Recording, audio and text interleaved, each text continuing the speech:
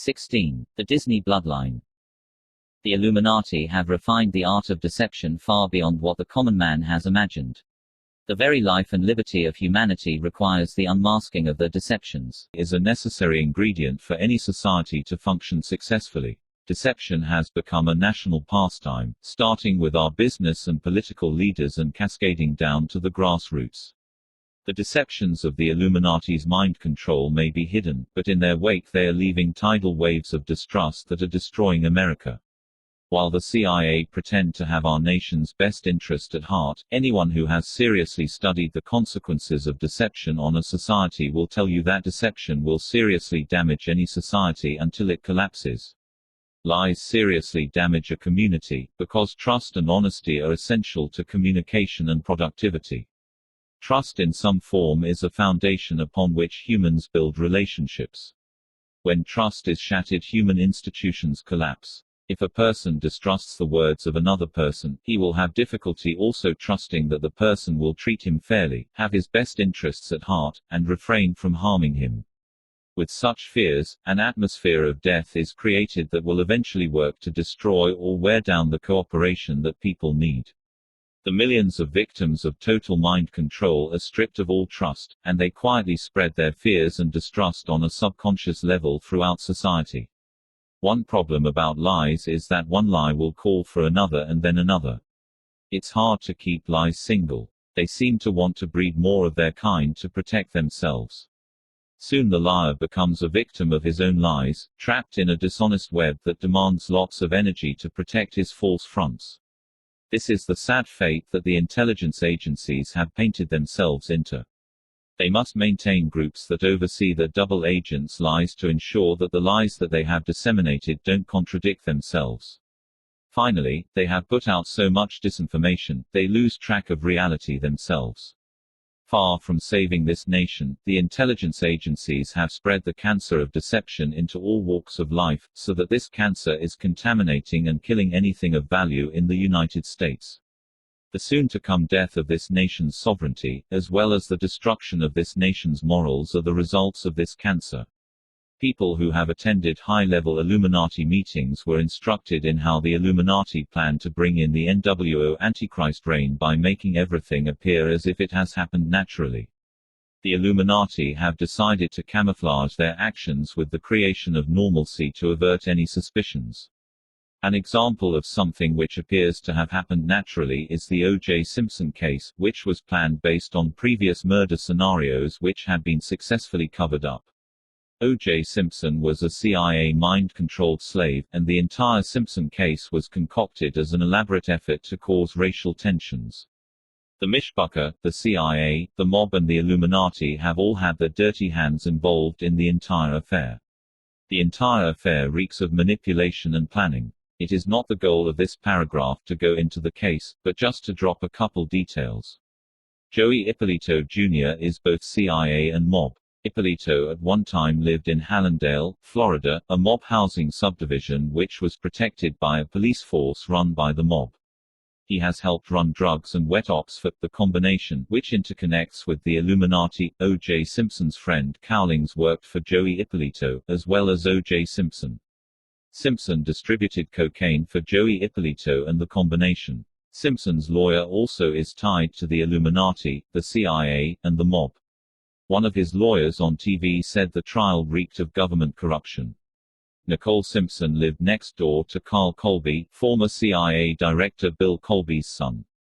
Colby's wife and kids have been subjected to mind control. Colby's wife testified in O.J. Simpson's trial, but was addressed as Miss Bo rather than by her name.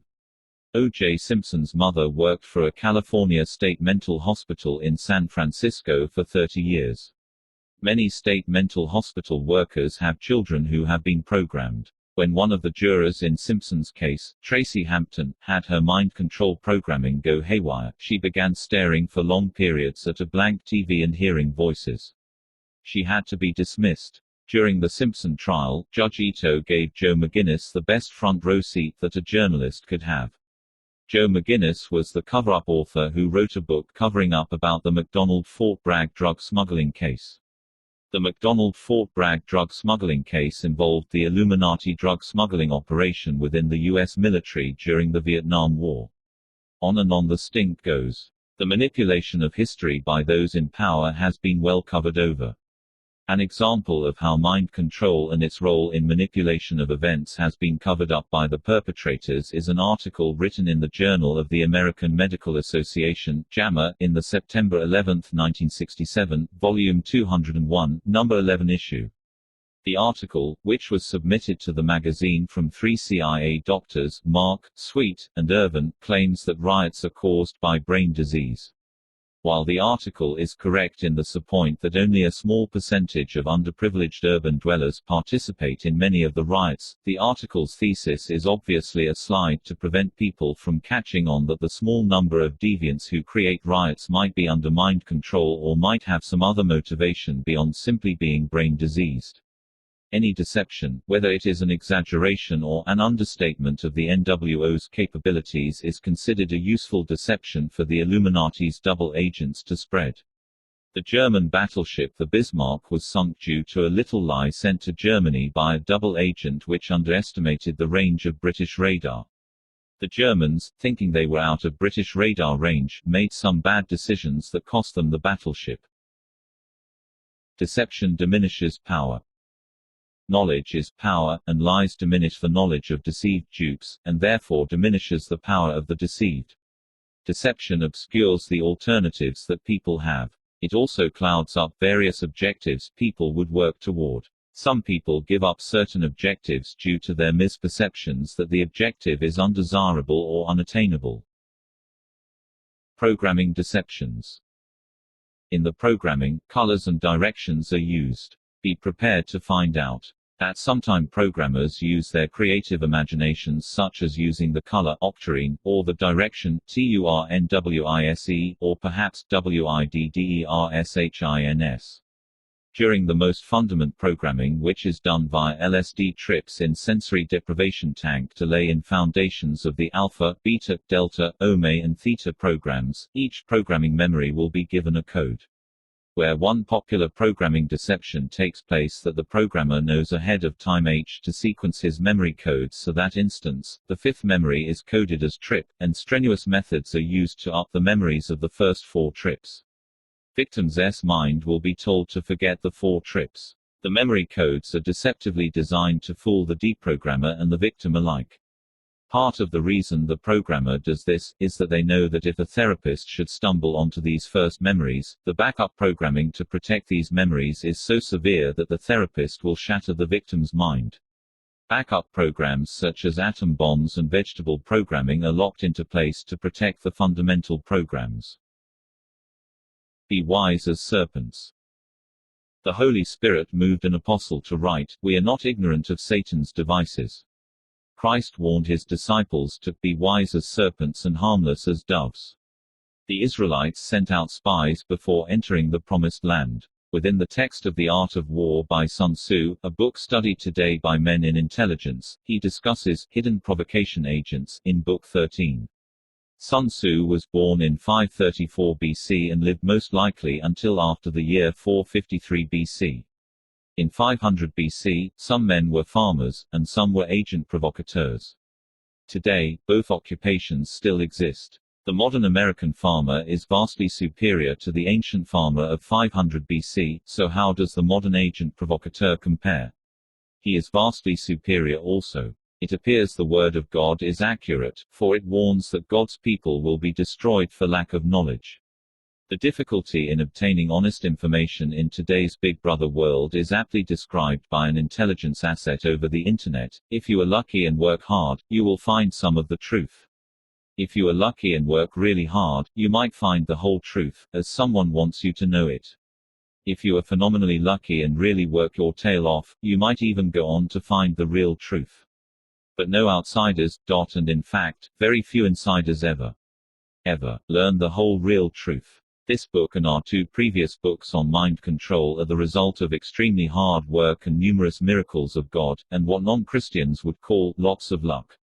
The story behind the books is amazing. This book's 2 authors have had to swim upstream for years in search for the real truth.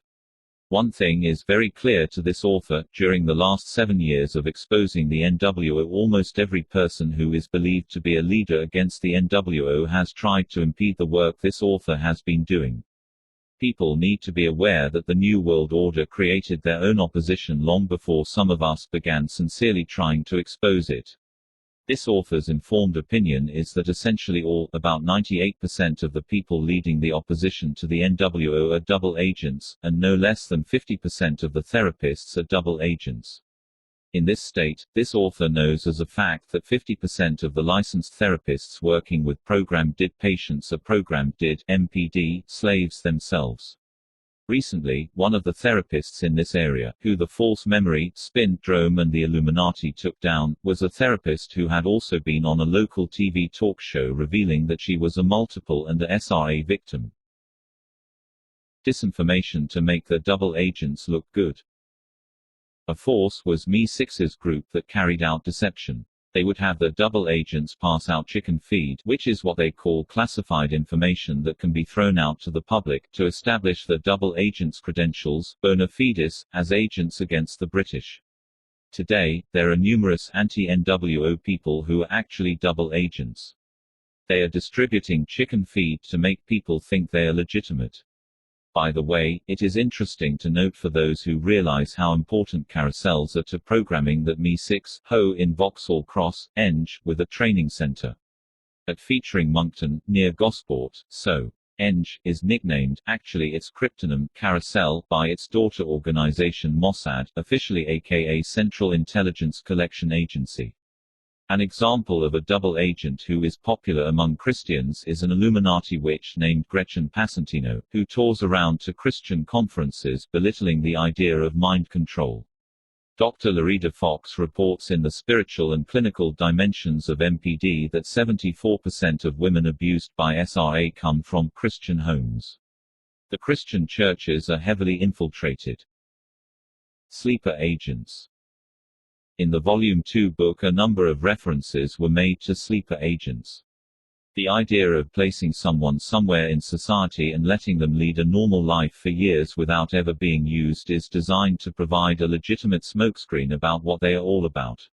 Mind-controlled slaves make excellent sleepers. The concept of making sleeper agents is not a secret. The CIA has publicly admitted that they tried to discover long-range sleeper agents in the Los Niños children of Republican Spain who were the descendants of communist Spaniards who returned to Spain in the 1950s. They also have admitted to having tried to weed out long-range sleepers in the Trebizond Greeks who lived near the USSR in Turkey and returned in the 1950s to Greece. As the CIA and KGB mirror-imaged each other in their manufactured Hegelian dialectic mock duel, which was very real for the little person, you can well imagine that the CIA sent sleeper agents against the KGB. Names of types of disinformation agents. The intelligence agencies have their own lingo for the types of disinformation agents they send against everyone else. So far, we have named only double and sleeper agents. Here are some of the disinformation agents. Agent of influence. These agents can be unwitting, under mind control, or ideologically motivated to use their positions of influence to sway the minds of others. Examples of agents of influence are anchormen on TV, journalists, labor leaders, TV commentators, academics quoted by the media, and some politicians. Confusion agent, an agent whose job is to produce confusion by disseminating confounding information. Contract agent, these are the rogue agents, such as the mob, who the CIA get to do particular jobs on contract. Their connections can be denied. Deep cover agent, a sleeper agent, often a programmed multiple or person with mind control programming, who has been a long-term sleeper agent. Disinformation agent, this is a highly placed agent who passes disinformation to other governments. Notional agent, a fictitious non-existent agent which is created with a real-looking identity to mislead. Provocation agent, an agent sent in to provoke and destabilize the target group to do foolish things. Spoon feeder agent, someone who dribbles out legitimate information. This is often done to build up a person's credentials, bona fides. Lots of the people who are pretending to expose the NWO are spoon-feeder agents who provide a little new information, tons of already known secrets, and sprinkle in a measure of disinformation for added fun. Generally, spoon-feeders increase their percentage of disinformation once they gain respectability. There are very few people really exposing anything of consequence about the NWO. This author has endured the loss of several of the really legitimate whistleblowers who were friends being assassinated since he began writing exposes. What this means is that agents for groups that do mind control may have been sleepers for many years and look very legitimately innocent. They may give good correct information to our side, they may say all the right things and try to get us motivated to do more than we would want, they may talk about other friends who are giving them information who do not even exist. It takes discernment to spot people who are not on our side. Unfortunately, such discernment seems to be fundamentally lacking within the public at large. For instance, I have seen people choose obvious NWO agents over this author as a source of information, which is in reality disinformation. Most people have bought so much disinformation during their lifetime, perhaps it's unrealistic to expect them to purge out all the junk they've accepted. Just as people in the world need to toss out their worldly thinking, people in the church need to toss out all the indoctrination they've gotten from the numerous kinds of harlot churches. At the moment, the system is set up so that the perpetrators of the mind control are in control of the credentialing process, so that they can provide their stooges, and agents with the best credentials. As the reader can see, the roots of power behind the mind control go deep. Tricking suspects. One trick, or variations of it, that has been used with suspects is to arrest them, place the suspect in a situation where the police are in two groups, one group looks like police, the other group looks like the group the suspect has come from. After the suspect arrives, the group pretending to be arrested group members, overpowers the police contingent and escapes to another setting where another police group pretending to be even more of the suspect's group ask him who he is and to explain his credentials. Letting his guard down, the original suspect explains what he is all about, thereby giving them the information they needed in the first place. Variations of this script can be run. English intelligence calls this basic script because chicken blood is used on the police actors that are overpowered to make them look injured. The names of deception tricks. Four faces refers to pretexts used by agents to get interviews. Dangle is the craft word for luring a victim into a provocation. A dangle operation would be an operation to provoke a group or individual into a particular action. This was done with Elohim City and many other groups that the NWO is trying to set up as patsies. Standard deception devices. Agents use bleep boxes to tap telephones and in other instances to make free-of-cost telephone calls. A cabman is a device to remotely activate a telephone with a radio beam. It can be used without entering the building where the telephone is located. Masks. The use of masks in the occult world is ancient. For centuries, the gypsies have used them for their hypnotic powers. Special healing masks for their people are kept secret and never shown to the public. Masks have a shock value and fascination value. Gypsy and other occult groups have special rituals to create the masks, including using hair clippings from the person who will wear the mask. Gypsy healing masks are destroyed after the patient gets well. Illuminati programming masks may or may not be destroyed after their use. The Illuminati's mask-making abilities, according to deprogrammed victims of their mind control, are very high quality. Sometimes the programmers simply wear Halloween cartoon character masks that anyone can obtain, to fulfill their role in the programming script that they are involved in during the time. Covers. Some beginners who have just started into studying the world order question why the Illuminati would use legitimate religious covers. Why would the Illuminati want to create a slave who is an evangelist? Why? Because those new converts will go to some establishment church where other programmed multiples in leadership positions will demand obedience, and then support those demands by quoting scriptures that make them seem like they are God's authority over that new convert. Because the evangelist or missionary and the bishop or pastor are controlled puppets, the convert will never get the full truth, just enough truth to keep him working hard for their organization. Even though the convert got God in my life, the Illuminati never lose control over him. The Christians have as much vested interest in preventing the exposure of the Illuminati-programmed multiples who are big-name Christian ministers running Christendom, as the Illuminati has. Imagine what would happen if the world found out that most of Christianity was run by the human-sacrificing, slave-making Illuminati. This is one of the sad effects of the infiltration. Perhaps the subject of covers can be explained from another angle. The reader knows that the elite like monopolies. They play Monopoly for real, for us it's only a board game.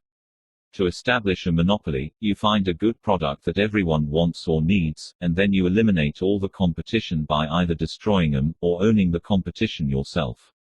In the US, the Illuminati can't have a one-religion monopoly. In Russia, they had communism with Marx, and Lenin as the father god and Gon the son figure. Communism had a monopoly on worship.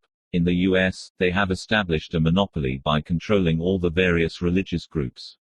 This author wrote an 800-page heavily documented book Be Wise as Serpents to show the details of how this is done. It's not a matter of what they teach, it's a matter of control, so that the elite have a monopoly.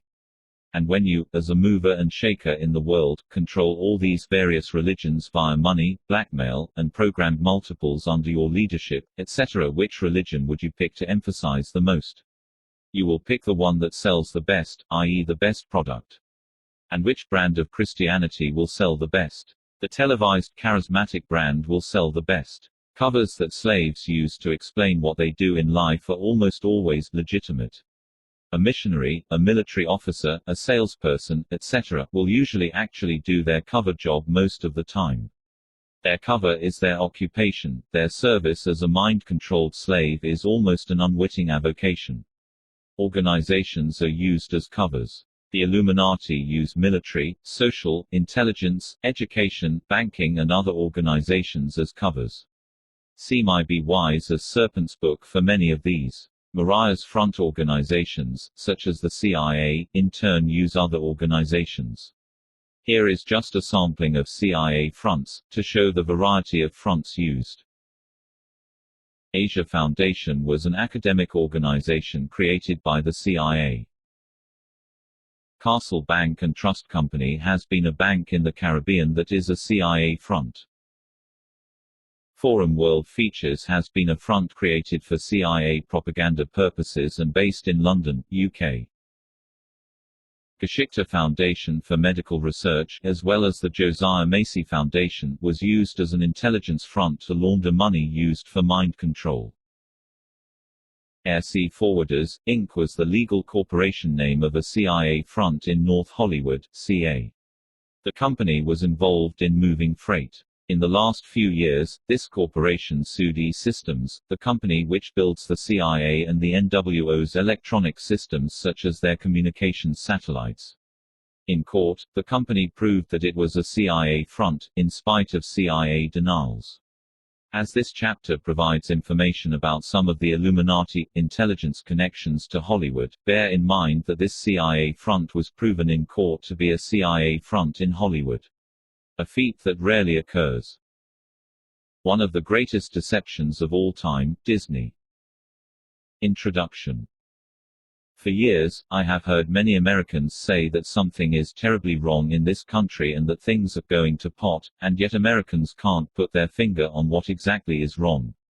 When I first began to receive reports from victims of Illuminati mind control about Disney's involvement in their mind control, I kept an open ear, but I wanted some tangible proof. After investigating for myself, there is now no doubt in my mind that Disney, the man, the movies and the entertainment parks, has been a major contributor to the demise of America, while maintaining a very well-constructed front of wholesomeness. In this chapter, you will learn why Disney is one of the best deceptions of the Illuminati.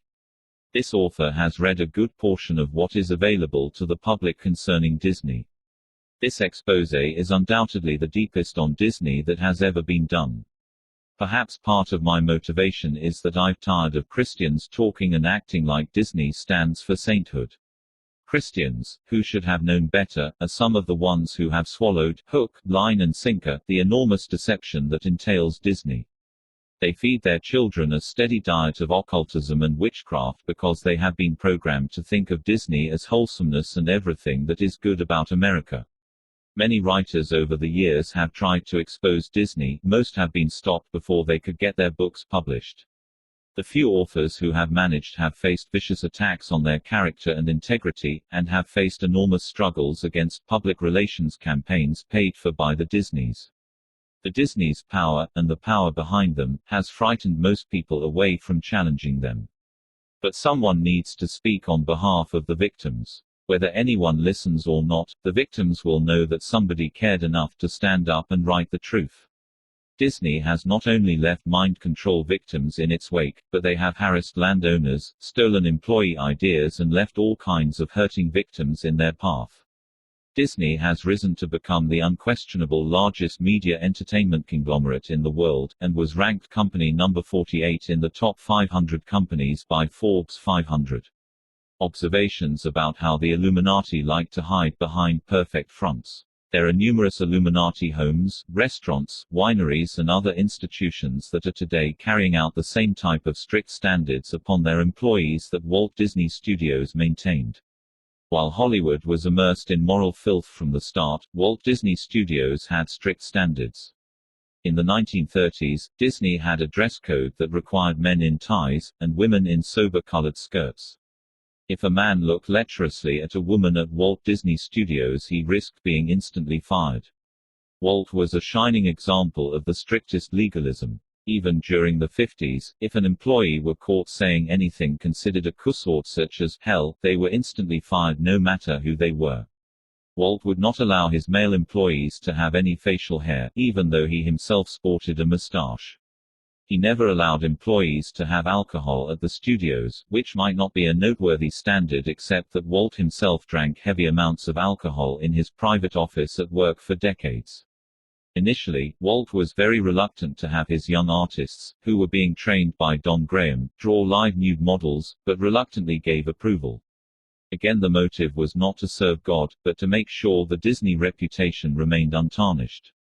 With the power of the establishment media behind Disney, Walt had nothing to worry about. News about the new drawing classes and their detailed drawings never reached the light of day. Behind such strict fronts of legalistic morals, cleanliness and soberness, you will often find lots of guilt and high-level satanic ritual. For instance, Hitler, who was by the way also a failed artist and who liked mechanical things more than people, obsessively washed his hands many times a day, out of guilt, and so did Walt Disney. Walt obsessively washed his hands several times an hour, every hour.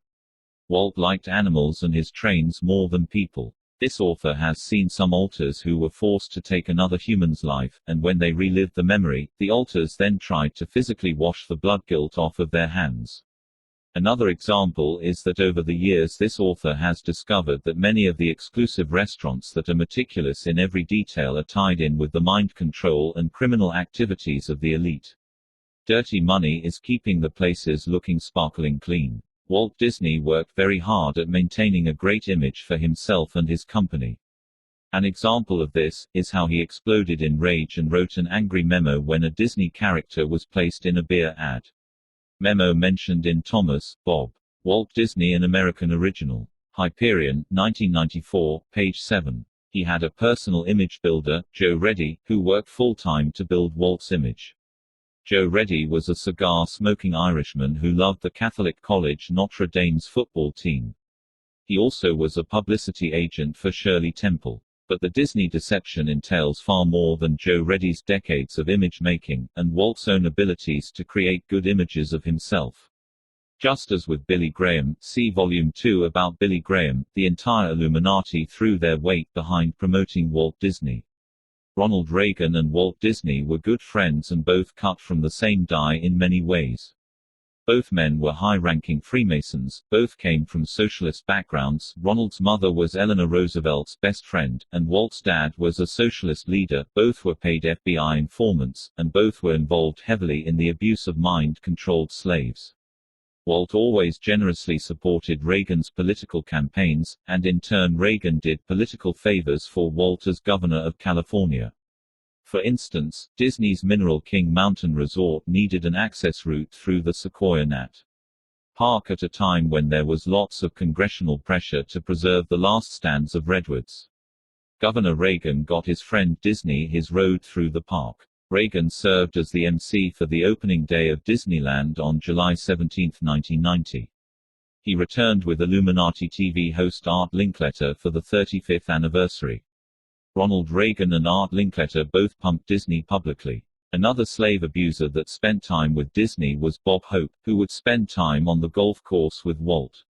On the opening day's telecast, cameras showed Sammy Davis Jr., a member of the Church of Satan, and Frank Sinatra, a mind control slave handler, driving the pint-sized Disney ears at the Autopia ride.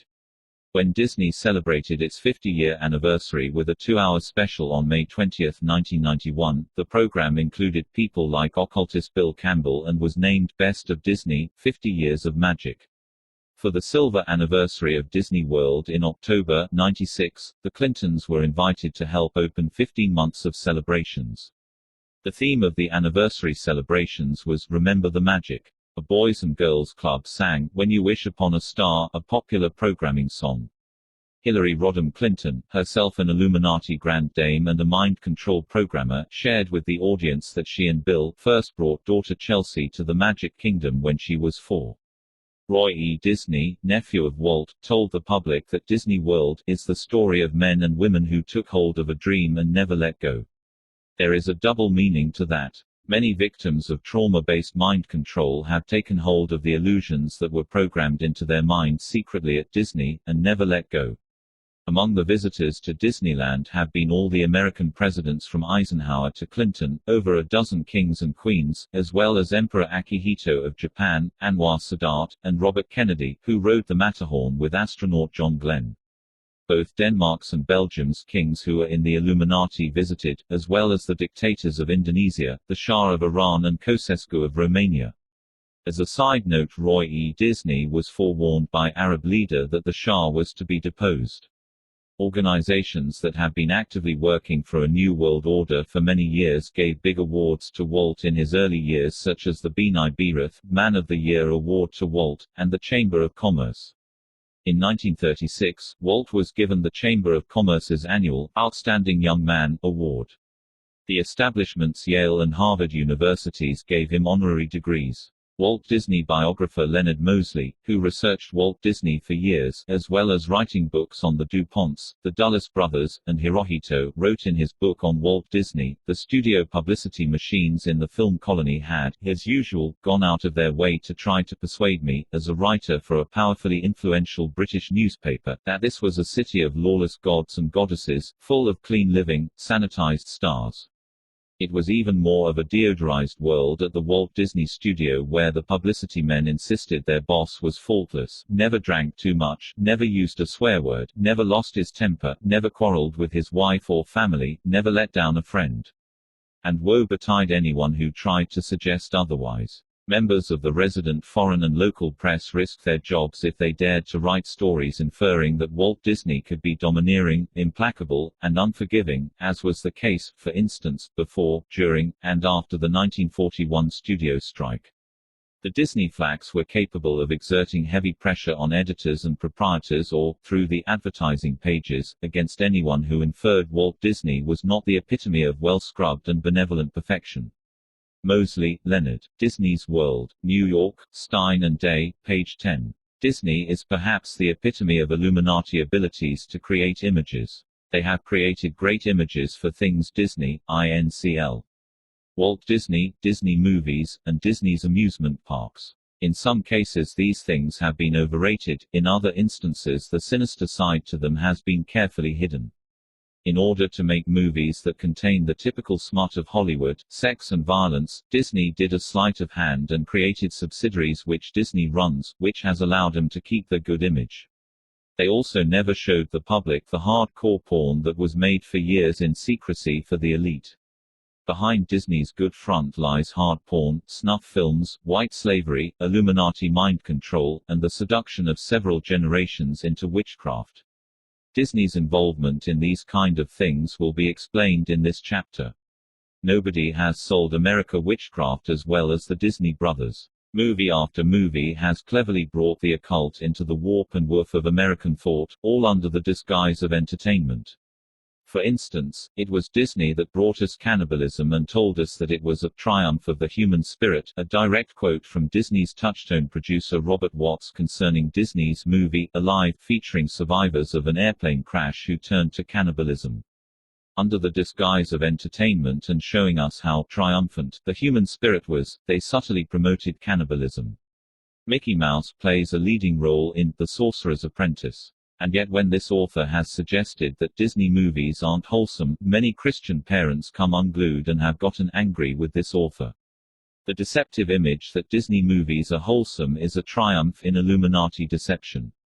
Parents would be surprised what is slipped into cartoons. In Disney's The Little Mermaid, the castles are male sexual organs. In one cartoon, Mighty Mouse is shown without comment clearly snorting cocaine. Walt Disney Studios chairman Joe Roth is in charge of Walt Disney as well as subsidiaries Touchstone, Miramax, and Hollywood Pictures, which were all created to camouflage the Disney production of adult films. Disney operates in a clandestine manner regarding the promotion, distribution and rating of the films produced by their subsidiaries. Disney makes male phalluses into castles. Roth oversaw Disney's subsidiary Hollywood Pictures' Evita film. Evita has as its main star, material girl, Madonna. Madonna is in reality a mind-controlled slave who has appeared in numerous underground porn, and ritual porn movies. This author has an underground catalog from a porn business, that has recently changed its location of business. The catalog offered a film of Madonna performing an actual blood sacrifice. She also was the main actress in Disney's Dick Tracy film which is reported to be used for mind control. During an Arsenio Hall show, Madonna, who as a guest acted dissociative, was picked up by the cameras during the show kissing her Baphomet ring. Disney controls the products that are associated with the movies of their subsidiaries. In Evita's case they are marketing hats and other items, as just one more of Disney's countless artificially generated consumerism campaigns. In Ruth Stein's interview of Madonna, Madonna appeared bored with plugging Disney's consumer products. When asked about the tango dresses and hats inspired by Evita that popped up in stores after the film, Madonna said, "Believe me, I have nothing to do with it. Disney is pushing the whole thing." San Francisco Chronicle, December 29, 96, Datebook section. In one interview Madonna states she wants her daughter to grow up knowing Catholicism, but she doesn't believe that it would be good for her daughter if Madonna married the father of her child from Lourdes, Carlos Leon. In another interview, Madonna says, "Actually, I'm a very good role model, because I say, look, these are my standards." She then goes on to plug homosexuality, same-sex marriage, and single families in the interview. Walt Disney stated that it plans to release an album by Danzig, a heavy metal band whose songs contain dark themes. The Disney press release announces on its byline, Mickey Mouse is going heavy metal. Disney's album, Black Acid Devil, was due to hit the music stores October 30, 1996 during Halloween time. According to Disney, this music has no satanic references, but does have dark, gothic and sexual overtones. Glenn Danzig denies that he is a Satanist. An overview. Disneyland and Disney World are world famous and the pride of America. They are also extremely important programming centers for the Illuminati to create total mind-controlled slaves. Disneyland is also involved with providing a place for rituals, porn, and other satanic activities. In terms of deception, Disney movies and Disney amusement parks rate as one of the best deceptions. According to deprogrammed ex-Illuminati slaves, the Illuminati in the 1960s needed to shift their programming away from the military bases, because too much publicity heat was shined on the military bases. The goal was to have someplace that people from all over the world could come to without raising any suspicions, and a place which would be the perfect cover for many of their criminal activities.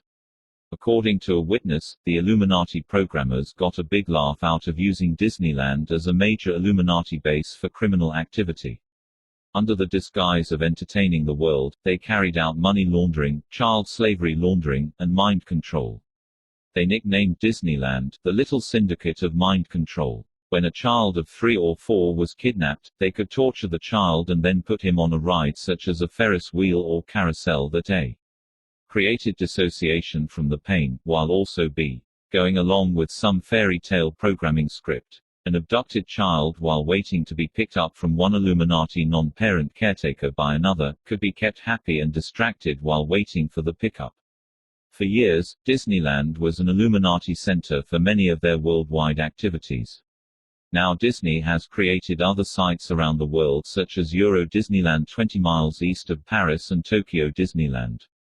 Tokyo Disneyland in 1991 had 16 million people attend. With such huge crowds, it doesn't take much imagination how the Illuminati have been able to do sneaky criminal activities right in front of people, and the public never sees it, in the middle of all the activity. Euro Disney has been a money-losing affair, but the Saudis who benefit from its mind control, gave Disney the money to keep it financially in business. Walt Disney Records is the largest children's record label in the world. Disney through their movies, books, toys, records, etc. has made a tremendous impact on the children of the world. Their movie Return from Witch's Mountain was one of the most powerful witchcraft promotions ever made. DuckTales, which has deliberate mnemonic mind control triggers written into the script, is also broadcast in Poland and the former USSR. From the time of the Roman Empire, at least, if not before, the oligarchical leadership, who have been in control of both the mystery religions and European aristocracy, have known about bread and circus. Bread and circus refers to the concept that if the masses of people are given entertainment and food staples, then they are easy to control. Walt Disney movies have played a key role in providing entertainment for the masses to ensure Illuminati control. Walt Disney's friend the Masonic prophet H. G. Wells in his book A Modern Utopia that there would be lots of shows in the New World Order. The World Future Society in a book review in their publication Future Survey Annual, 1993, ed. Michael Marion, Bethesda, M.D., World Future Society, page 91, describes Disney, control of commodities, such as entertainment, and access to commodities translates into control over people. The postmodern U.S. is a massive rush of disconnected commodities, each seeking a moment of our attention. The world of commodities is our soma, and entertainment is the current form of public discourse. Walt Disney World, spread over 27,400 acres of Central Florida swamp and scrub forest, is the most ideologically important piece of land in the U.S. What goes on here is the quintessence of the American way. It is visited by over 30 million people a year, not only the major middle-class pilgrimage center in the U.S., but by far the most important entertainment center in the world. It is clearly Oz, Utopia as a marketing device. Two Disney brothers Walter Elias, and Roy O. Disney have been at the center of the creation of amusement parks and popular Disney films. In more recent times, two other men, Eisner and Katzenberg, have been notable at Disney. Eisner and Katzenberg, as well as others, will be discussed later. One of Disney's directors, Victor Salva, was convicted of molesting a boy and filming one of the sexual molestations.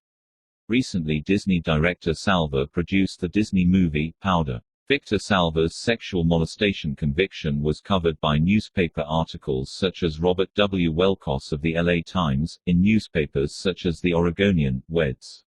October 25, 1995, a sect. The impact of the Disney brothers is monumental. Mickey Mouse t-shirts can be seen being worn by natives all over the world.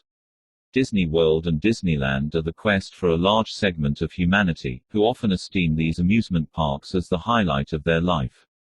What is highly esteemed among men, is an abomination to God according to the Word of God.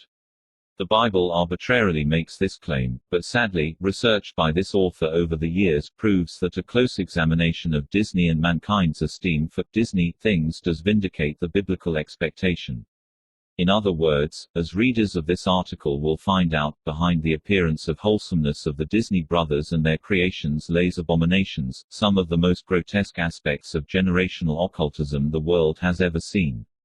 Disney's Magic Kingdom has become an American institution that impacts people all over the world from the cradle to the grave. C. WHO was Walt Disney.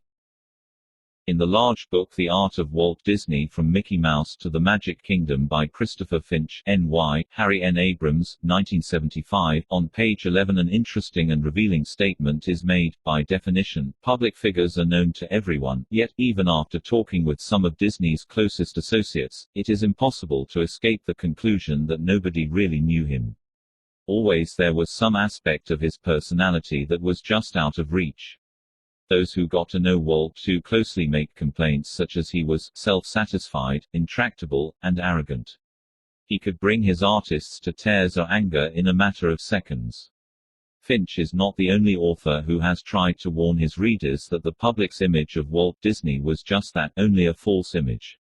Mosley also writes in his biography of Walt Disney, since Disney is regarded by millions of people, particularly in the United States, as perhaps this century's most brilliantly successful creator of screen animation, I think I should make one thing clear right away.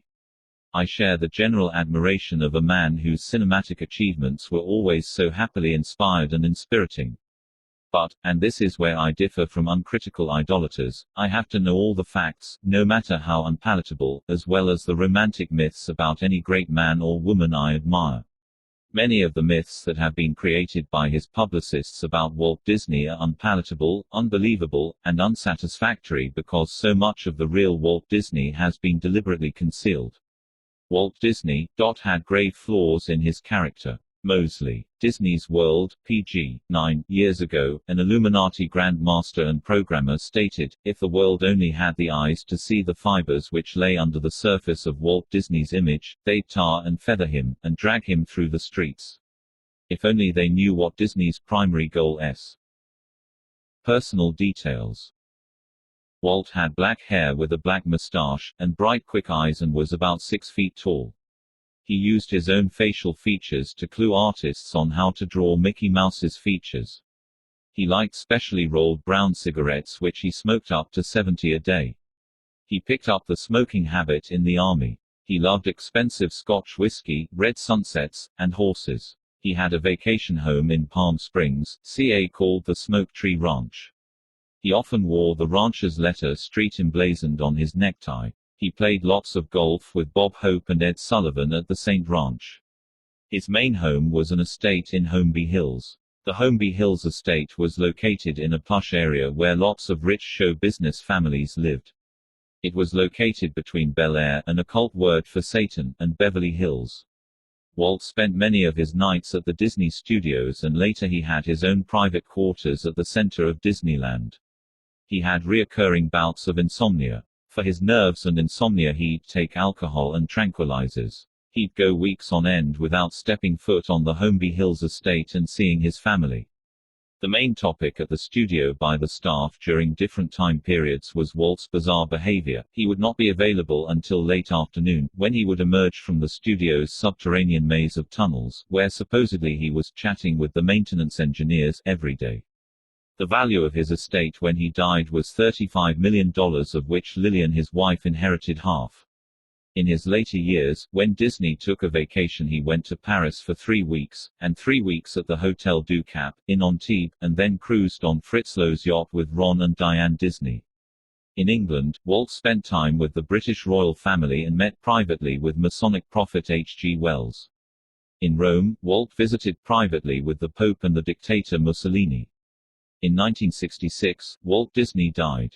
Prior to his death he had investigated cryogenesis, being frozen, and it is believed by some that his body is frozen somewhere in California, while others claim he was cremated. Mickey Mouse. According to one source, the inspiration for Walt to create Mickey Mouse came when he was unemployed and saw a mouse in the gutter. There are quite a few stories in circulation as to where the idea came from. Ub Iwerks claimed he thought Mickey up at an animators meeting in Hollywood. Walt once said, "There is a lot of the mouse in me." Biographical article written by Elting E. Morrison, page 131. In fact, our bioworks told Walt that Mickey Mouse looks exactly like you, same nose, same face, same whiskers, same gestures and expressions. All he needs now is your voice. Walt often did serve as Mickey's voice. A book put out by Walt Disney Company in 1988 reveals that Walt Disney told Ward Kimball, "Quite frankly, I prefer animals to people." Walt usually was the voice behind Mickey Mouse, even though he wasn't the artist. His mother was chilly for years about the work Walt did. Around 1940, after much pleading, he finally got her to watch Mickey Mouse. His unsupportive mother, which he would within a few years learn was not actually his biological mother, told him she didn't like Mickey Mouse's voice, to which he told her it was his, and then she responded by saying he had a horrible voice. The cold towel she threw on Mickey Mouse helped convince Walt to quit making Mickey Mouse cartoons. Very few came out of Disney after that, and the very next Mickey Mouse full-length feature cartoon, Fantasia, had Mickey mostly silent. Walt's idea for The Sorcerer's Apprentice was based on some of his own ideas. Walt had had the dream which was used for Mickey Mouse in The Sorcerer's Apprentice of having complete control of the earth and the elements. Disneyland and Disney World were partial fulfillments of that dream for control. Walt's final pet project just prior to his death was the meticulously restored version of the witchcraft film, Bedknobs and Broomsticks. Disney Magazine, Winter 96-97, Pub. By Disney, page 96 mentions this. As a programming device, Mickey Mouse works well because it plays on the subconscious genetically transmitted fear of mice that women have. Mickey's image can help create a love-hate relationship, which is so valued during the traumatization and programming of mind-controlled slaves. Some sources state that Walt's love for animals came from the time his family had a farm near Marceline, Missouri. Walt began his schooling at Marceline, but continued it after the age of 8 at Benton School in Kansas City, Mo. Walt's dad had a serious gambling problem and passed the spirit of gambling to his son Walt.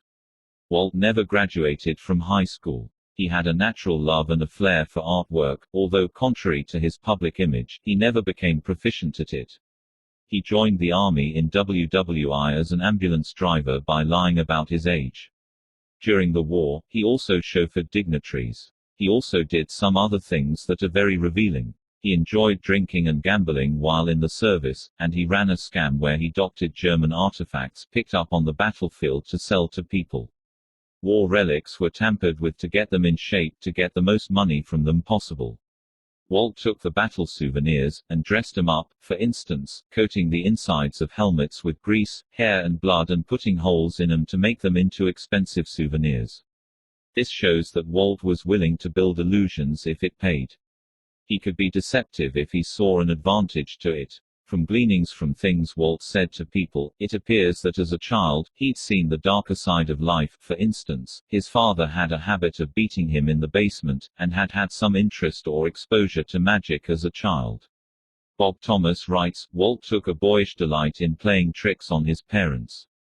He was fascinated with magic tricks. Walt Disney, An American Original, page 35. After the military, Walt hoped to have a career as an artist. He applied to the advertising agency of Pesman Rubin. Roy, his brother, claimed that Pesman Rubin hired Walt as a personal favor to Roy, who handled the agency's account at the bank Roy worked at. Walter lasted a month until the advertising agency let him go due to Walt's singular lack of drawing ability.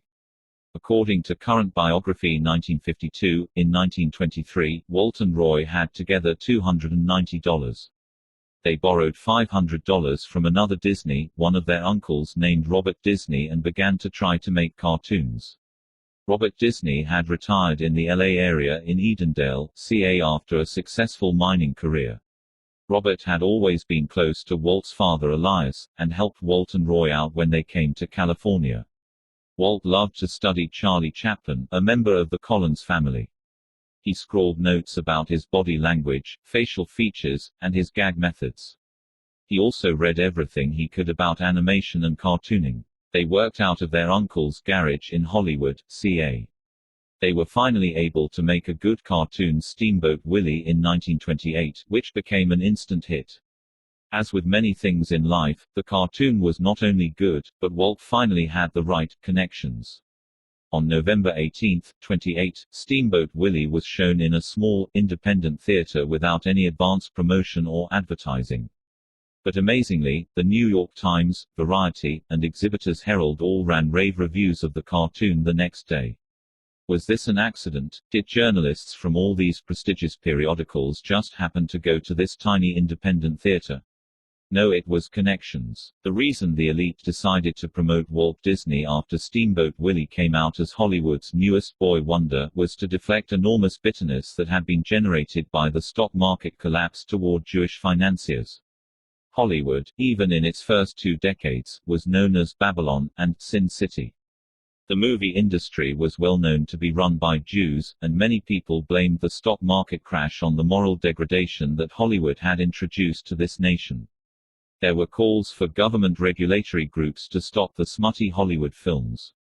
Edgar Magnan, the spiritual leader of the major movie makers who were part of the Los Angeles B'nai B'rith, reportedly encouraged those in the Mishpacha and others who were B'nai B'rith movie makers that Hollywood needed to protect itself by putting Walt Disney in the limelight as a Christian, white knight with family values. By the way, Edgar Magnan was nicknamed Rabbi to the Stars, because he was the Hollywood Rabbi. Magnan's grandfather's department store chain was one of the first major accounts of the Bank of Italy, and Edgar Magnan had continued his family's close association with the Bank of Italy. The closeness also came from the Bank of Italy's close ties to the B'nai B'rith and ADL. In 1930, the movie industry made a production code which stated that the industry must make a special effort to make movies appropriate for children. Hollywood directly praised Disney in that code as an exemplary model of what the movie industry wanted to do. With the power of the B'nai B'rith and ADL behind him, Walt began sailing to fame. Movie studios that had been turning out smut, with lots of sex and violence, all jumped on the bandwagon to show Walt's clean, wholesome cartoons.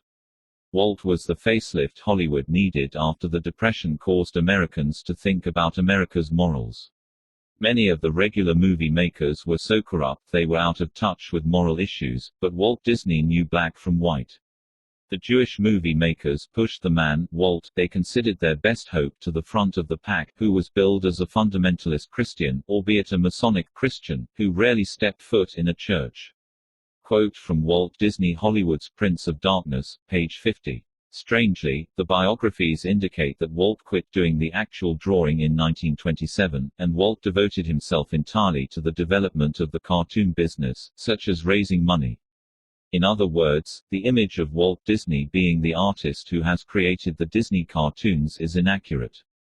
The Disney brothers actually hired many other artists to do the artwork. If Walt quit drawing in 1927, and their first marketable cartoon was in 1928, that clearly shows that Walt did not do the actual cartooning. He continued to oversee the work, walking in and rigidly inspecting what was being done to suit his own intuitive tastes.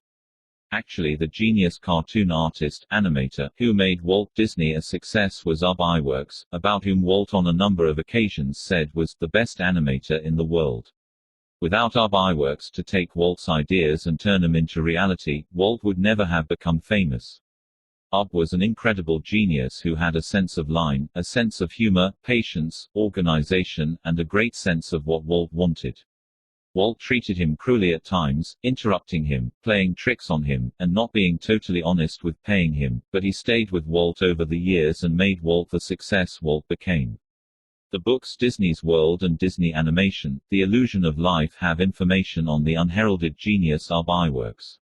Another unknown great artist was Floyd Gottfredson. Floyd Gottfredson drew all the Mickey Mouse cartoons from 1932 until October, 1975, which is a period of 45.5 years. Floyd Gottfredson was a Mormon born in a railway station in 1905, and raised in a tiny Mormon town, Sigurd, 180 miles south of Salt Lake City. In 1931, before Floyd totally took over the Mickey Mouse drawings, he would take suggestions from Walt on what to draw. For instance, Walt puzzled him by insisting he do a cartoon series of Mickey Mouse committing suicide. Floyd had said, "Walt, you're kidding." But Walt thought that a series on suicide would be funny. Over the years, the Walt Disney products never mentioned Floyd's name. The bulk of the fans were led to believe Walt did the cartooning of Mickey Mouse himself. See the book Walt Disney's Mickey Mouse in Color. Ed. Bruce Hamilton, Pub. The Walt Disney Company, 1988. Fred Moore was involved in the creation of Pluto and some other cartoon characters. The idea for Pluto was Walt's, and it was Norm Ferguson's genius at drawing that took the idea and created the actual images. Walt Disney was awarded 32 Personal Academy Awards for the work that was done by his studios. Walt Disney's famous signature was actually designed by someone else, and was taught to Walt. Schickel, Richard. The Disney Version, The Life, Time, Art and Commerce of Walt Disney.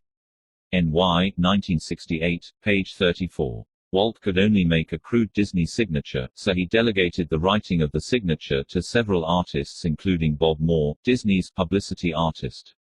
Later, after much practice, he learned to make it well enough to do for publicity.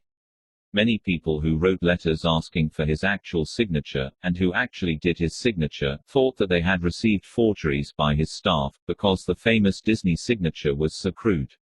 The nicer-looking ones were the forgeries. One cartoon animator who joined Disney in 1940 recalled that Walt told him the first day, "You're new here, and I want you to understand just one thing.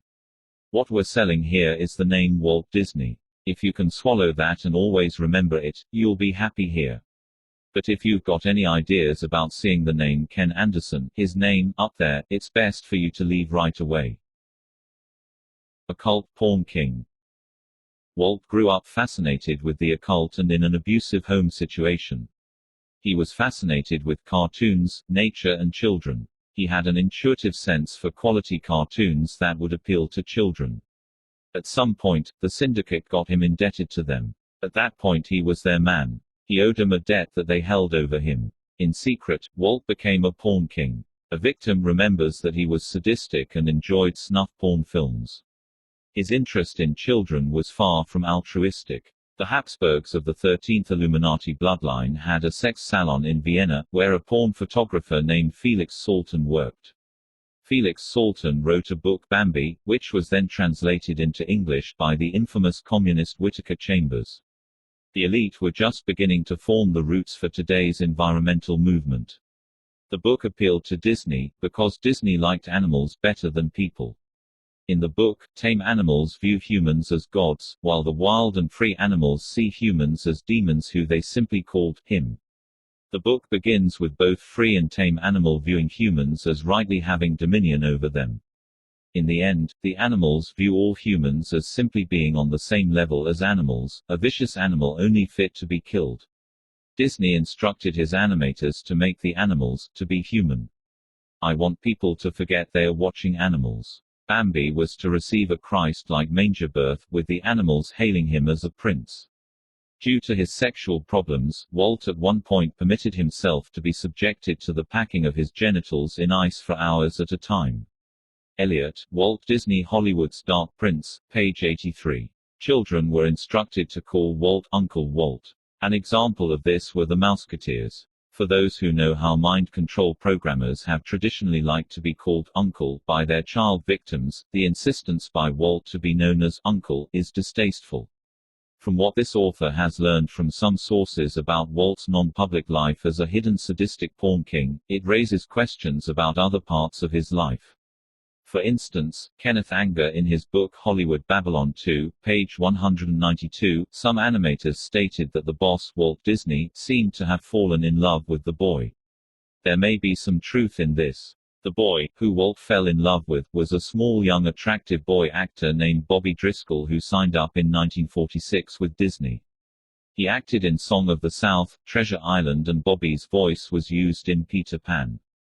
Bobby Driscoll was very intelligent and attractive. Did Disney help or abuse him? If Disney was such an upbuilding wholesome atmosphere, and this child actor had everything going for him, why did Bobby become a methamphetamine addict at 17 and die within just a few years? Why didn't his talent and early career lead to something positive in his life? From those who knew Walt personally, one learns that he had an obsession with the buttock part of anatomy. He enjoyed jokes about this part of the anatomy, which he told to his staff quite frequently. The staff edited out many of his crude posterior jokes from cartoon scripts. Two examples that got by the editors are a Christmas special where a little boy is unable to button the drop seat of his pajamas. The little boy's problem in maintaining his modesty is the running gag of the cartoon. In the end, Santa gives him a champa pot. The second example is the paddling machine used on the wolf in The Three Little Pigs. Numerous Disney cartoons feature buttocks of characters provocatively twitching. As a witness before Congress. After WW2, Walt Disney was called upon by Hollywood to testify in their defense at the Un-American hearings which were being carried out by congressmen who were concerned about the heavy communist influence within Hollywood. Walt downplayed any communist influence in Hollywood to Congress. Interestingly, Walt's father was an outspoken Socialist Party leader in the United States who advocated a socialist New World Order.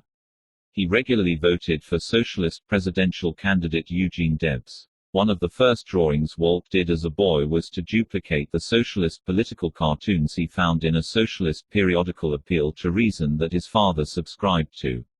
When Walt asked in the 1930s how his father felt about socialism's successes, his father Elias said, "Today, everything I fought for in those early days has been absorbed into the platforms of both the major parties. Now I feel pretty good about that." Thomas, Bob. Walt Disney, An American Original, pg. 147-148. Walt's movie Alice's Eggplant 1925 was pure communist doctrine where the red hen communist leads the working chickens on a strike against Julius the farm manager representing capitalists. The strike at Disney and unionization of Disney in 1940 soured Walt toward communism. The workers at Disney publicly made personal verbal attacks on Walt and he never forgave the humiliation. In spite of his public distaste for communism, his magic empire, his castle where he was king, was run like a socialist dictatorship, similar to what the NWO plans. Employees at Disney did not have titles, it was faceless egalitarianism with an all-powerful dictator Disney at the top. It was racially elitist too. The only full-time African American during Walt's lifetime at Disney was a black shoe shine man. Was Walt a socialist of the National Socialist Nazi variety? Arthur Babbitt claims, on more than one occasion I observed Walt Disney and Gunther Lessing there, at Nazi meetings, along with a lot of other prominent Nazi-afflicted Hollywood personalities. Disney was going to meetings all the time. Lessing was mobster Willie Bioff's crony. Bioff had spent his earlier days running a whorehouse, before coming to Hollywood for the mob. In the final panel of the Mickey Mouse comic strip of June 1940 a swastika appeared. Some people have wondered what this and other secret signals in Disney's work meant. Disney was not Illuminati. The powerful elite are very skilled at controlling people that rub shoulders with them, those who are beginning to become independently wealthy. For instance, they destroyed Robert Morris, the great financier of the American Revolution. They simply used Hegelian dialectics on Walt Disney. The unions and the mob made Disney's studio one of their prime targets. In order for Walt to protect himself from the unions, which he perceived as communist, Walt got help from the FBI and the mob. Walt was vulnerable to the unions, because he treated his workers terrible, with long hours, low pay, in addition to repeated abuses to their dignity. Walt's large number of employees essentially never received any credit or recognition for their years of creativity and hard work, which was all essentially stolen and credited to Walt by the establishment to build his image.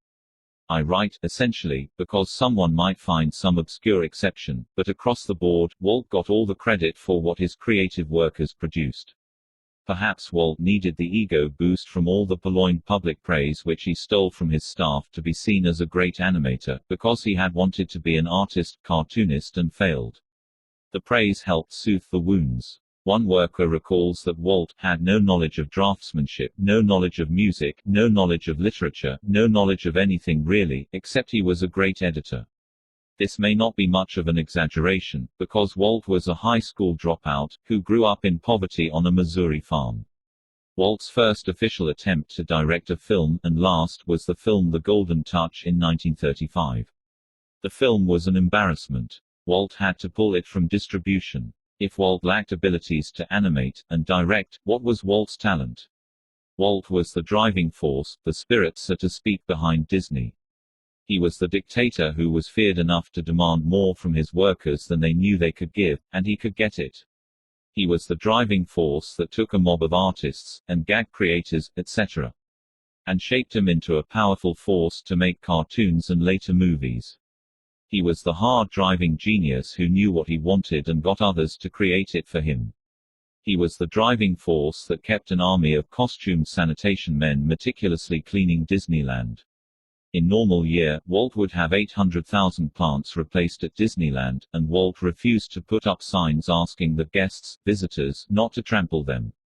How powerful was Walt? Here is a man who during his lifetime and even up into the 1990s had a rule in the studio and Disneyland that no male employees could have any facial hair, yet he himself wore a mustache for most of his life. A possible chronology of events surrounding Walt Disney's illegitimate birth. It is beyond doubt that Walt Disney was an illegitimate child, but that fact resulted in a long list of mysterious happenings. It also gave power-hungry men something to blackmail Walt Disney with.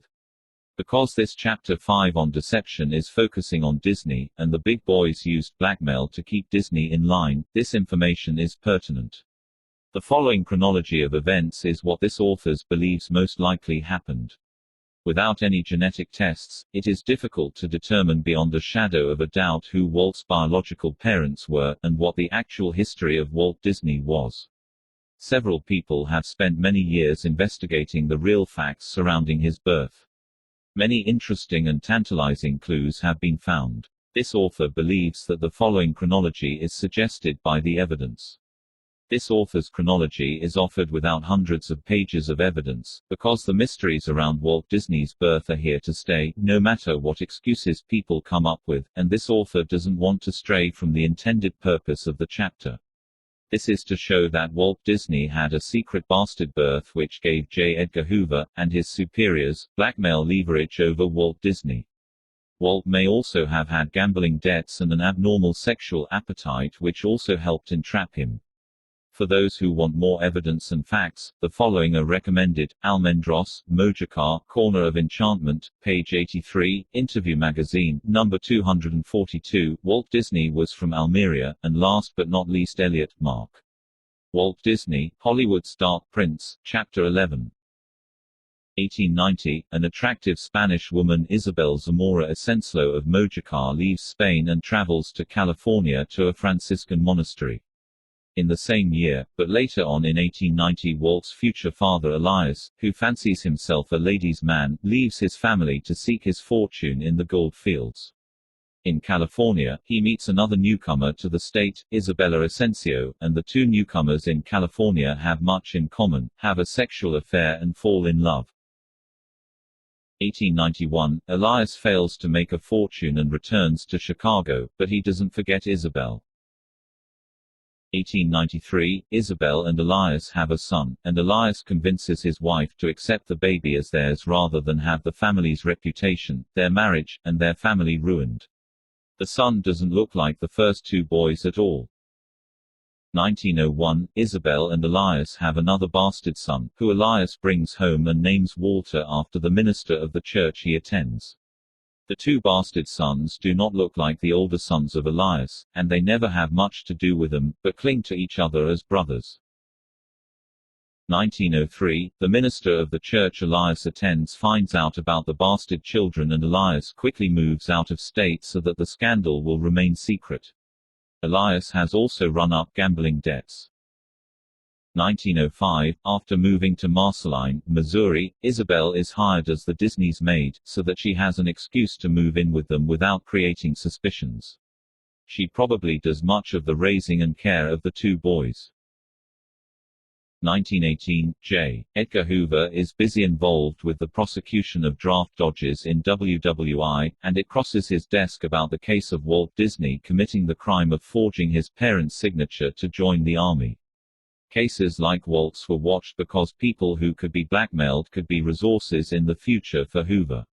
That year, Walt discovered that he had no birth certificate. Waft observes his parents' strange reactions concerning his birth certificate and other questions, and begins to deeply distrust his father. November 1938, Walt's mother dies by gas, and the Disney's maid pulls Elias to safety from the fumes, but Walt's mother dies. 1939–40, Hoover offers Walt Disney to help Walt locate his real parents if Walt will work for the FBI. Either Hoover already knows that he is a bastard child, or he soon learns the truth from an investigation. This gives Hoover blackmail power over Walt Disney, and assures Hoover that Waft will be loyal. Hoover informs Walt Disney of the truth, and then moves to generously protect Disney and his father's reputation. Two FBI men plant baptismal information of a child born to Isabel in 1890 named José Guirao in Mojácar, Spain. This date is 10 years off of Walt's birthdate, and is intended to throw people off track. They can't plant a fake birth certificate for Waft in the records for 1901, because everyone knows from WWI that none exists. Therefore, they plant a fake birth certificate for Walt in the Illinois state records in the year 1890. They hope people will think that somehow a filing error occurred. This way, if anything leaks, and worst came to worst, Waft could at least pretend he was adopted and is not an illegitimate bastard. They pay off townspeople in Mojácar to tell a particular story. Townspeople probably receive ongoing payments. 1941, Walt confronts his father with the truth, and his father commits suicide, and his real mother comes to live with him as his maid. 1954, in order to reinforce the myth that Walt was born in Spain, a group of Franciscan monks goes to Mojácar and visibly inquires about the birth records of José Guirao and/or Walt Disney. They spend time with the mayor and make sure that everyone connects Walt Disney with José, who is a fictitious, nominal character that the FBI has created records of. 1967, a year after Walt's death, a large group of Americans, a large group was needed because they are not skilled like the two FBI men in 1940, pretend to be on official business for the American government. They go to Mojácar, Spain to destroy all the records of José Guirao to ensure that there will be no Spanish claimants to Walt Disney's fortune. Later, to ensure that the fictitious story is solidly in place to mislead the few who might get by the cloud of secrecy over Walt Disney, the Spanish government does a favor to certain powerful people and pays an investigator to investigate the Spanish origins of Walt Disney. People of the village willingly tell people without any fear or without any fanfare that Walt Disney was born at their village. Unless they have recently done so, the village has never done anything, no monuments, no markers, or anything about the birth site of Disney. They probably didn't do this for years, because some of the village probably knew it was a lie. With the older people gone, the lie has probably become well entrenched as truth, and there is most likely some type of memorial to Walt Disney. Walt Disney's character. Because the Disney deception is such a major Illuminati deception worldwide, and because Walt Disney was the major catalyst behind all the Disney theme parks, movies, trinkets etc., it is of importance to examine his character. In studying historical figures, this author has tried to get to the rock-bottom truth. One may ask, how can this be done? Especially since there have been decades of myths spread by the establishment and their media. The following procedure, which has worked with other historical figures, was also done by this author with Walt Disney. The first part of this author's own procedure is to study everything that one can find on the man, paying special attention to what bias and vantage point another author comes from. Special attention is also paid to biographers who try to give the whole truth as they have found it, rather than approved biographies that repeat myths, platitudes, and flattery. The investigator has to be careful because there are authors who deceptively say in their introductions that they are detached investigators, who are going to be painfully honest in their reporting, when they actually are skillful cover-up artists for the person they write about. When your author, Fritz Springmeier, finished investigating written material about Walt Disney, then I mentally placed what I knew on the shelf temporarily, and did a handwriting analysis based on the scientific principles of graphoanalysis as well as the broader field of graphology. This author is a certified graphoanalyst who has done handwriting analysis professionally. Using graphoanalysis, graphology is an excellent way to get an unbiased, very deep look at a historical figure. It is a way to bypass all the propaganda and myths. However, a close historical look and the handwriting analysis of various historical figures have always matched each other, as they did in this case too. Here is what was found. The following paragraphs are how Walt was in the 1920s. The personality profile you will read did not endure. Under the pressure of micromanaging Disney productions as well as living with financial stresses, by the 1940s, Walt could be found in rages giving rough treatment to his wife, and rough spankings to his 2 children. He went to psychiatric counseling to cope with the stress. And unfortunately, with the progression of time, by the 1960s Walt had become a sadistic egotistical alcoholic. One biographer described him as a bully and a know-it-all. Disney's World, page 220. Even then Walt had men working for him, such as Bill Walsh, who had been an orphan as a child, who worshipped Walt. But here is how he was in the 1920s. Walt was a self-motivated individual with lots of energy which was constantly seeking some outlet. People have written much about this trait of his. He was more the giver than the taker in relationships. In the first few years, when he was responsible for making business contracts, he often gave away his work without setting prices for profits. He even wrote letters to his boss to the effect that his first priority was good cartoons, not profits, and that he'd work without profits, but he did want some appreciation for his work. That was his sensitive nature showing. Walt wouldn't wait for others to come up with an idea or someone else to make a move, he was there first. He could communicate his ideas with clarity and ease and move easily from idea to another. He would storm into Disney productions and spew one idea after another into his workers' ears. He enjoyed competition. He had a quick mind and keen perception. He frequently acted on intuition and impulse, taking chances and endangering his own security. He frequently gambled all his life savings and everything he could scrape together on a project. Long projects bored him. Fortunately, the real tedious work of cartooning was done by a large staff of artists. House chores and repetitive chores bored him and he avoided them. He was absolutely a total slob around the house as a bachelor. He was impatient with vague philosophies, he liked concrete realities. He was difficult to get along with because he had both a playful side, even to the point of cruel practical jokes, to his personality and an aggressive intolerant impatient side that wanted to achieve. Naturally, people around him were disconcerted because on a subconscious level they never knew which side of him they would deal with. The reference series Current Biography, Disney, article p. 248 gives the following Walt Disney quote: "We don't even let the word art be used around the studio. If anyone begins to get arty, we knock them down." He was geared for action. He was always inventing ways to get what he needed. He could be explosive when provoked. The old-time associates of Walt remember his explosive temper. He was a person of dynamic energy, sensuality and keen thinking, and a disciple of the pleasure principle. Because his father was so abusive and misused his position of authority, Walt came to be deeply ingrained with defiance toward authority.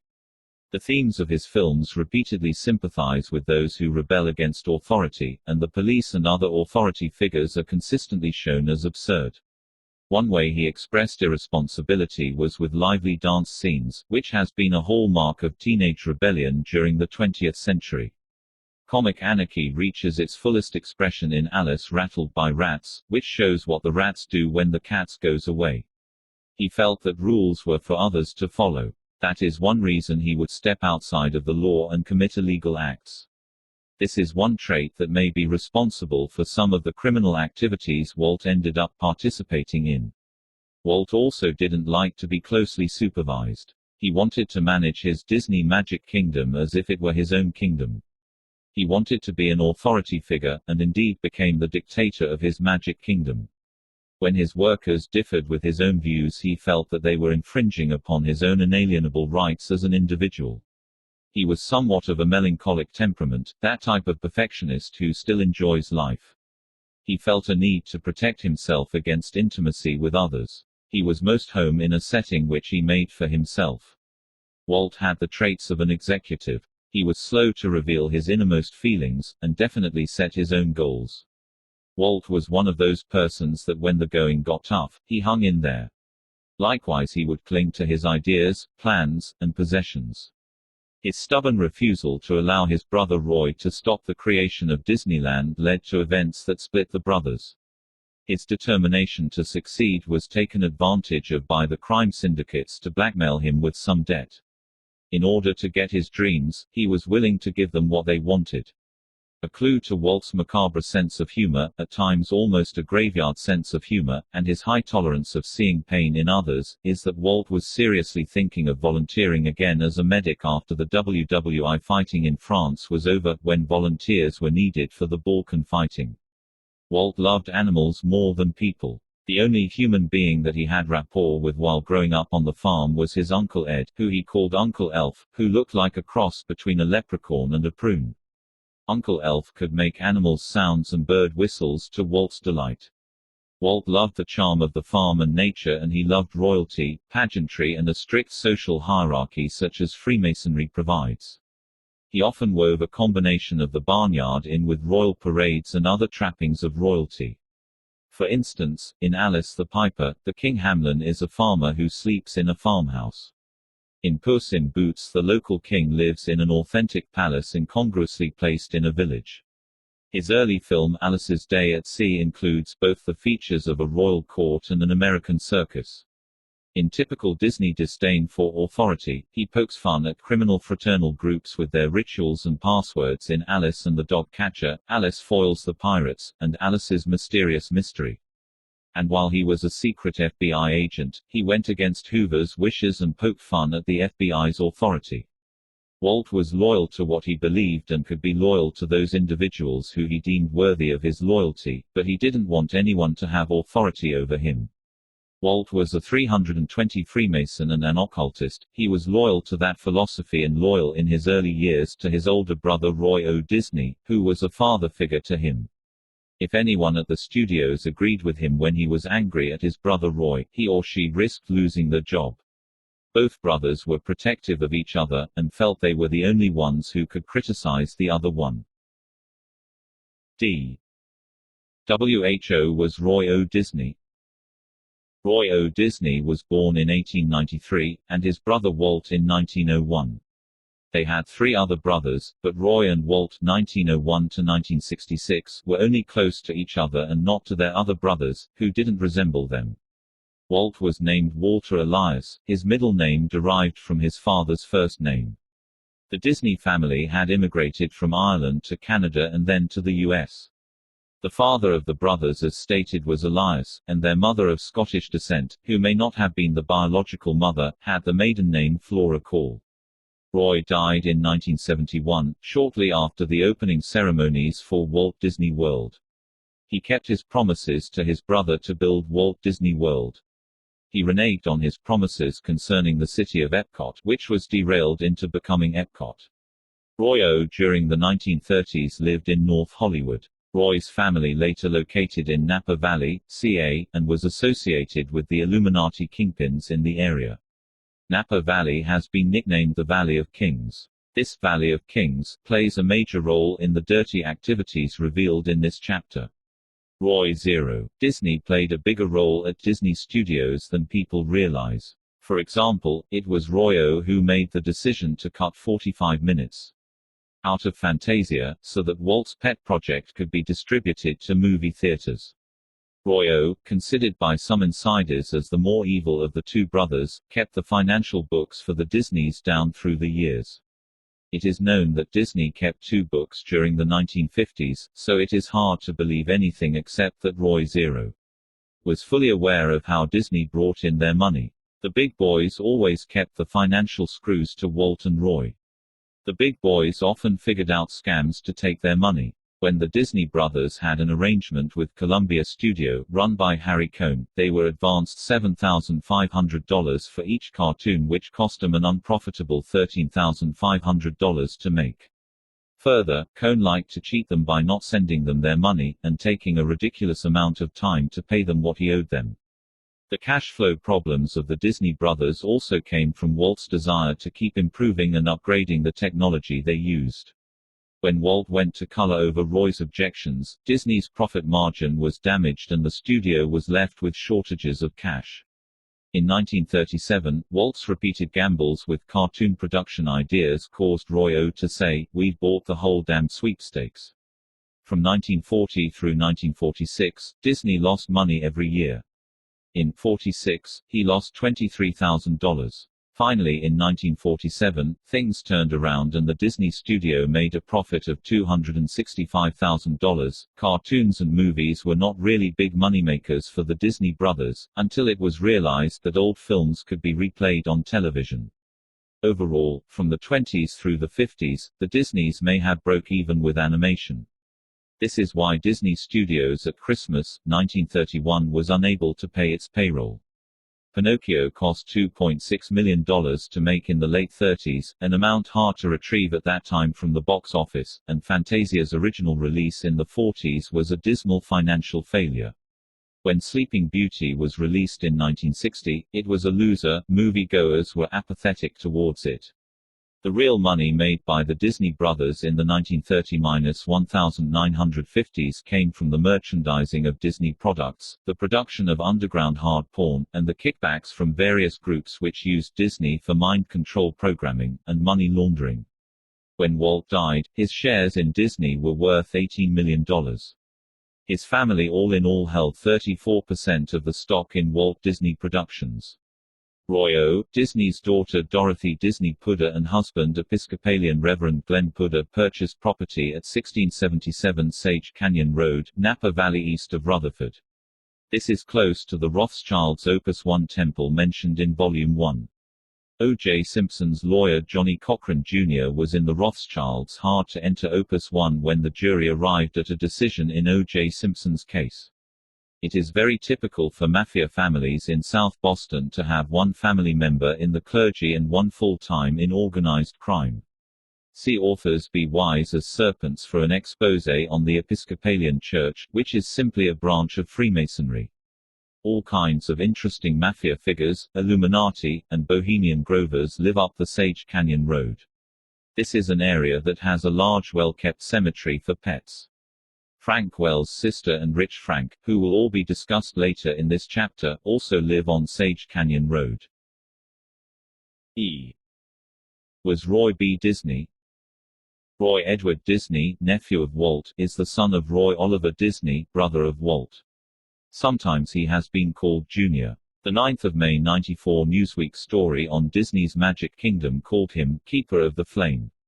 Roy is an executive with Walt Disney Company at 505 Buena Vista Street, Burbank, CA 91521. He has worked as an ASST producer at Walt Disney Company from 1954 to 1977. He has also been the vice pre. Of Walt Disney Company.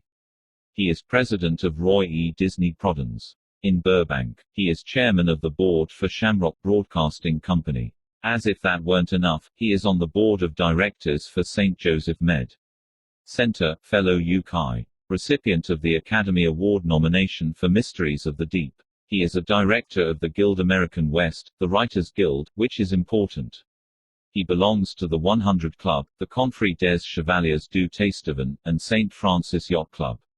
He likes speedboat racing. Roy E. Disney was the cocky son of Roy O. He married a gal named Patricia. He was merely tolerated by his uncle Walt, especially after Roy E. made some snide remarks about Walt's plans for Disneyland, which he and his father opposed until Walt Disney personally got the project going. Walt's son-in-law Ronald Miller is one of the Disney clan who can't stand Roy E. The two never liked each other, and in the power struggle between them after Walt's death, Roy E. won and ended up with Disney. Although people called Roy E. Walt's idiot nephew, he eventually, with the help of his father and outsiders, won the various power struggles at Disney after Walt died, and is now a powerful figure. Roy E. Disney and Stanley P. Gold work together in various ways, and are both on the present Disney BD, of Deer. They are friends and work to prevent hostile takeovers of Disney in 1984. Gold is in charge of Shamrock Holdings, Inc.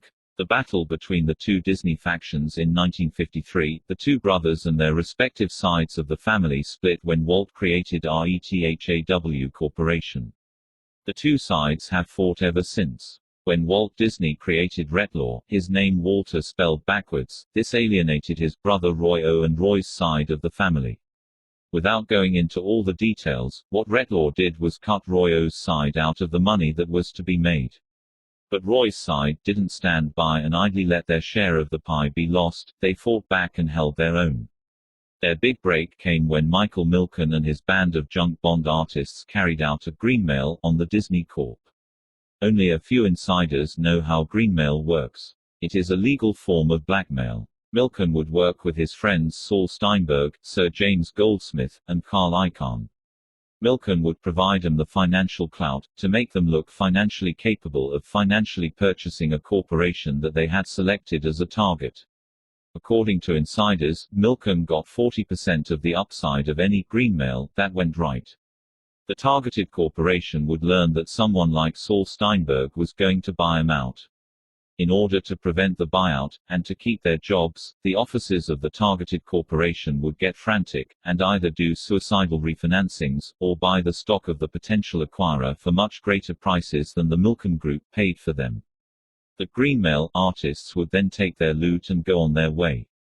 The stockholders of the targeted company are the real losers of greenmail, because the management of the corporation, in order to finance their protection, spends the stockholders' money, takes on new debts, and deprives the stockholders of some profit-making potential of their shares. Michael Milken's group made finds to take over a large number of corporations, including Walt Disney, Phillips Petroleum and Avco. Saul Steinberg made what looked like the beginnings of a sincere hostile takeover of Walt Disney through Reliance. At one point Reliance became Disney's largest stockholder. Steinberg filed an amended 13D saying he intended to acquire 25% of the corporation. The CEO of Walt Disney was Walt Disney's son-in-law Ron Miller. Saul Steinberg is a dear business partner with London's Jacob de Rothschild. Originally, Ron Miller, Stanford Univ. grad, and Ray Watson, a Bohemian Grove MMBR from Stanford Univ. of Walt Disney's management, brought in the Bass brothers to help them deal with Saul Steinberg's takeover and to buy and develop land, especially in Florida. Ray Watson was Ron Miller's key right-hand man to run things. The Bass brothers are mafia. Disney acquired the Bass brothers Arvida, and brought the Bass brothers into Disney's management.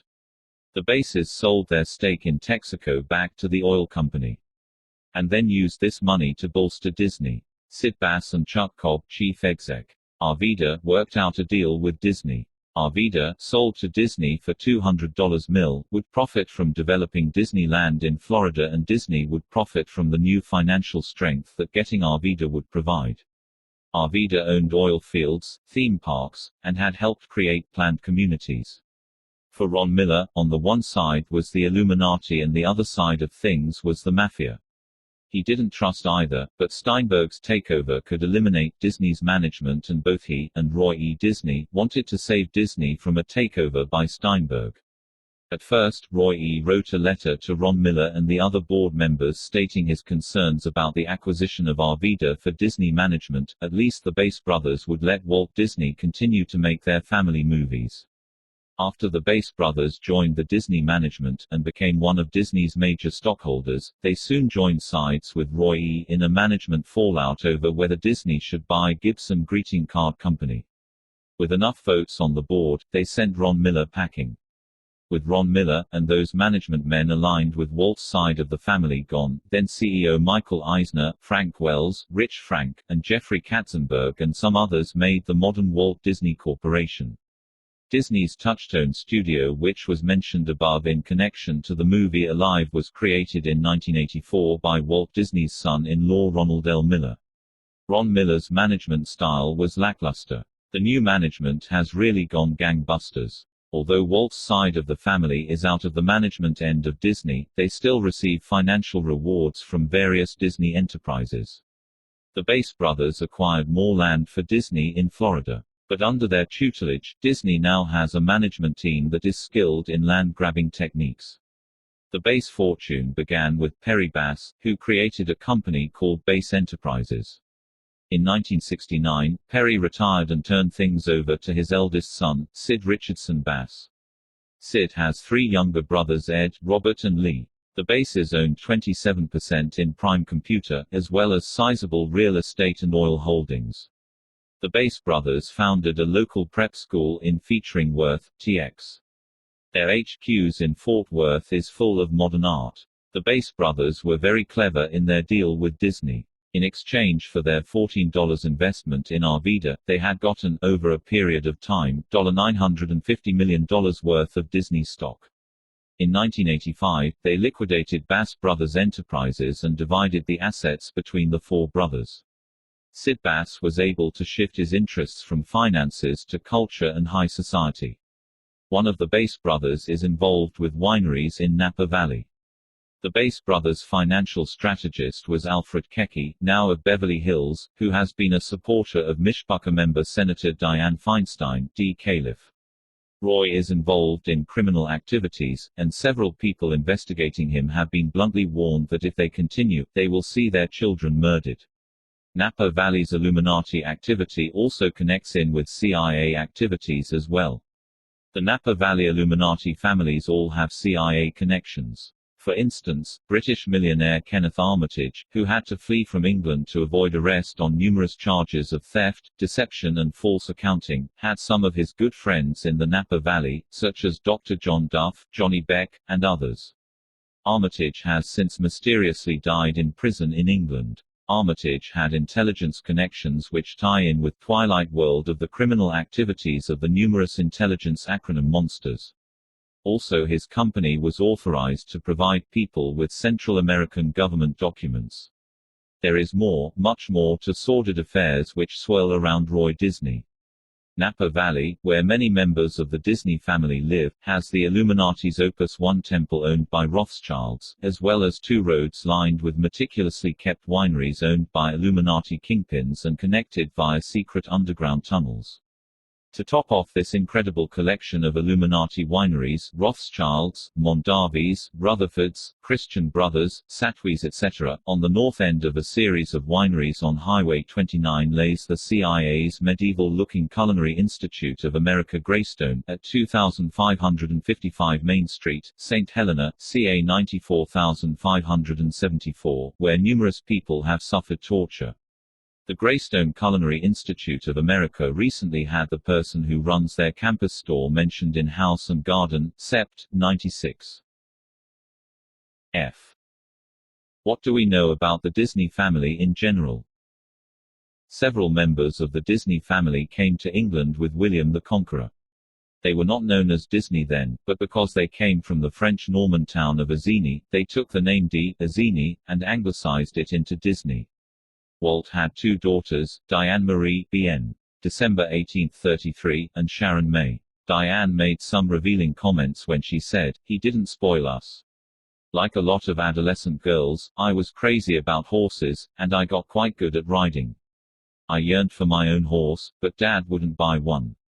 And we didn't have a lot of clothes and other things." For being one of the richest men in the nation, Walt can't be accused of having spoiled his children.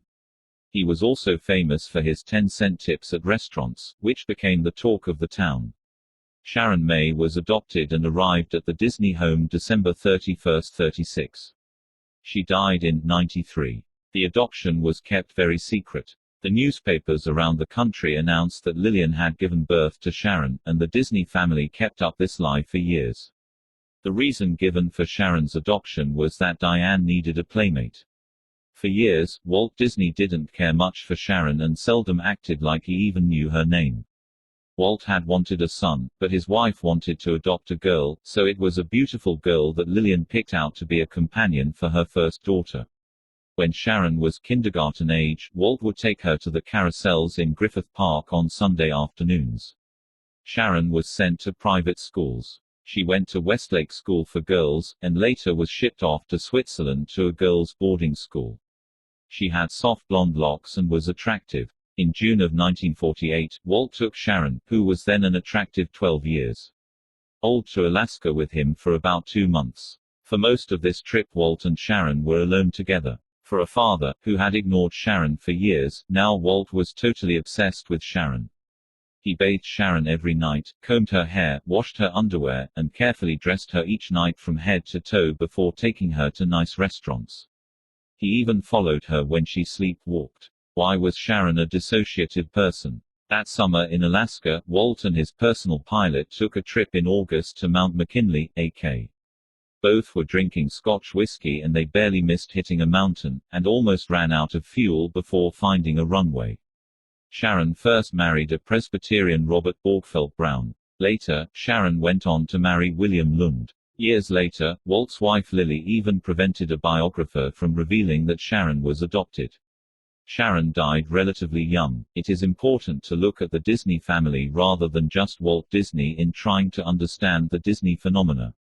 For instance, in 1958, the Wall Street Journal mentioned that Lillian B. Disney was beneficial owner of over 10% of common Disney stock. Lillian, Walt's widow, quietly purchased property in Napa Valley and moved there in the late 60s. She bought the property through Walt's Retlaw Enterprises and the Lillian Disney Trust. Lillian and her two daughters ran Retlaw for years. Diane Miller, her daughter, also bought land and moved to the Napa area. The Lillian Disney Trust bought the Silverado Vineyards, which Diane and her husband manage as gentlemen growers, as they call it. This side of the Disney family is shunned by the Illuminati insiders in the Napa Valley, as well as by the Roy O side of the family. Although very private, there are occasional moments of publicity from Diane Disney Miller when she donated wine for a fundraiser for the Planned Parenthood Shasta Diablo held at the estate Niebaum Coppola, owned by director-producer Francis Ford Coppola. Francis F. Coppola comes from an old mafia family. He owns a big winery and directed Disney's Caption O film. Locals in the Napa area do not trust any of the Disneys, especially the Roy O side of the family. There are other Disneys who tie in with the occult world. Wesley Ernest Disney, a 32 Degrees Mason and Shriner, who was a U.S. congressman, a state official and lawyer in Kansas who had a brother Richard Lester Disney, who is a Rhodes Scholar and a Mason too. Wesley Ernest Disney, by the way, began as a lawyer in Muskogee County, a satanic-controlled county, and was a Christian Scientist. He lived in Tulsa, a powerful city of the Illuminati hierarchy. Doris Miles Disney has been a writer of occult fiction, such as The Magic Grandfather, The Chandler Policy, 1972, and Trick or Treat, 1972, as well as many other occult novels. G. A History of Disney. The story of Disney's silent film career is not so much a struggle for artistic expression as it is a fight for commercial stability.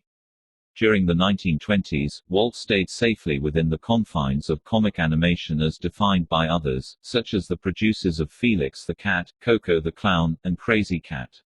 In other words, when many of the ideas were coming from just himself, Disney's movies were not any better than others. In the 1930s, Disney got some of the best talent available and he began to settle for only the best results from that talent. With the mob, and the Illuminati behind him, and driven by an indebtedness to them, Disney began to achieve outstanding results in animation. Between 1924 and 1927, Walt Disney made a series of 56 silent Alice comedies which used three different girls, 6-year-old Virginia Davis, Margie Gay and Lois Hardwick, to act as Alice who romps around in a make-believe cartoon world. These cartoons combined live action and animation. By the time the series was done, Walt Disney wanted to try working solely with animation. Margaret Winkler in NY, who married Charles Mintz, distributed Walt Disney's Alice comedies. From the beginning, children were the center of everything Walt did. The occult world that backed Walt, as well as Walt himself, believed that if they could bring out the child, that part of a person called the child, by various psychologists, then they could appeal to the curiosity and feelings of the child part of adults. If it worked with adults, they could do the same with the child part in children.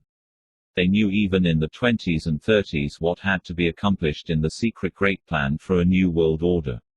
The Illuminati Great Plan called for family life to be destroyed, for children to rebel against their parents, and for the world to become more violent. Children needed to immerse in images of violence so that a violent society could be created. For instance, the 1925 film Alice Stage Struck shows little girl Alice strapped to a log leading to a buzzsaw. They also wanted to make occultism, witchcraft, the common belief of the American people. The Illuminati felt they could bring in witchcraft if they appealed to the curiosity of the child in every adult. For instance, the Donald Duck cartoon Corn Chips 1951 shows Donald harassing Chip and Dale, who then get back at him by stealing a box of popcorn and spreading it all over the front yard. Now what does a cartoon like this teach kids? It teaches that stealing to repay a grudge is okay and that doing pranks is funny. In Disney's 1920 films, he shows kids cutting school, shoplifting and playing hooky. He shows Alice running away from responsibility to have adventure. He shows prisoners escaping and hobos escaping work. His films are expression of misbehavior being successful. What does this teach children? In the 1951 cartoon, Get Rich Quick, Goofy wins money at poker and his initially angry wife, who doesn't like gambling, forgives him when she sees how much he's won. Goofy indicates that they can have a spending spree by telling his wife, easy come, easy go. The gambling spirit is a very powerful spirit that the Illuminati want to instill in this nation. How can a cartoon that promotes gambling be wholesome for children? Lieutenant Colonel Dave Grossman is a military expert on how to condition people so that they will kill. He writes in his superb book on killing, Boston, MS, Little Brown and Company, 1996, at the same process that the government has used to condition soldiers to kill, is being used by the entertainment industry. The only major difference is that in the military, men are taught to kill only on command, while our children are being taught to kill whenever they want to via TV's entertainment. Grossman states on page 308, that the conditioning to kill begins with cartoons. It begins innocently with cartoons and then goes on to the countless acts of violence depicted on TV as the child grows up. Then the parents, through neglect or conscious decision, begin to permit the child to watch movies rated R due to vivid depictions of knives penetrating and protruding from bodies, long shots of blood spurting from severed limbs, and bullets ripping into bodies and exploding out the back in showers of blood and brains. While children see horrible deaths on TV, they learn to associate this suffering with entertainment, pleasure and their favorite soft drink, their favorite candy bar, and close intimate contact with their date.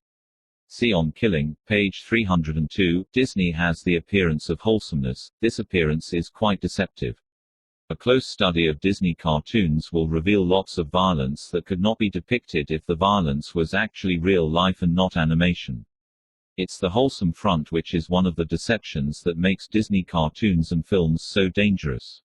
Yes, the image of Disney has been that its cartoons are wholesome. No wonder Illuminati mind control programmers have laughed at how naive the American public is toward Disney. The Disney Gargoyles cartoons are a television series that is pure demonology. The storyline is that a race of demons protects New York City. One of the gargoyles is even named Demona. The Illuminati programmers are amazed at how stupid the masses of people are, and how easily deceived. How the Disney movies are used as programming scripts is very involved, so only one detailed example is given at the end of this chapter.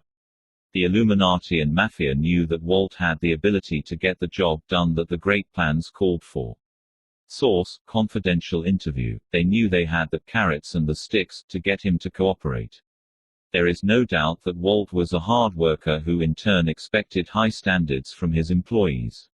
One co-worker of Walt wrote, Walt made a simple statement, that you can lick them with product, if you make your product good enough, they cannot deny it. In Walt's estimation, everything that was done had to be executed with a great deal of thought and finesse. Nealons, Barbara, compiler. About Ben Sharpstein, article by David R. Smith, Second Impress. Calistoga, CA, a Sharpstein Museum reprint, pg. 2-3. One big turn in Walt's outlook toward quality came in April 1927 when the head of Universal Studios wrote a scathing report on the quality of Disney studio work. It forced Walt to realize that up to then he had been slipshod and sloppy. He resolved to never take the easy way, but to work with dedication toward making his drawings come to life with character and interesting situations. In 1922, Walt made a film Cinderella. This is not to be confused with the later animated film also of the same title released in 1950. The 1950 feature was re-released numerous times. The Alice cartoons were made with a 6-year-old girl playing Alice. The first 6 Alice comedies had extensive live-action beginnings, and then went into cartoon. After the Alice series, Disney began a fully animated series called Oswald the Lucky Rabbit.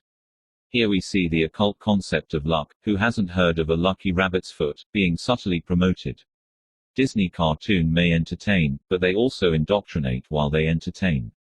In 1926, Walt Disney signed an agreement with mints and film booking offices (EBO). Film booking offices were Illuminati kingpin mob boss Joseph Kennedy's company. For at least the next years, Disney worked under the control, auspices, of Illuminati kingpin Kennedy. All of the Disney pictures were registered by RC Pictures Corp., one of the parent companies of Kennedy's FBO. Joseph Kennedy also controlled the RKO studio, which worked together with the other big studios to ensure that no small studio would develop as a competitor. By 1937, all the big studios, 20th Cent, Paramount, MGM, Warner Bros., Cohen's Columbia Pictures and Kennedy's RKO were allowing the mob to skim money from them. Kennedy's RKO gave Walt a guarantee in 1937 that they'd distribute Snow White sight unseen. Walt Disney had their films distributed by Kennedy's RKO from 1936 to 1956. Another little-known detail is that in 1926, Leon Schlesinger, future producer at Warner Bros., subcontracted animation jobs to Disney. One of these was Universal's The Silent Flyer. In 1928, Steamboat Willie debuted. This was an animated cartoon with a soundtrack starring a mouse later named Mickey Mouse. It had taken lots of hard work and determination on Walt's part, but it was the first cartoon with a soundtrack and it was successful. In 1929, the cartoon The Haunted House came out. The story is, Mickey Mouse is forced by a storm into a house full of ghosts who force him to contribute to their spooky musicale.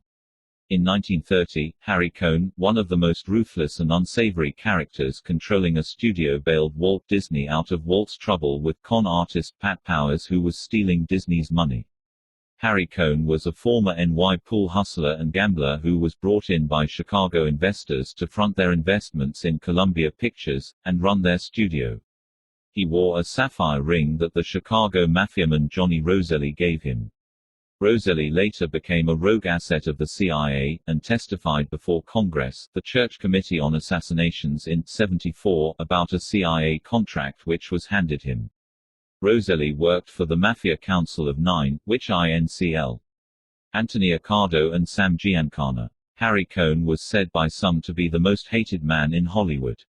His money gave him the power of an emperor. His money got him the best female flesh available, which he used for his pleasure. He always seemed to arrive from Las Vegas with rolls of new greenbacks, which had close associates wondering where all the money came from that he always got when he made trips to Las Vegas. In 1931, Walt went into a long suicidal depression that lasted into 1932. In the summer of 1932, he took a vacation to try and recover from his nervous breakdown. By 1932, Ingersoll had marketed its first edition of Mickey Mouse watches. Disney products have served as a model of consumerism for the world.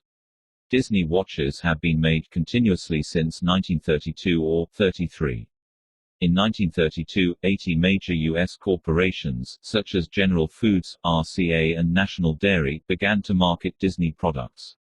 Ed Sullivan began regularly running stories that bragged about Disney's work. Freemason Dr. Rufus B. von Kleinsmith, Prey, of the Univ. of So. Cal, gave Disney an award from Parents magazine for Walt's work with children. In 1932, several artists who had worked for William Randolph Hearst came to work for Disney. In 1932, Roy switched Disney from Columbia to United Artists. United Artists agreed to front Disney $15,000 for each cartoon. In the 1930s, the Illuminati, Bank of America financed Walt Disney. Years before, the Bank of America had been quietly created from Bank of Italy, which was controlled by the same oligarchy that has run the Knights of Malta and Renaissance Venice. The Bank of Italy was a powerful bank in Hollywood's first years. Its representatives AP and Attio Giannini financed Walt during the 1920s with petty cash to keep him going, but not enough to get him out of financial bondage. Joe Rosenberg of Bank of America was sympathetic to Walt. Joe Rosenberg, a Jewish banker, came to all of Disney's board meetings, sat beside Walt, and would advise Walt on what direction Disney Studios should take. Joe wasn't a board member, but his advice got high priority. Bank of America also bankrolled other Illuminati projects and organizations. Bank of America had one of their branch offices on Disneyland's Main Street from '55 until '93. They were open on holidays and Sundays for Disneyland. Bank of America is slated to be perhaps the only bank to survive the economic crash, when the Illuminati kingpins will allow their own banks to crash. Bank of America executive S. Clark Byes, who is a Scottish Rite Freemason, has been a member of Disney's board of directors from '65 to '75. One of the biggest depositors in Bank of America is Roy E. Disney. Other Disney execs like Rich Frank have also used Bank of America as their bank of choice. The Bank of America bankrolled the Disney animation Snow White. Walt managed to sell Joseph Rosenberg on the idea, at a time when old-time Hollywood people were advising Rosenberg that Snow White could only be a failure. When Snow White was successful, Walt announced a monster party for all Disney workers at Lake Norconian, near Palm Springs, southeast of San Bernardino, CA, where the cost of everything the Disney workers wanted to order, food or drink or whatever, would be taken care of by the Disneys. Under the full moon, the Disney male and female workers, finally free of the tight rules at the studios, had what amounted to a Roman orgy and a large nude skinny dip at the lake. Almost all of the Disney workers participated in the orgy, and Disney had only two options: 1. Fire them all, or 2. Ignore that the party took place. Walt chose the later option, and after that no one ever dared mention the party in his presence. In 1937, Walt and Roy took a trip to Europe where Walt dined with the British royal family, and met privately with H. G. Wells, the Masonic prophet. Planner of what Wells and other Masons called the New World Order. In Paris, the League of Nations, the forerunner to the UN, gave him an award. After the success of Snow White, Disney chose Pinocchio to follow it. Many have asked why Pinocchio was chosen by Walt. If you look at the script, the puppetmaker's wife is taken out of the original script, and there is an emphasis on the little wooden puppet visualizing becoming a flesh and blood son to the man who had created him. Here we have a boy with no soul, who is told if he works hard he will be given one. Does this sound familiar to readers of Volume 2? The script was definitely changed to have a storyline far more useful to mind control programming. For those who think Walt simply recreated fairy tales on the screen, if one examines the changes that are made from the original storylines, they are changed to make them more useful for mind control. Both Snow White and Pinocchio have a cult type, deaths and resurrections. After WW2, Joseph Rosenberg persuaded A.P. Giannini, his boss, to bankroll Disney again. Although Walt was financed by the Mishpucha Jewish mafia, he didn't like the idea. Richard Rosenberg, a later prey of Bank of America, is also Mishpucha. Richard Rosenberg, his mother was a Cohen, was also in charge of Northrop Corp. And Marin Ecumenical Housing Association. Other examples of Mishpucha executives are R. Goldstein, versus pages of Procter & Gamble, and Marvin Coslow, versus pages of Bristol-Myers Company. In the 1930s, the elite promoted Disney's new cartoons. In 1935, Walt Disney received the French Legion of Honor for his Mickey Mouse cartoons. Also in 1935, the Queen of England, who readers of my previous articles will realize is Illuminati, involved in drug trade, and is involved with the leadership of Freemasonry, and the Duchess of York, also Illuminati, selected Mickey Mouse Chinaware as gifts for 600 children. This was after Walt spent time with her in 1934. The League of Nations, the pre-WW2 equivalent of the UN, took the time to vote its approval of Mickey Mouse. Finch, Christopher. The Art of Walt Disney from Mickey Mouse to the Magic Kingdom. N.Y., Harry N. Abrams, Inc., 1975, page 53. There is no doubt that Walt Disney had talent. There is also no doubt from the record that powerful people wanted to promote him. No doubt his 320 Masonic membership and his DeMolay activities helped boost his support, and also helped Walt's bent toward the occult. Let's digress just to let people in on Freemasonry's involvement with acting and motion pictures. The famous 233 Club was a Masonic chapter for actors who were Freemasons. Examples of actors who were Freemasons include John Arzon, Gene Autry, Monty Blue and Humphrey Bogart, Douglas MacLean, John Wayne. Then there is TV DJ Dick Clark. Examples of motion picture executives who were Freemasons INCL. Ellis G. Arnold, Prey, of the Society of Ind. Motion picture producers, Will H. Hayes, Tsar of Motion Pictures 1922-45, and Prey.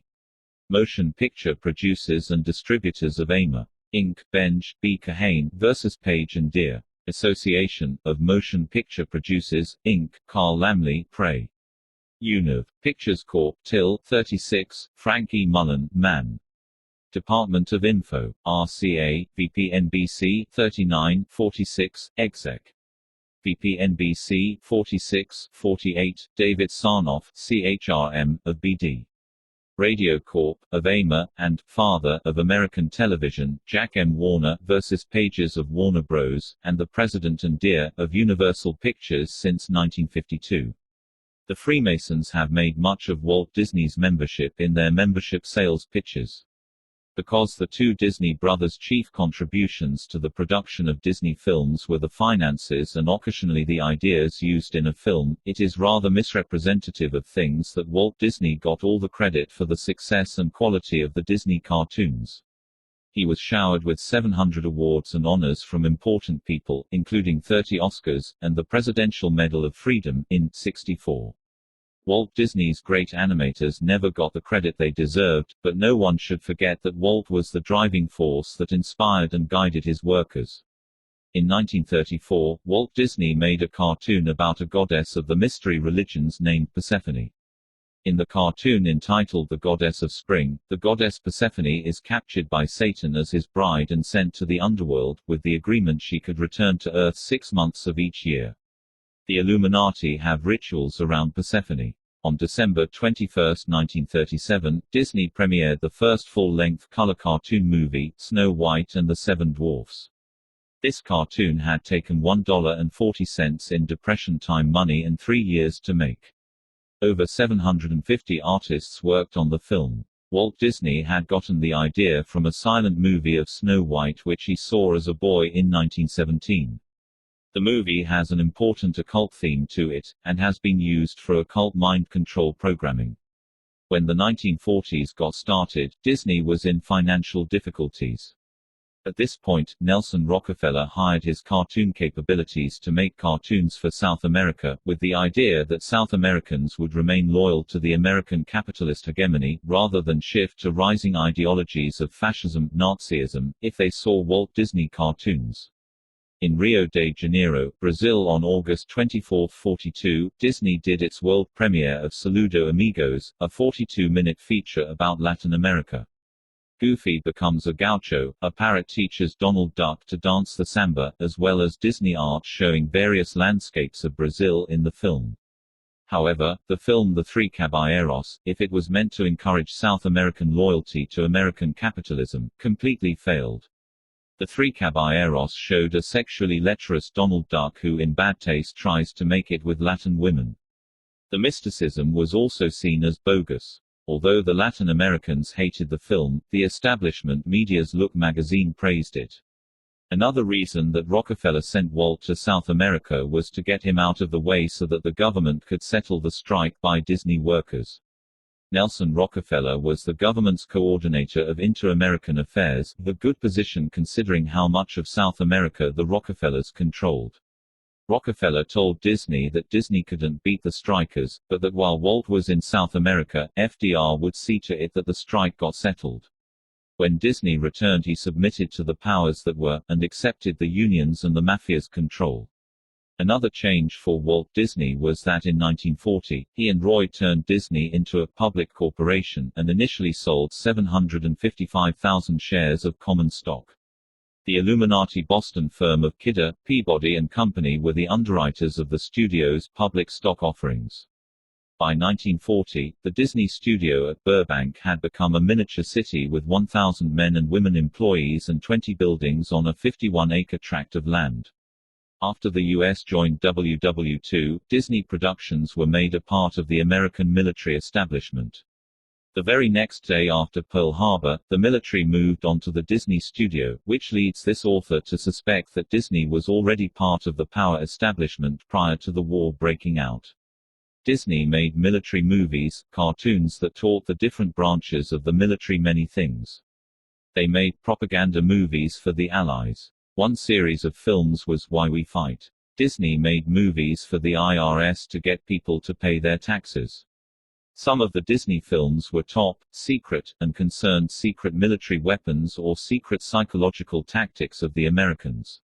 For instance, one military film was Army Psychotherapy, which taught Army men how to instill fear, and about the basics of fear. Another Army film was Prostitution and the War. Another showed a carrier pigeon evading the Germans. In 1940, Disney came out with two full-length animated cartoons, Pinocchio and Fantasia, both of which were soon used for Illuminati mind control programming. Fantasia contains Schubert's sacred Catholic music Ave Maria, which was used in a concluding segment side to side with the profane Night on Bald Mountain song, as well as 6 other classical pieces of orchestra music. As a feature cartoon it was a flop, but as a programming tool it was fantastic. Fantasia receives a comprehensive explanation of how it is used for mind control programming at the end of this chapter. Because an explanation of the use of a Disney film for mind control is complex, this explanation is placed at the end of the chapter so that it won't interrupt the flow of this chapter's information. The Pinocchio film has been redone and released 9 times over the years. Some of the next full-length animated films to come out were The Three Caballeros (1945), The Adventures of Ichabod and Mr. Toad (49), Cinderella (1950), Treasure Island (1950), Alice in Wonderland (1951), The Story of Robin Hood and His Merry Men (1952), Peter Pan 1953-20000 Leagues Under the Sea (1954), Sleeping Beauty (1959). Very soon after the production of all of these movies, the Illuminati and their intelligence agencies used them for Illuminati total mind control programming. To see their misuse as programming scripts, one has to understand how the fantasy worlds of a programmed multiple are created and how the movie scripts are adapted to be programming scripts. Volume 2 gave quite a few examples of how Alice in Wonderland and The Wizard of Oz scripts were used for programming scripts. When Disney had his animal nature documentaries, he edited and used narration to give the animals human-like characteristics, something he'd already been doing with animation. Disney played an important part in the Illuminati's plan to elevate animals and dehumanize humans. One of the biggest Illuminati kingpins, and leader Grand Master of the Prieur de Sion was Frenchman Claude Debussy, BN.1862. Claude Debussy, a Merovingian, was Nortonier navigator helmsman of the Prieur de Sion from 1885 to 1918. See the document Dossier's Secrets, Planche No. 4, Ordre de Sion, written about in Holy Blood, Holy Grail. In 1891, when some secret coded parchments, Merovingian documents, were found by a French clergyman Saunier, he was directed by church officials to visit with Émile Hoffet, an occult acquaintance of Debussy. Debussy was close friends with many of the top French occultists of his time. He is known to have been a close friend to both the notorious Satanists Jules Boyes and MacGregor Mathers. Mathers started the Order of the Golden Dawn. Debussy was also a friend of the infamous Papus, aka Dr. Gerardin Corsa, and W. B. Yeats. Papus was one of the men who during his lifetime was part of the interlocking occult directorate of occult groups. Claude Debussy put some works of the previous P.D.'s Grand Master Victor Hugo to music. Debussy and his other powerful occult friends were influential with Monsieur Philippe, whose Russian occult circle influenced the Russian Tsars and Tsarinas before Rasputin came around. Debussy traveled to Russia and Rome. Some of Debussy's works became operas. Interestingly, Walt Disney was extremely anxious to make a cartoon using Debussy's Clair de Lune. The work was done, but it was never shown to the public. Disney never found a place to use it. It was originally done with animation with flying cranes for the occult extravaganza Fantasia, but when the Fantasia ended up too long, Clair de Lune was cut and shelved. It was again planned for the film Make Mine Music, but then Blue Bayou was substituted in. Walt used the Le Sacre du Printemps, the Rite of Spring, music for Fantasia. This piece of music was written as a pagan ritual where a virgin sacrifices herself by dancing to death. Disney's mobster Gunther Lessing had threatened Stravinsky if permission weren't given for Disney to use the piece of music, it would be used anyway. Julian Huxley got involved in the production of Fantasia. Aldous and Julian Huxley are well known by conspiracy researchers for their roles in the World Order. In the 1940s and 1950s, the Illuminati began using Disney's Alice in Wonderland and the Wizard of Oz films as programming bases for their total mind-controlled slaves. Alice in Wonderland had been done many years earlier by the Britisher William Cameron Menzies, who also did Freemason H. G. Wells' Masonic forecast of the New World Order entitled Things to Come, in 1936, and the film Invaders from Mars. In 1944, Illuminati kingpin William Randolph Hearst, with some minor help from others, funded the Motion Picture Alliance, and Walt Disney became a co-founder and its first vice president. In the early 1950s, Walt turned his attention from animated cartoons to other projects, such as True Life Adventures, television shows, and the creation of Disneyland. Seal Island was his first true-life adventure which was released to the general public on May 4, 1949, and soon won Walt Disney an Oscar. Alfred and Elmer Millett had shot the film on some Alaskan islands named Pribilof Islands. James Algar had put the movie together. In 1952, Walter spelled his name backwards to create the name of another corporation, Retlaw. Roy and his family saw the move as an attempt to cut them out of the financial picture. In 1954, Walt Disney and ABC made an agreement. ABC would directly invest $500,000 as well as guarantee $4.5 million in loans for the construction of Disneyland. This made ABC one-third owner of Disneyland. In return, Walt Disney agreed to produce a regular television series for ABC. Remember too that ABC's president Leonard Goldenstein was a good friend of Ronald Reagan. On July 13, 1955, Walt and Lillian were attempting to celebrate their 30th wedding anniversary at a park and restaurant. Walt got too drunk to speak into the microphone, so he blew noisemakers into it, while Lillian rushed to pull him out of view.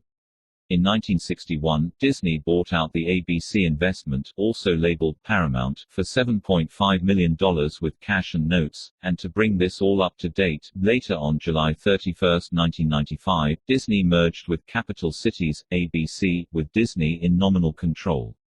Actually, Capital Cities has long been a CIA front company, so the merger placed Disney squarely within the CIA ranks, although it had been in bed with them for the CIA's entire history. The Illuminati-controlled corporations of Coca-Cola and the drug firm Johnson & Johnson became sponsors for Disney's early TV shows. On 7 March 1957, the Wall Street Journal announced that Atlas Corp. Got 26% interest in Walt Disney Productions. Walt Disney worked quietly with some consultants on the concepts behind Disneyland. His brother and nephew tried to prevent the project from happening. Later they requested that Walt sign over Disneyland, Inc. to Walt Disney Productions, which Walt did. Walt kept 17.25% of Disneyland Holdings and Walt Disney Productions got the rest. Walt Disney Productions then shared their portion with others. The man who helped Walt finance Disneyland was the executive vice president of ABC Kintner. Walt Disney got the Illuminati's Stanford Research Institute to determine what would be the best site for Disneyland. A retired Navy Admiral Joe Fowler was in charge of constructing both Disneyland and Walt Disney World. How do admirals fit into the power structure? Admirals are briefed each day, and are given information concerning the secret power structure. Most men who are at that military level are Illuminati or at least well controlled by the system. Within the last few years there has been an intense effort to weed out any admirals who are not loyal to the Illuminati. Morgan Evans, who lives in Malibu, and who may be of the famous Morgan clan, was the one who created the spectacular landscapes for Disneyland, Walt Disney World, and Epcot in FL. According to CIA informants opposed to the NWO, CIA contractors were brought in to build the underground tunnels under Disney World in 1977. These contractors were sworn to secrecy, but were only informed on a need-to-know basis why the CIA was involved with an amusement park. To work on the secret tunnel project took an above-top secret clearance. A major programming center was constructed under Lake Holden. Many of the lakes in Florida are named Lake So-and-so, rather than So-and-so Lake. The tunnel system was built for programming trauma-based total mind-controlled slaves. It was built of concrete with steel reinforcement. Lake Holden lies just to the northwest side of the Orlando International Airport and just south of Interstate 4. It is close to Range 29E on quad maps. It is only, as the crow flies, about 12 miles from Disney World. In spite of draconian measures of secrecy, numerous lawsuits, fed, and state, were filed over the years by victims trying to expose the Disney World programming tunnels, so that finally the programming center was dismantled, cleaned up and a maintenance tunnel level and a casting tunnel level were opened to the public. During its heyday, the programmers, military and intelligence men, had exotic offices underground with unusual programming equipment. It doesn't take any imagination to realize that if Disney carried mind control programming above and below ground, that they would need tight security forces to protect their secrets. Indeed, such is the case. Disney amusement parks have been granted draconian powers wherever they have been built. The Disney parks have also employed armies of spies dressed like tourists to spy on Disney's employees. If amusement park workers did anything slightly out of place, they were, and still are, reported by the spies in the camp, and they often have lost their jobs. For instance, one ex-worker, who had 10 years with Disney, was caught discussing his divorce with another worker. Since divorce doesn't fit the wholesome image that Disney wants, when the spy dressed as a tourist reported his conversation, he lost his job. Many workers have tried to tell their personal horror stories of Disney's draconian rules and the draconian private police force, but most of the time Disney has had the power to suppress and intimidate away any bad publicity. An exception to that is the recent November 4, 96 Napa Valley Register article on page 2D entitled, "Critics of Disneyland Say Security Abusive Inside Magic Kingdom." UCLA law professor David Sklansky commented about Disney's police, "One of the major problems we have is nobody really knows what they are doing, how often they stop, interrogate or search people. They are not subject to the same sort of regulatory controls. It's almost superfluous to tell readers that Disney's amusement park with its theme areas such as Fantasyland, Tomorrowland and Adventureland were a great success. Everyone worldwide was curious to visit this entertainment mecca to participate in something that had a clean, wholesome image to it. The entire world system pulled together to ensure that Disneyland got the image and publicity that the top 13 Illuminati families and the various syndicates wanted it to have. For 40 years they've done this. When something that everyone thinks is clean and wholesome is not attacked by the world system, that should raise eyebrows among thinking people. Homeschooling, learning to read phonetically and other wholesome activities for children have been viciously attacked and ridiculed by the established media. Why has Disney gone untouched? Disney Studios for years strove to have a very clean image. Workers had dress codes, and any activity on the part of employees that wasn't morally conservative was grounds for instant dismissal. Of course, the exceptions were well covered up, such as an employee who used hypnosis to get quite a few of the females' employees to undress until nude. John L. Hultung, author of The Messenger's Motives, Englewood Cliff, N.J., Prentice Hall, 1976, page 213, informs us, as communication researchers have emphasized, the greatest impact the media have on the formation or change of public opinion is in terms of impressions built up over a long period. Bold added, the wholesomeness of Disney is an image that has been built over a long period of time. Disney's occult themes of world citizenship, witchcraft, humanism and idolatry have also been long-running impressions that have been craftively perpetrated upon this nation, so long that they began prior to this author's, and probably the reader's, birth. People don't associate movies like Consenting Adults with Disney, or The Corpse had a familiar face with Disney.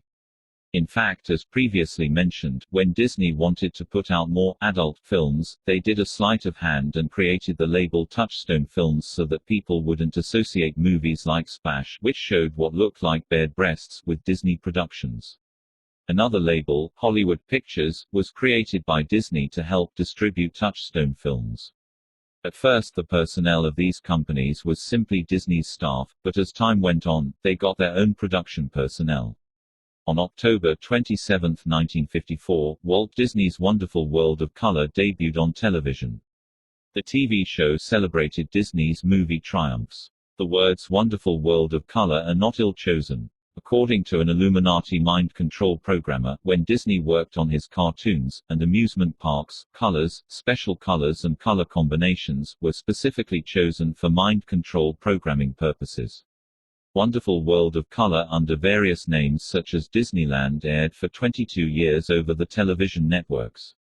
In 1955, Walt Disney made his cartoon character Mickey Mouse real by creating a fan club, the Mickey Mouse Club, which aired 5 days a week, usually just as children came home from school. 24 children called Mouseketeers would help Mickey, and they would dance and sing and do skits. The Mickey Mouse Club adored the unique, cute little beanie Mickey Mouse caps with the big ears mounted to each side of the beanie. In the 1950s, most kid viewers of the show wanted their own mouse ears, and to become a Mouseketeer, especially children who were receiving Mickey Mouse scripts in their total mind control programming. Disney used his Mouseketeers to play all the roles in an Oz movie, Rainbow Road to Oz, which was never shown to the public. Adults today, both men and women, who received Mickey Mouse programming during the 50s through 70s can still be seen with Mickey Mouse clocks, watches, lampshades, knickknacks, T-shirts, etc. Years later the kids who watched can still remember Spin and Marty, and the Mickey Mouse theme song. The image that everything was perfect including Mickey was portrayed by the club's TV program. Still somehow the American people began to use the word Mickey Mouse as a synonym for a silly, pretend way of doing things. It became common for people to say, he Mickey Moused it together, to mean he did a poor job putting it together. On January 30, 1957, Walt Disney had a television show aired entitled All About Magic, where a magic mirror explains about magic. The magic mirror also contains a Bibbidi Bibbidi Boo sequence. In 1959, Disney bought 8 small submarines from Todd Shipyards for $2, $150,000. When ABC wouldn't let Walt make a TV series out of a storyline where a magic ring changes a boy into a dog, a mind control programming theme, because ABC didn't think the public could swallow the storyline, Walt quit ABC for NBC. Walt then made a scaled-down version of this occult storyline entitled The Shaggy Dog. Early in the 1960s, Walt and his brother Roy went secretly looking for an area on the East Coast to build another Disney park. Walt, the younger of the two, died in 1966, and Roy finished the project. Beginning in 1964, 30,000 acres were secretly purchased at $200 an acre in the Orlando, Florida area just west of NASA's Cape Kennedy. Using phony names and paying cash, Disney buyers bought the land and swore the sellers to secrecy. The Magic Kingdom has been multiplying. In 1971, Walt Disney World was opened to the public. Bob Hope and others participated in a Disney special on October 29, 1971, grand opening of Walt Disney World. From the time of its opening until October 12, 1995, Disney World calculated 1/2 billion people visited Disney World. This amusement park is in Orlando, Florida on over 27,400 acres and includes the Epcot Center, now also called simply Epcot. The Epcot Center was another dream of Walt Disney's, albeit more than slightly modified from Walt's original Epcot ideas. Epcot originally stood for Experimental Prototype Community of Tomorrow. It was to be an extension of the massive mind control being carried out at Disney World. The original Epcot City designed by Walt was to carry on its commerce traffic via underground roads and tunnels like the Disney theme parks. After Walt Disney died, his successors changed the proposed experimental city into another theme park simply called Epcot. It is not unusual to see crowds of over 48,000 people descend on Walt Disney World and the Epcot Center in a single day. Some visitors arrive via a monorail. Visitors can buy 5-day World Hopper passes which allow them to bounce around with admission to all the sites for a 7-day period. In other words, some families stay for a week at Disney World. Hardcore visitors can get annual passports which provide unlimited use of Walt Disney World for an entire year. In reality, many visitors to Disney World begin the day enthusiastic, and after a day of hot sun and waiting in long lines with large crowds for imitations of reality, the tourists are zombie-like and looking forward to getting back to their hotels. Many people have felt the rides were not nearly what they expected. Some of the rides are better than others, and some typically get comments like, "It was stupid." Some of the spooky events like Snow White's Adventures, or the oversized heads of the Disney characters walking around can leave the little preschool children terrified and dazed for the rest of the day. In contrast, older children, who normally rarely show patience at home, may show how much they want to go on a particular Disney ride, by waiting an hour and a half in the hot sun for a ride. Alien Encounter is a Walt Disneyland feature that invites tourists in for a demonstration of interplanetary teleportation. When the demonstration, as planned, breaks down, an alien with asocial traits appears among the audience and terrorizes the audience. A cute creature is hideously fried, deformed, and then vomited into space screaming. Here are some comments from visitors to this Walt Disneyland attraction. Alien Encounter is one of those rides I can say I've seen and that I have no intention of ever doing again. In fact, parents who take children under the age of 6 should be brought up on child abuse. Woman, from me, Alien Encounter was the worst experience for my 10-year-old, and almost every child in there. It starts out cute enough during the pre-show, but the actual show is a disaster for children. My daughter screamed and cried in terror throughout it. I thought the Disney warnings were vague and inaccurate. When we left, there wasn't one child with dry eyes, even sturdy-looking 12-year-old boys were crying. I think an age requirement of 13 or 14 is more appropriate. I talked to a few adults and we even agreed that the special effects were extremely unpleasant even for us. This show is not a Disney family experience, it's atrocious. A mother from Phillipsburg, NJ. We did go to Alien Encounter, the pre-show is deceiving. It kind of lulls you into thinking, this isn't so bad. When the main part came up, I admit the experience gave me the absolute heebie-jeebies. I am never doing that presentation again, it was way too intense for me, and I'm now 27 years of age, from a family in Laurel. MD Michael Eisner, the president of Walt Disney Company, initially rejected Alien Encounter for not being scary enough when it was being considered as an addition to Disney World. One wonders what he would have liked. Snow White's Adventures, which was an attraction at Disneyland, was one of what the Disney people called dark rides.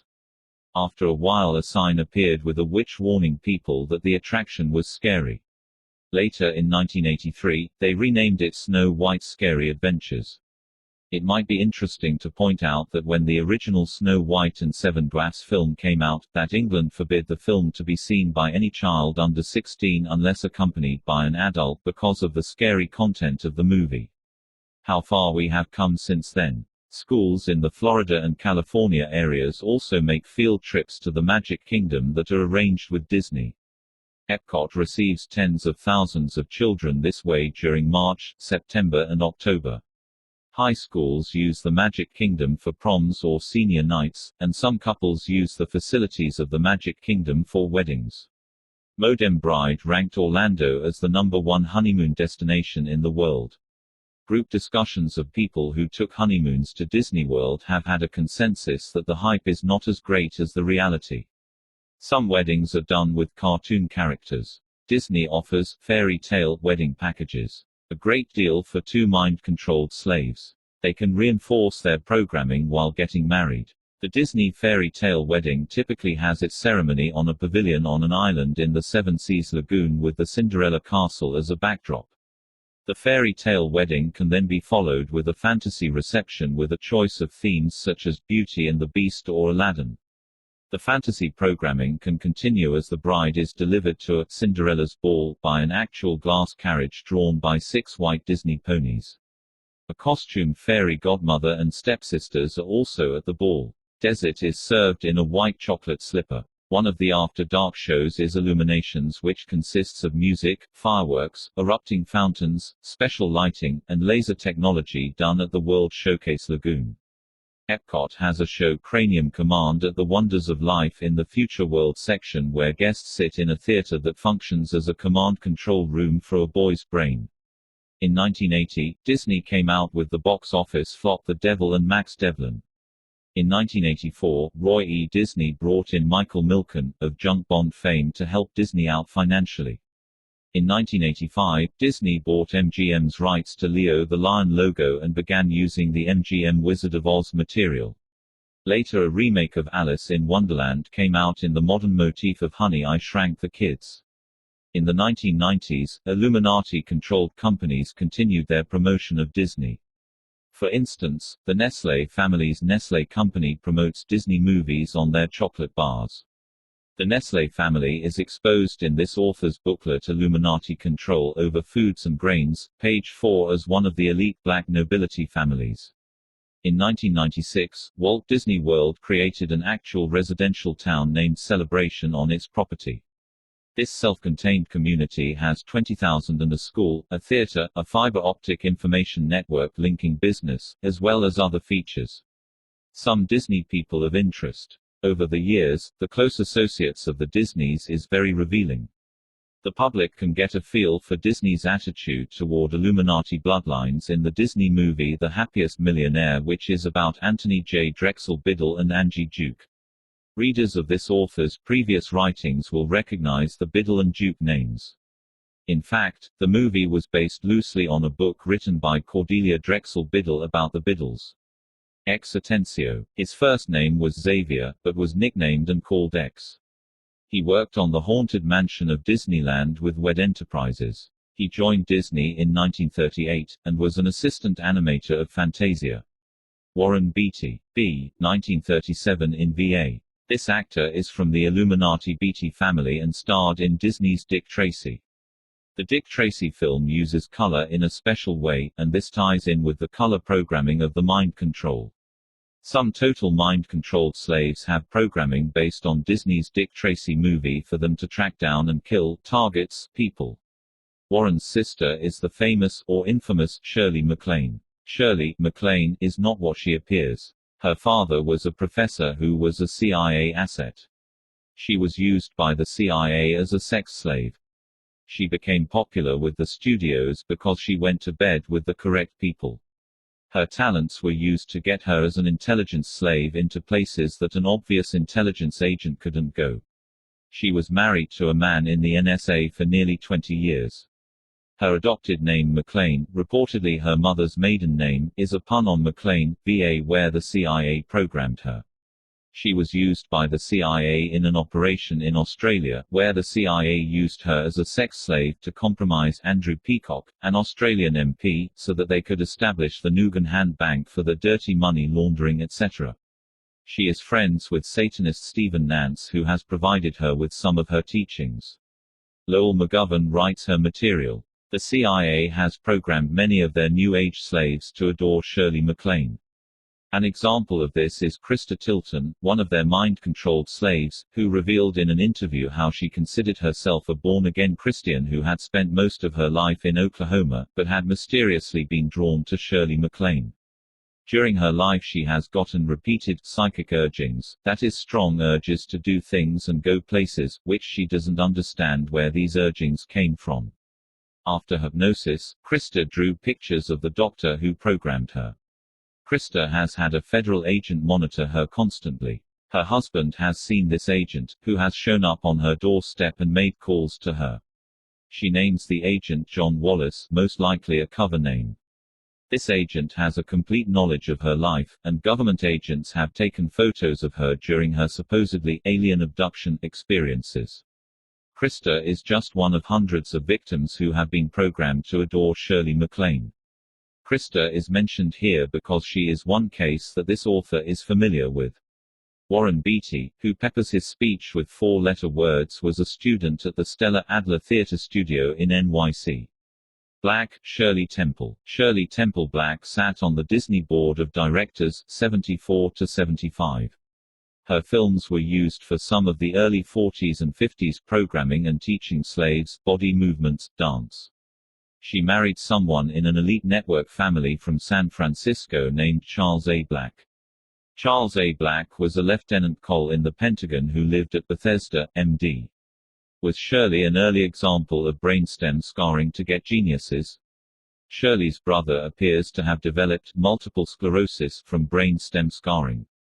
It was Shirley Temple who co-founded the International Federation of Multiple Sclerosis Societies, and was a member of its exec committee. Shirley represented the U.S. at the UN General Assembly in 1969, belongs to the Sierra Club, and has been decorated with the Cross of Malta. Shirley has shown clues that she may be an Illuminati mind-controlled child protégé.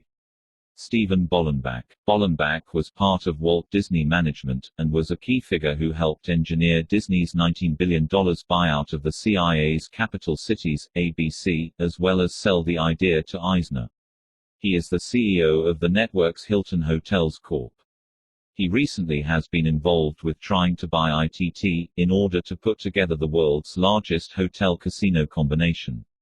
Bollenbach has an extensive background with the gambling industry. When the Justice Department began looking into the merger of Disney with Cap Cities, ABC, Bollenbach resigned his Disney position. Some people feel his resignation was needed for Disney to get the Justice Department to approve the merger, because his past was vulnerable to be exposed. Warren Buffett, a major stockholder in Walt Disney. He also owns 40% of Berkshire Hathaway Inc., which also owns lots of shares of Disney stock.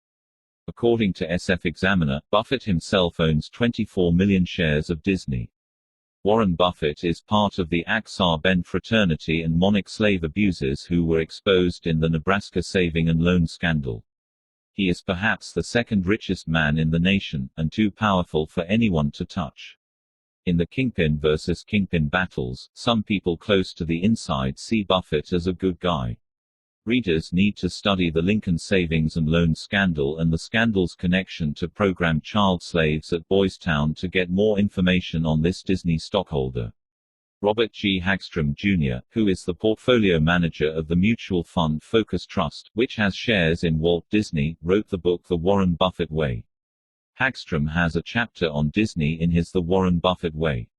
He quotes Buffett as extremely enthusiastic about Disney's merger with Capital Cities, ABC. Because of his enthusiasm, Buffett says, the odds are extremely high that we will have a very large amount of Disney stock. Salvador Dali, this strange surrealist Spanish artist, was a friend of Walt Disney. After Salvador was kicked out of Spain for Franco's belief that he was a communist, he came to America, and worked with Disney Studios in 1946. Salvador, an eccentric who had no particular work habits, described himself, "The only difference between me and a madman is that I'm not a madman." The Tommy Dorsey Band. This band has had a number of men in it who are mind control slave abusers associated with the network. Frank Sinatra, a sexual slave user, got his big break with this band. This band performed at Disneyland in 1984 at the Plaza Gardens. Tommy Dorsey was part of the network's In Crowd. When he was on a USO tour with Bob Hope, he stabbed actor Joe Hall and threw him out of a window. Joe had to have 32 stitches. But Joe didn't get justice. The judge dismissed his case against Tommy. Michael Damon Eisner, chairman at Disney, is a CIA asset and connected to the mob. Some insiders believe he is connected to elements of the CIA and mob that are anti-NWO. Even so, these anti-NWO factions also employ mind control. Eisner ignored a threat by Red China to boycott Disney products if he made a movie about the nation Tibet that China controls with draconian force. The UN, the Commerce Department, and the State Department all tried unsuccessfully to get him to back down on the film. A paper trail connecting Michael Eisner and Walt Disney Company to mind control is their support of the Boys and Girls Club of Napa Valley, which is used for a supply of children for pedophilia and mind control. The Boys and Girls Club is used to supply caddies for the Silverado Country Club, where these children are also used as mind-controlled slaves for the sexual perversions of the elite. Notice that Napa's Silverado Country Club invites in celebrities, such as CIA asset Pat Boone, Joe DiMaggio ex-husband of sex slave Marilyn Monroe, Engelbert Humperdinck a slave handler, Digger Phelps Notre Dame's coach who uses slaves, and Jack Vale NTI CEO of Motion Picture Association, and Bohemian Grover, for a golf tournament which is billed as a benefit for the Boys and Girls Club. The benefit for child slaves is they get to caddy and sexually service elite perverts. Michael, B.N., March 7, 42 in NY, came from old American money of a family that has been rich merchants and lawyers. Michael grew up in luxurious Park Avenue as well as his family's country place in Bedford Hills near Mount Kisco, NY. He went to an elite private school, Allen Stevenson, which is famous for its children's orchestra. At the age of 14, he then went to Lawrenceville School, which is a prep school for Princeton, whose tuition in '56 was $3,000, Eisner's class INCL. NY's governor's son, and other sons of powerful men, such as the son of Saudi Prince Turki Al Faisal. The school is a prep school for the establishment's entertainment industry. Students are only allowed to see their parents on major holidays. Eisner was in the Perry Vague Club, the school's drama society. His poor scholastic performance meant that he had to go to a small liberal arts college, rather than Princeton or Harvard such as was family tradition. For instance, his grandfather had attended Phillips Exeter Academy and Harvard. His grandfather has served in many government commissions and belonged to the Harvard Club, the American Club in London as well as some yacht clubs. Between his junior and senior year in high school, Eisner was a page at NBC's HQ in the Rockefeller Center. In 1966, he landed a job in the programming department of ABC. He had an influential position. Eisner had one good break for deciding TV programming. He was 21 when the target audience was 21 years old, and when he was 35, the target age of the film industry was then 35. He has been described as having supernatural enthusiasm, coupled to a lifetime quest for untested ideas. Rich H. Frank was executive vice president with Walt Disney until his sudden resignation about a year before this was written. He worked side by side with Katzenberg and left after Katzenberg resigned in a dispute with Disney's chairman Eisner. Rich Frank was president of Walt Disney's TV media division. He acquired the estate of Van Hoffenwiggen, when Van Hoffenwiggen fled the country and vanished when Lenvist began to be exposed. Van Hoffenwiggen was a major figure involved with Lenvist Mortgage Inc., a drug laundering operation and drug smuggling operation operating out of Napa Valley. It was also the fastest-growing real estate mortgage company in Northern California until its drug smuggling began to be exposed. Lenvist did some tricks a Lanugan Hand Bank. Millions of dollars of investors and creditors have disappeared, leaving lots of hurting people, and the mortgage company filed for protection from creditors in U.S. bankruptcy court, and is still in operation. International financier Edmund Safra's private bank, the Republic National Bank of NY, launders money from the Medellin drug cartel. Safra's bank sent Lenvist lots of crisp new $100 bills. The Safras are tied in with the Rothschilds. The Safras are reportedly recent property owners in St. Helena near Napa, through Good Wine Company, which is the Spring Mountain Wineries, near where Lenvist was HQED. Edmund's nephew, Jacob Safra, has a partnership in Napa Valley's Good Wine Company. The Rothschilds Citicorp gave Republic National Bank the transaction ability to issue international world bearer bonds, banknotes. The Luxembourg, Belgium branch of Banque Nationale de Paris issued a bearer bond that was connected the Lenvist drug running operation. In Britain, a U.S. citizen Mike Spire ran the British operation of Lenvist and Invest. Landvest's parent was Invest, which has operated in the UK, Swiss, Saudi Arabia and Paraguay.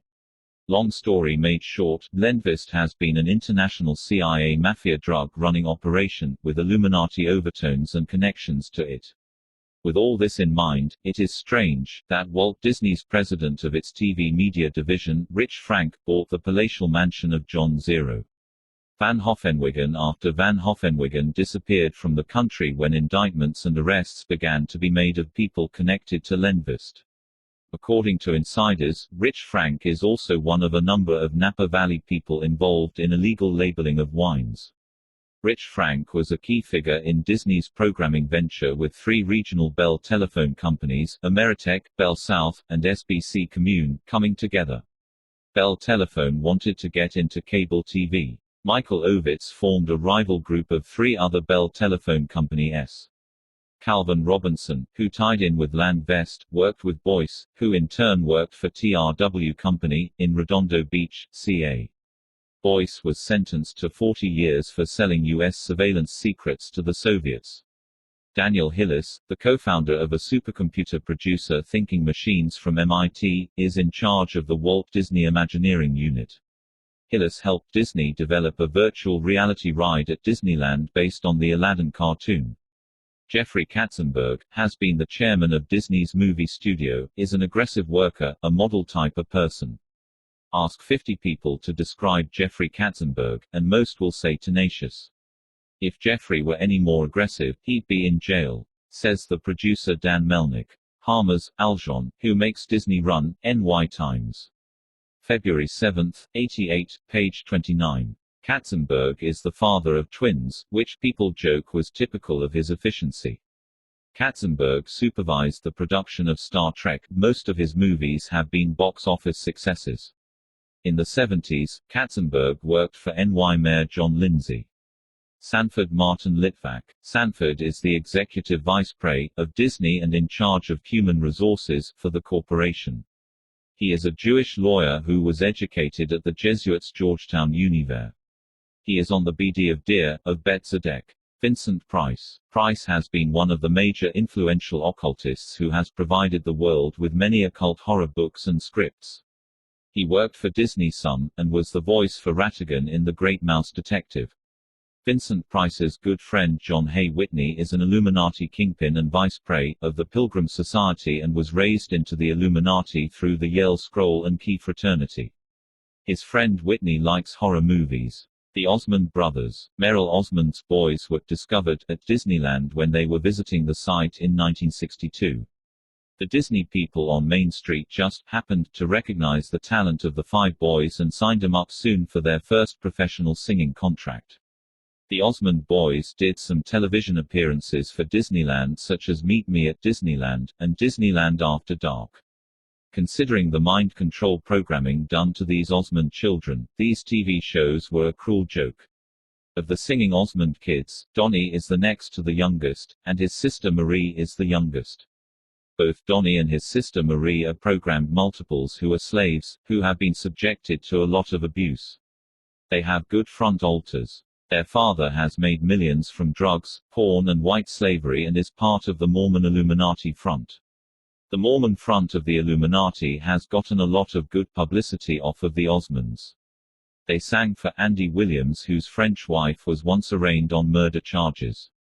Later they sang for the Satanic Network's Lawrence Welk show. Swedish-accented Lawrence Welk has been part of the network. Marie Osmond has grown up, and she has adopted 3 of her 5 children in spite of her busy singing schedule, which includes approximately 200 singing shows a year at places like Mafia-controlled Atlantic City.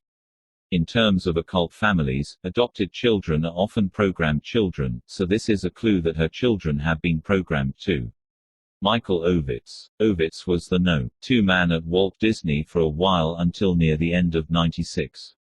Michael Ovitz was a high school classmate in Van Nuys, CA with Michael Milken, later the junk bond wizard, and there are many of the same people connected to both men.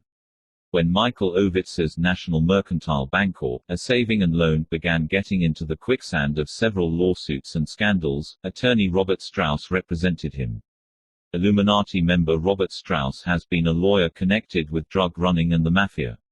He was also an FBI agent from 41 to 45 with Hoover. He is admitted to the Wash, D.C. bar. Pray. Bush appointed him U.S. ambassador to Russia. He has been on the board of Deere, of the Illuminati's PepsiCo, Archer Daniels Midland, ADM, and General Instruments, which have been exposed in other writings by this author. He was also a board member of the Illuminati Mafia-run MCA. Strauss is seen in Wash, D.C. as a behind-the-scenes power broker. Strauss represented Michael Milken associate Ronald Zero. Perelman, CHRMN, of Revlon, who made a $600 mill. Killing off of the first Gibraltar S&L. Strauss represented MCA, which the Bronfmans took over in 1995. The book Nodelster, William. Stiff: The True Story of MCA, the Music Business, and the Mafia. NY, HarperCollins Pub, 1993, does a good job of connecting MCA to the mob, the network, and Iran-Contra. See especially page 442. Time magazine February 24, 97 carried a page-long story about Michael Ovitz being out of a job. In the article, they reported that he was spending time on his new yacht The Illusion, visiting Joe Silver's estate in So. Carolina, visiting his property in Aspen, Colorado, and eating lunch with investment advisor Richard Salomon of Spears, Benzac, Salomon and Farrell.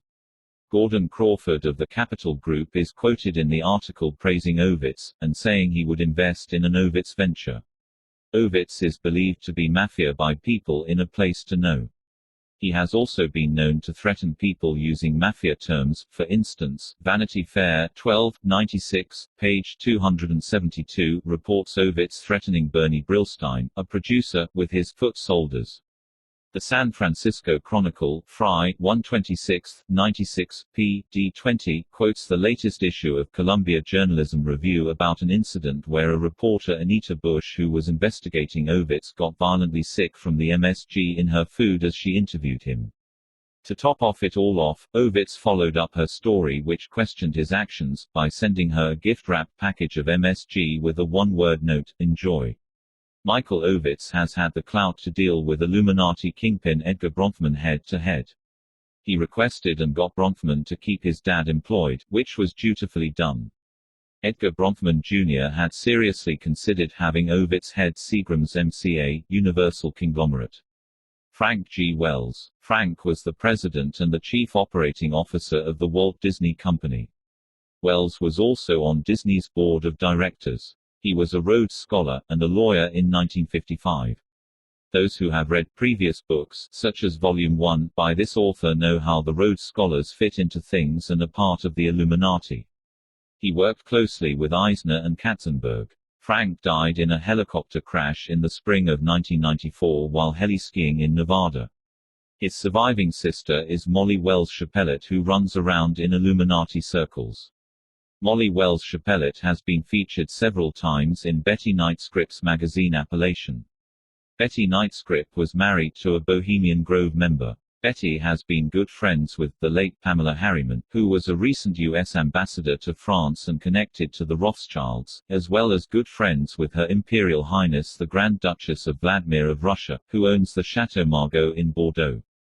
Betty Scripps personally monitors with care what is put into her incredible magazine Appellation. She has a column, Who's Who in the Wine Country, where the Chapelets have appeared in print numerous times. Nearly all of Disney's 1920 movies had a black cat in them. Many had occult slants to the scripts. The occult slant never departed from Disney themes. Some of Disney's blatantly occult movies. Aladdin, a wisecracking all-powerful genie is shown. Bedknobs and Broomsticks, 1971, a witch finds a magic formula from a Lion King. The magic formula raises a ghostly army of armor in a museum which stops a band of German commandos. Beyond Witch Mountain, 1982, a pair of twins leave Witch's Mountain and have to use their special occult powers to outwit a character named Duranian. Black Cauldron, that 1985, a Horned King uses his magic to fight a clairvoyant pig and the pig's keeper. This animation cost $25 million, but was a box office failure. Bride of Boogedy, 1987, an evil spirit visits the Davis family and puts the father under a spell. Directed by Oz Scott. Child of Glass, 1978, a glass doll must be found to set a ghost free in a haunted house. Gnome Moby 1E, that 1967. A multimillionaire and his grandchildren encounter gnomes. In the end, the multimillionaire deeds the forest to the gnomes for eternity. Halloween Hall of Fame, 1977. Jack-o'-lanterns come to life. Halloween Treat, 1982. Cartoons about Halloween. This was followed the next year with a film Haunted Halloween which talked about the origins of Halloween. Misadventures of Merlin Jones, 1964. A genius tries to help other students.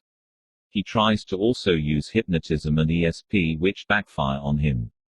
Richest cat in the world, 1986. A wealthy man leaves his fortune to his cat, who the relatives later discover can talk. Disney and its mob connections. When this author spoke to the co-authors deeper Illuminati alters about Disney, their reaction was that Disney had been described to them when they were in the Illuminati as a syndicate within a syndicate. They said that while in the Illuminati, they were aware that Disneyland had their own government, their own rules and their own police force.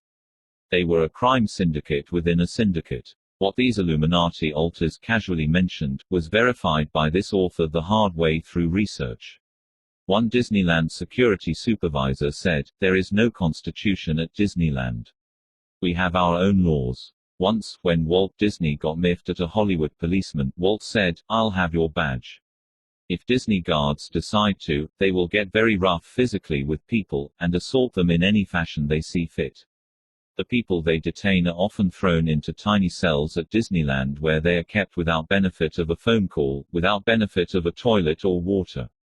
The judicial system turns a blind eye to whatever Disney police do.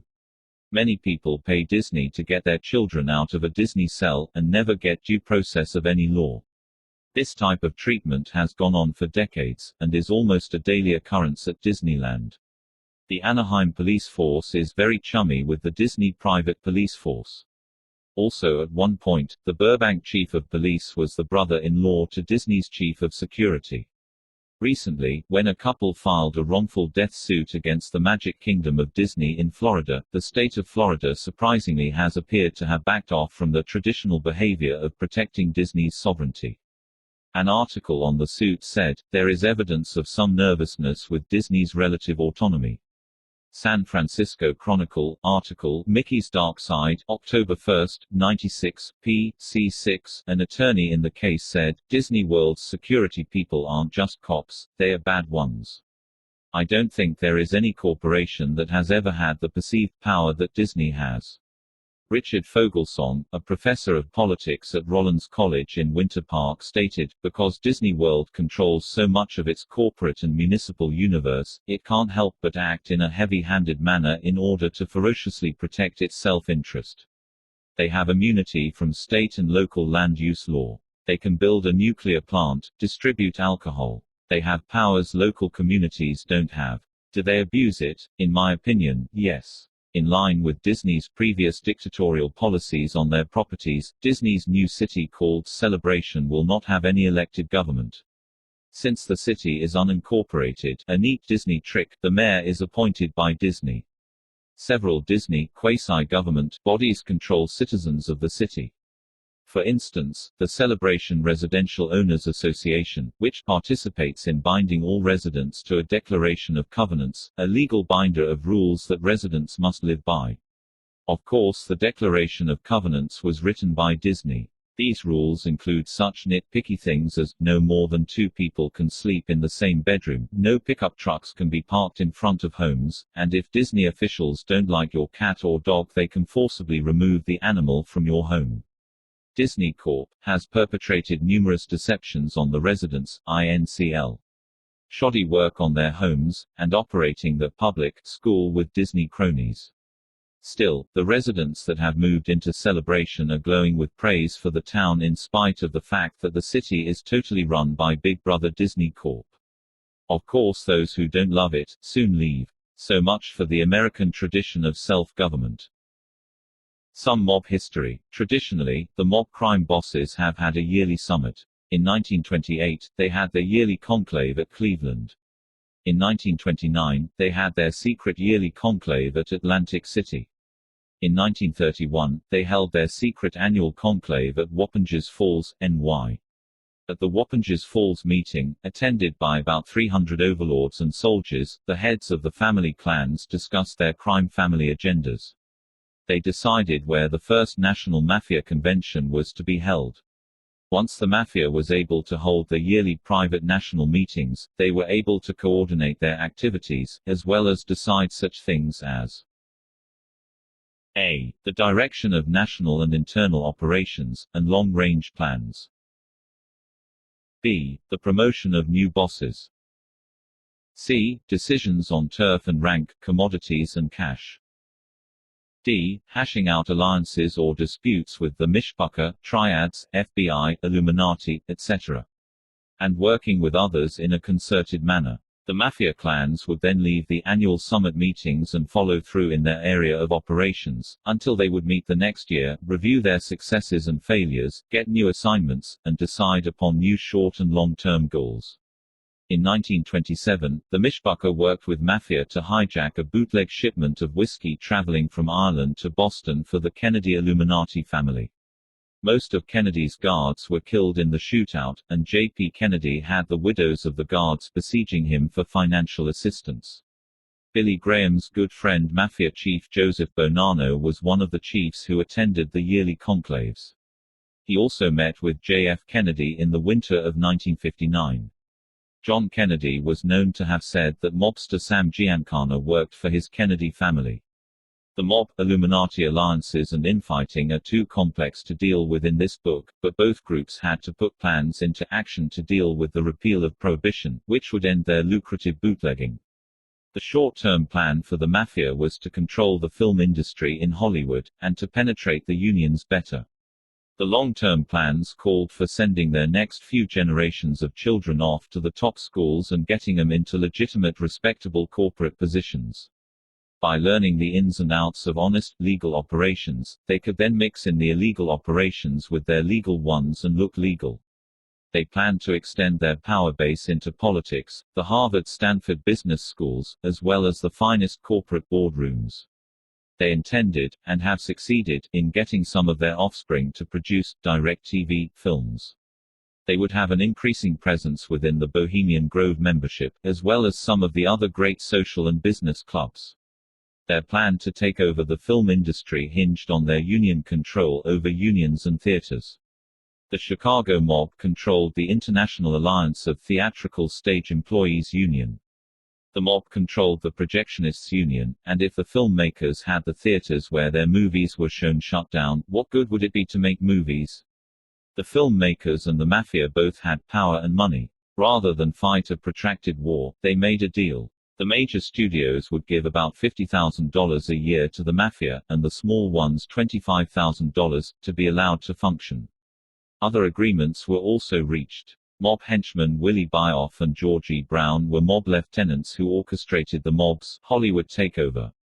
Time magazine, November 1, 1943, wrote, "In the witness chair in Manhattan's federal court sat bland, wily Willie Bioff, pronounced Bioff, blackmailer, panderer, labor leader, and now star witness against 8 ex-pals, who are charged with shaking down $1 million from the movie industry. Question, was it true that Bioff once had a 5-year plan for taking over 20% of Hollywood's profits and eventually 50% interest in the studios themselves? Bioff, wistfully, if we'd lasted that long, we would have. Question, did you ever say you were boss of Hollywood and could make producers do whatever you wanted? Bioff, yes, and I could make them dance to my tune. Although Bioff rolled over on his pals and ended up getting car bombed, that didn't stop the mob Mishpucha infiltration and control of Hollywood. Bioff had tried to save his public image by helping Walt Disney settle his labor dispute with the mob-led unions, but Walt wisely relected his offer of help, and made sure he didn't offend the Chicago mob leaders who were disgruntled with Bioff. Hundreds of millions of dollars were poured by the Mafia and Mishpucha into real estate in Southern California, by using legitimate local businessmen to launder the money. Hollywood was declared a free zone, where all the Mafia, Mishpucha families could operate without a fear of a turf war. Let us backtrack slightly to 1930. Columbia distributed Disney cartoons from 1930 until 1932, when Disney switched to United Artists, because Columbia wasn't bothering to pay Disney the money they owed. In 1930, Cohn Prey, of Columbia Pictures, got Disney off the financial hook with Powers by intimidating Powers with some street toughs carrying a legal suit. If Disney wasn't indebted to the Mafia before, he was at that point. Biographers have been puzzled why Disney went into such a traumatic depression after Henry Cohn helped him. Tough guy Henry Cohn made sure Walt knew who was boss. His attitude was that Walt should be happy to be paid at all by him for the cartoons Walt supplied Columbia. After this, Walt would lock himself in his room and weep uncontrollably for hours. He was impossible for anyone to get along with. He was unable to focus on anything, and would stare for long periods out the window. Biographers blame Walt's behavior on the fact that his wife was pregnant. They also blame it on his friend Iwerk's defection to another company. Frankly, Walt had treated Iwerk like a dog, and deep down must have known why Iwerk left such an abusive relationship. To claim that he wept for hours day after day because he realized he might become a father is too much to swallow. When Walt was asked years later about why he was so depressed, he said it was the stress of the financial situation. Walt said, "I had a nervous breakdown. Costs were going up, each new picture we finished cost more to make than we had figured it would earn when we first began to plan it. I cracked up." This author submits to the reader that part of his breakdown may have indeed been the financial stress from having come under the heel of the mafia. They had all the means to make or break him, and he had no choice but to surrender to their overwhelming power to blackmail and destroy him or to get out of the business.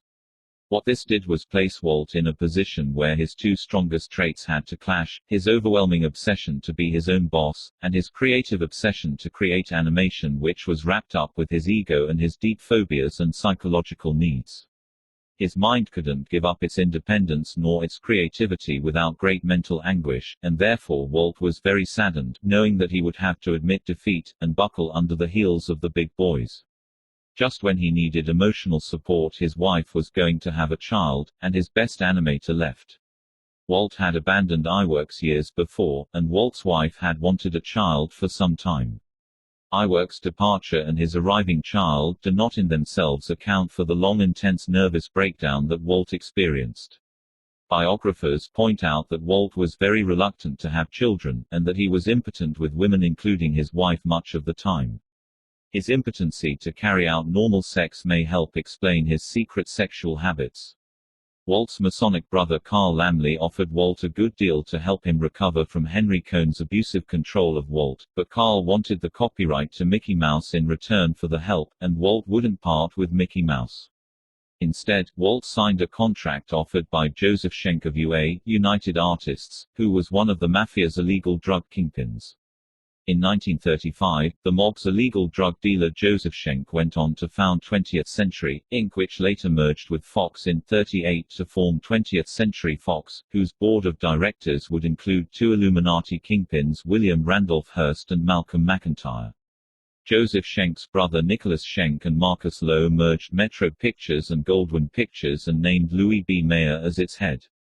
Meanwhile, over the years, MCA, headed up by Illuminati kingpin Lou Wasserman, gained a monopoly over the American film industry with the secret backroom deals that they made with Ronald Reagan's Screen Actors Guild and Petrolow's American Fed of Musicians. By the way, Lou Wasserman would try to revive Reagan's acting career in the early 60s. Frank Sinatra and Walt Disney were both friends of Ronald Reagan, and all three believed in mind control. Ronald Reagan and Petrollo in turn worked with the mafia's NCS Council of Nine, which INCL.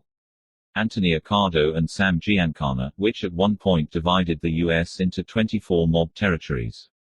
After Jay Schenck went to jail, very briefly, he was replaced as prey of 20th Cent. Fox by Spyro Skouras, before his arrest, while Schenck was still in charge of 20th Cent. Fox, he made numerous offers to Disney for Disney to incorporate his studio as a subdivision of 20th Cent. Fox. Disney worked for a few years with them distributing his films, but he would not let go of trying to be independent. The FBI and American intelligence turned to the mob to help them as the U.S. entered WW II. Perhaps Walt's mob connection added impetus for his recruitment. Walt went to a number of American Nazi meetings prior to Pearl Harbor. This author believes from knowing Walt's personality that Walt may have been on assignment rather than a Nazi sympathizer. Still, why does one of Disney's pre-Pearl Harbor cartoons display a swastika? Disney's Epcot Resorts is close to the mob's Atlantic City boardwalk with its nightclubs. The resort was designed by Robert A. M. Stern. This author doesn't know about Robert Stern, but there are programmed multiples and Illuminati members within the Stern family.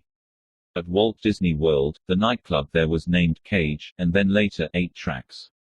Comedy Warehouse, which is a nightclub at Pleasure Island in Walt Disney World, opened on May 1, 1989 and has used slave comedians as well, having people who are mind control abusers.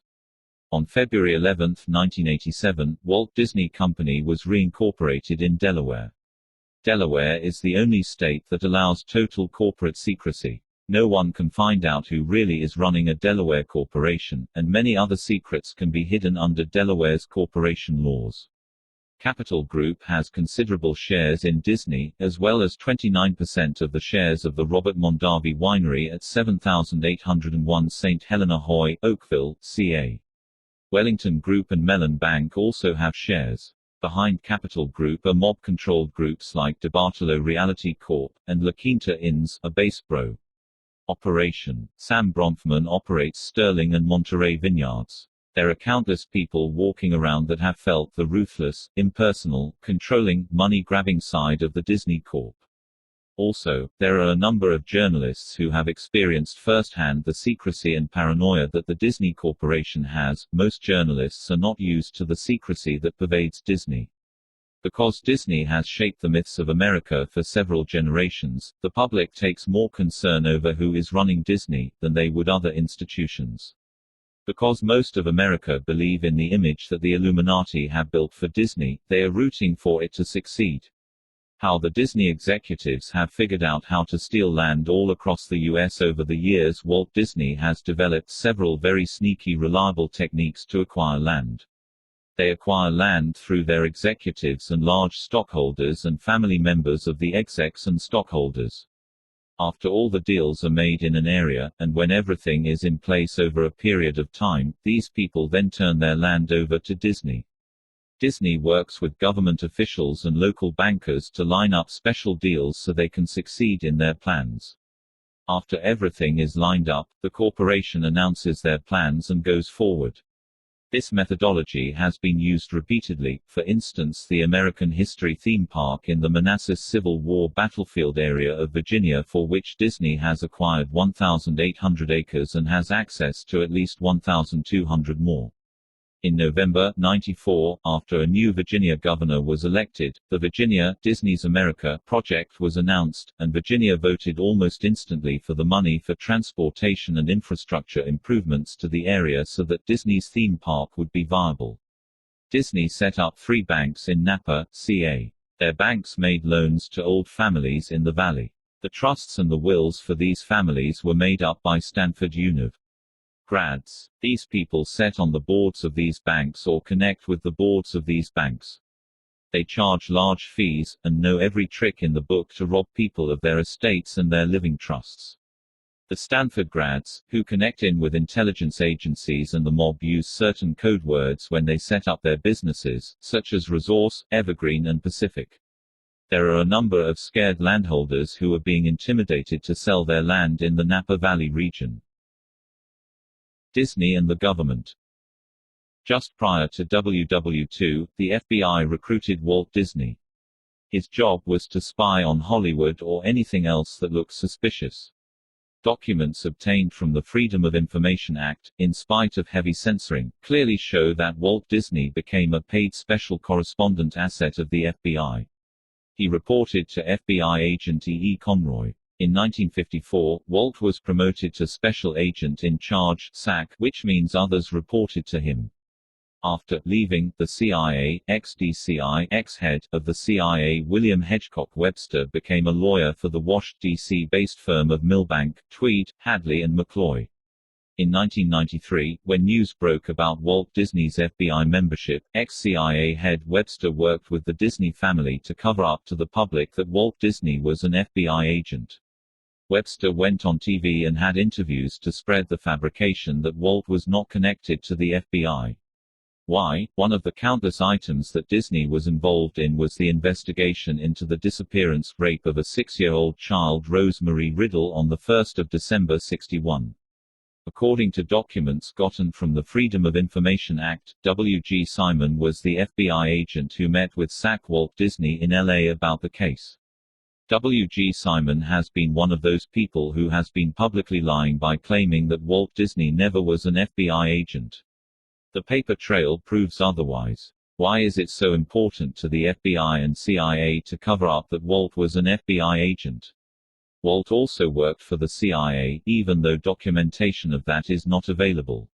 This author theorizes that the reason the FBI and CIA are so touchy about letting people know that Walt worked for the government is that the network knows how the FBI and CIA work together to procure children for mind control programming purposes.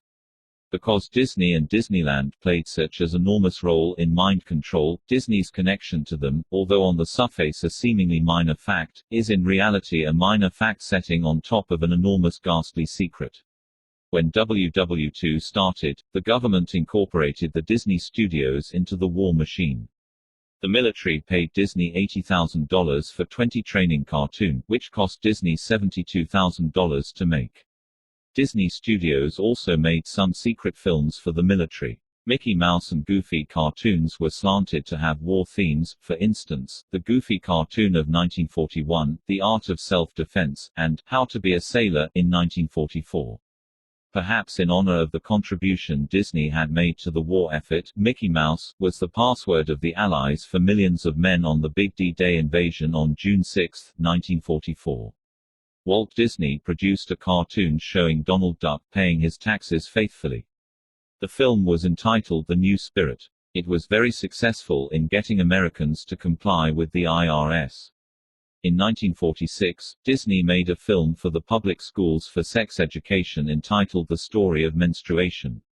For the United Nations, Walt Disney created It's a Small World attraction for UNICEF for the 64 to 65 World's Fair. This attraction was moved to the theme parks and has been a major feature for mind control. After learning of the enormous amount of mind control programming going on during after hours in secret tunnels at Disney as well as in the public facilities, it makes more sense why the Russian Premier Nikita Khrushchev would be denied a visit to Disneyland by the U.S. government due to security considerations when he was visiting the U.S. in September 1959. Khrushchev obviously had his own security working in tandem with American security, and the intelligence people for whatever reasons didn't want the complication of these Russians going to a major programming site. Some powerful military men have been connected to Disney films. Two former commanding officers of the USS Alabama nuclear sub were technical advisors for the Disney film Crimson Tide. Walt Disney was tied to the U.S. government, and recent disclosures show that he was tied to the FBI.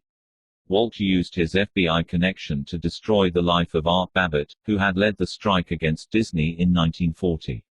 Babbitt found that everything he attempted in life after the strike was ruined by some hidden power. Was Walt part of naval intelligence attached to the FBI? Was he part of the FBI that is involved with child procurement and mind control? In the 1950s, the Illuminati began organizing covens on the West Coast and began solidifying their power.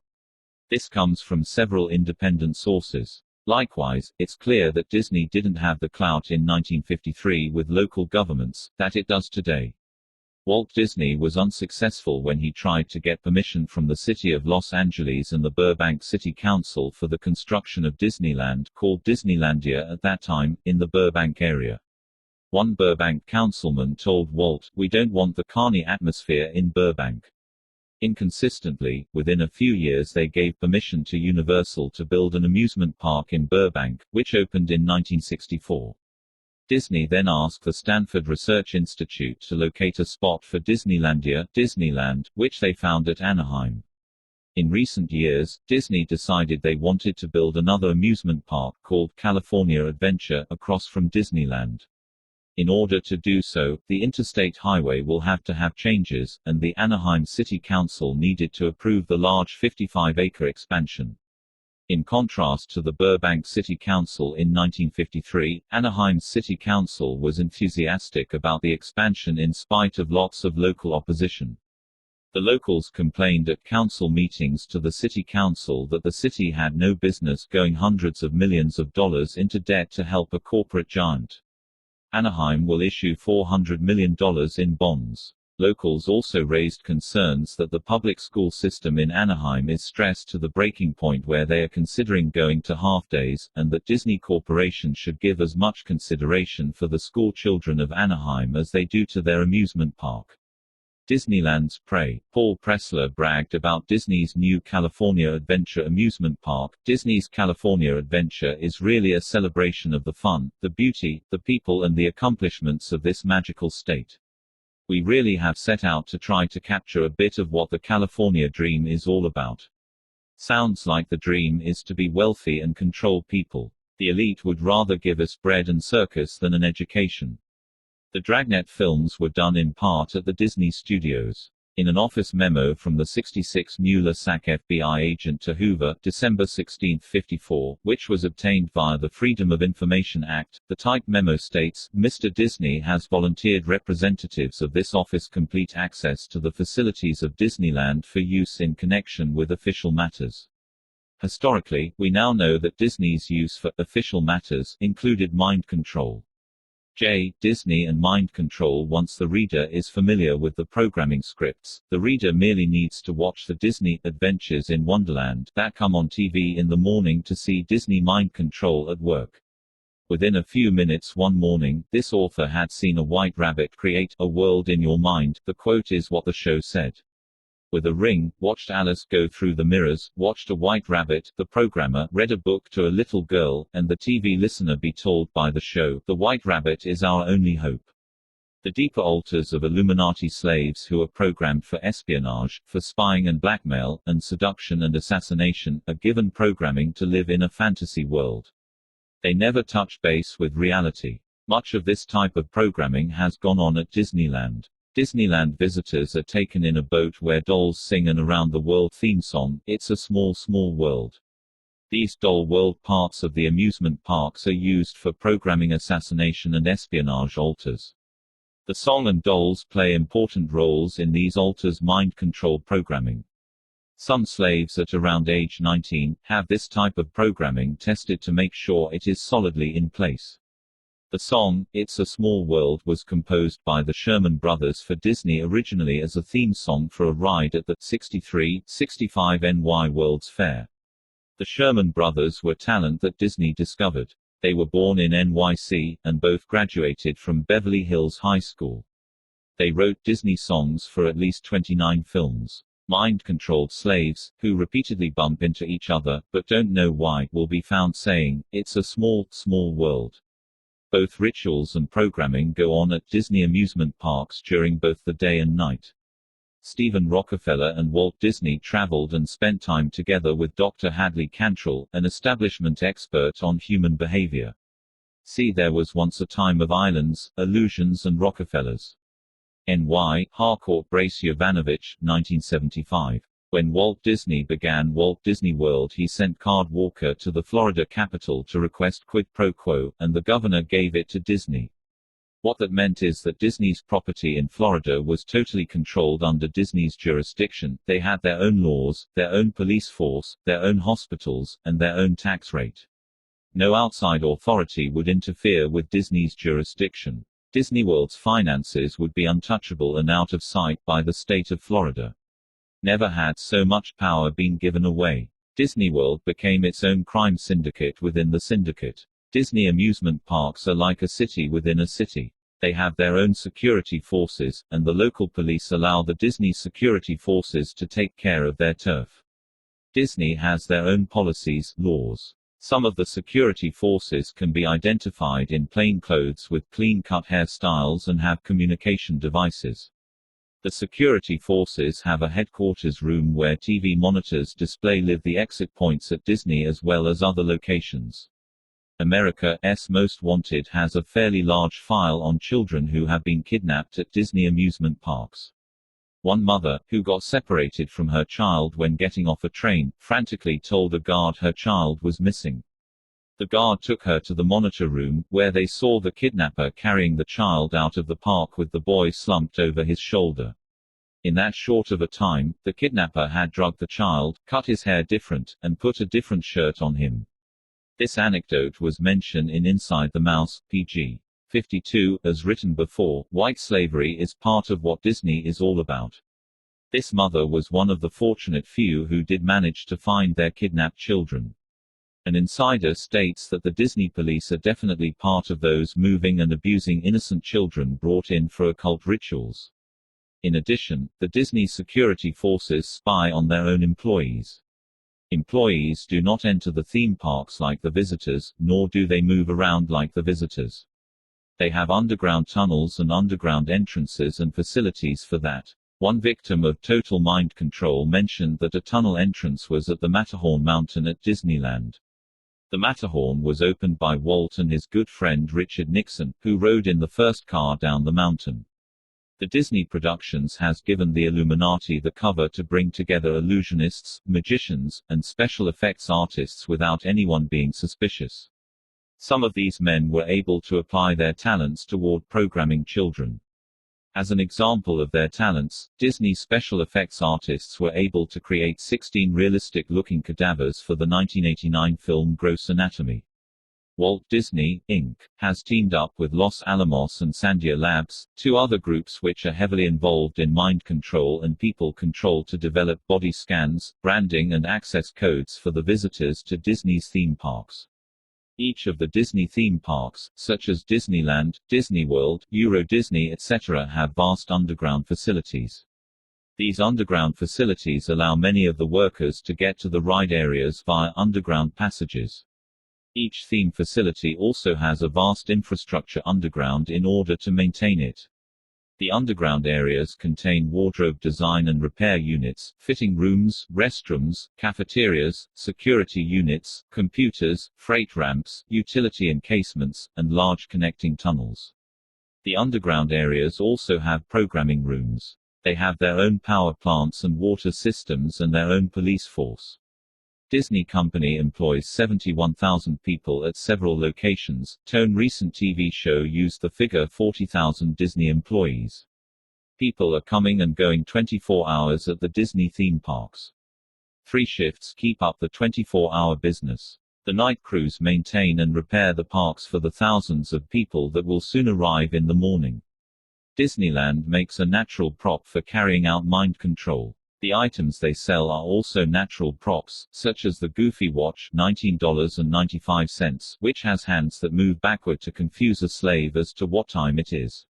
Was Walt Disney aware of how Disneyland was used for programming? There is no doubt. Disney lived much of nights at Disneyland, and had an apartment at the firehouse near the train station on Main Street at night. If he was not doing anything else, he'd roam the grounds of Disneyland scribbling notes on his own distinctive blue paper, which he'd leave for workers to follow the next day.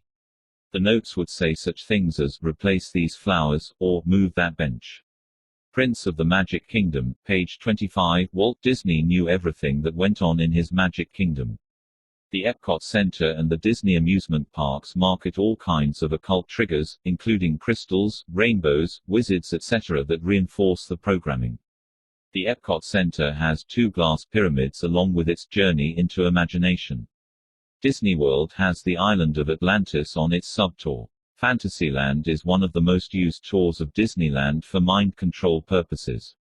It has carousels, merry music, an incredible castle, boat rides, storybook characters etc. Sleeping Beauty Castle with its blue turrets and gold spires is the central visual object of Disneyland. You cross a drawbridge to get into it. Inside Fantasyland are Illuminati programming sites such as the Mad Hatter teacups, the King Arthur carousel horses, and Snow White's forest. In the far corner of Disneyland's New Orleans Square is the Haunted Mansion. This mansion is designed to frighten and scare. It has an ingenious design and many special effects and illusions. Realistic ghosts, a screeching raven, howling voices, and other scary things welcome the visitor. Life-size holograms are created at the Haunted Mansion, and dance in sync with the music and then fade out at certain points. There is a hologram of a woman's head in a crystal ball who chatters non-stop. A real good laugh for the programmers of A Little Child. When you are toward the end, you will have a chance to look into a mirror where a hologram ghost will nestle up beside you. Star Speeder is another great programming location at Disneyland. It was the creation of George Lucas and the Disney Imagineers. The technology is borrowed from Star Wars, and is similar to flight simulators used by the military to train pilots. Disneyland Hotel offers character breakfasts, where children eat breakfast with Disney characters, to people who make special arrangements. U.S. Special Forces, which carries out mind control, owns 2 hotels near Disney World, and the Mormons have one also. Knott's Berry Farm with its ghost town, amusement park, and its Charlie Brown themes and characters is near Disneyland. One of the Disney executives began one of the most horrible trauma-based mind control programming centers in Los Angeles called Magic Castle, a comedy warehouse. This trauma center had horrible torture chambers. Children were brought in from South and Central America to be programmed at the Magic Castle. A brave LA policeman exposed the place, for which he lost his job, and eventually was able to get the site closed. One of Disney's recent ventures in their Disney Institute, which Newsweek labeled the Disneyland of the Mind.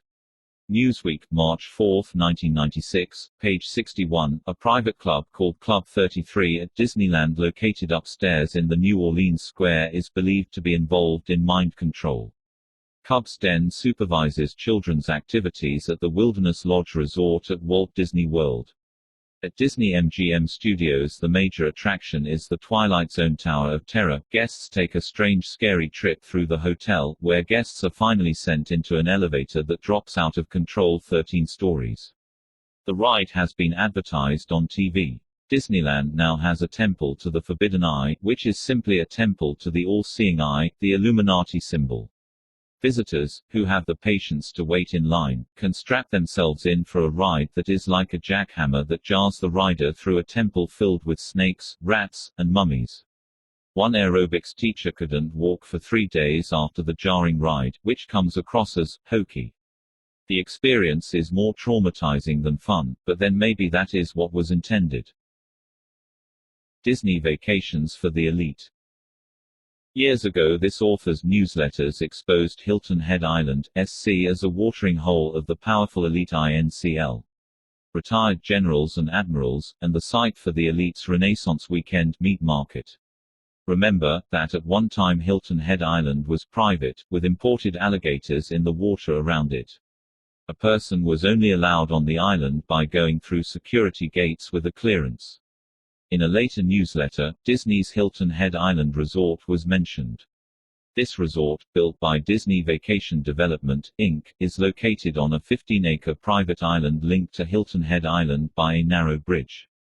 Members to the Disney Vacation Club can exchange time for vacations at Disney and other resorts around the world. Memberships cost minimum $9,412. MELODYLAND. Right smack across from the entrance to Disneyland is the Assembly of God's Melodyland Christian Center, the birthplace of 10, Trinity Broadcasting Network. The Assembly of God denomination has been heavily infiltrated by the Illuminati, and has been heavily used as a front for programmed slaves. Paul Crouch, president of Trinity Broadcasting Systems, Inc., was affiliated with Melodyland in 1973 when TBS was getting started. At that time, Melodyland was a rich, heavily infiltrated charismatic church, with its share of programmed multiples. In 1973, closet homosexual minister Jim Bakker, and his wife Tammy Faye, a programmed multiple, were with Paul Crouch in Anaheim at Melodyland. Paul Crouch had been the assistant pastor of Bakker's home church in Muskegon, ME. Crouch's right-hand man was Alexander Valderrama, a charismatic Roman Catholic. TBS used an abandoned military base as their TV complex, using hangars as studios. In the early 70s, ABC put Bakker and Crouch's early shows on their affiliate stations on Sunday morning. Bakker had already gotten his career kicked off with Illuminatist Pat Robertson and his 700 Club.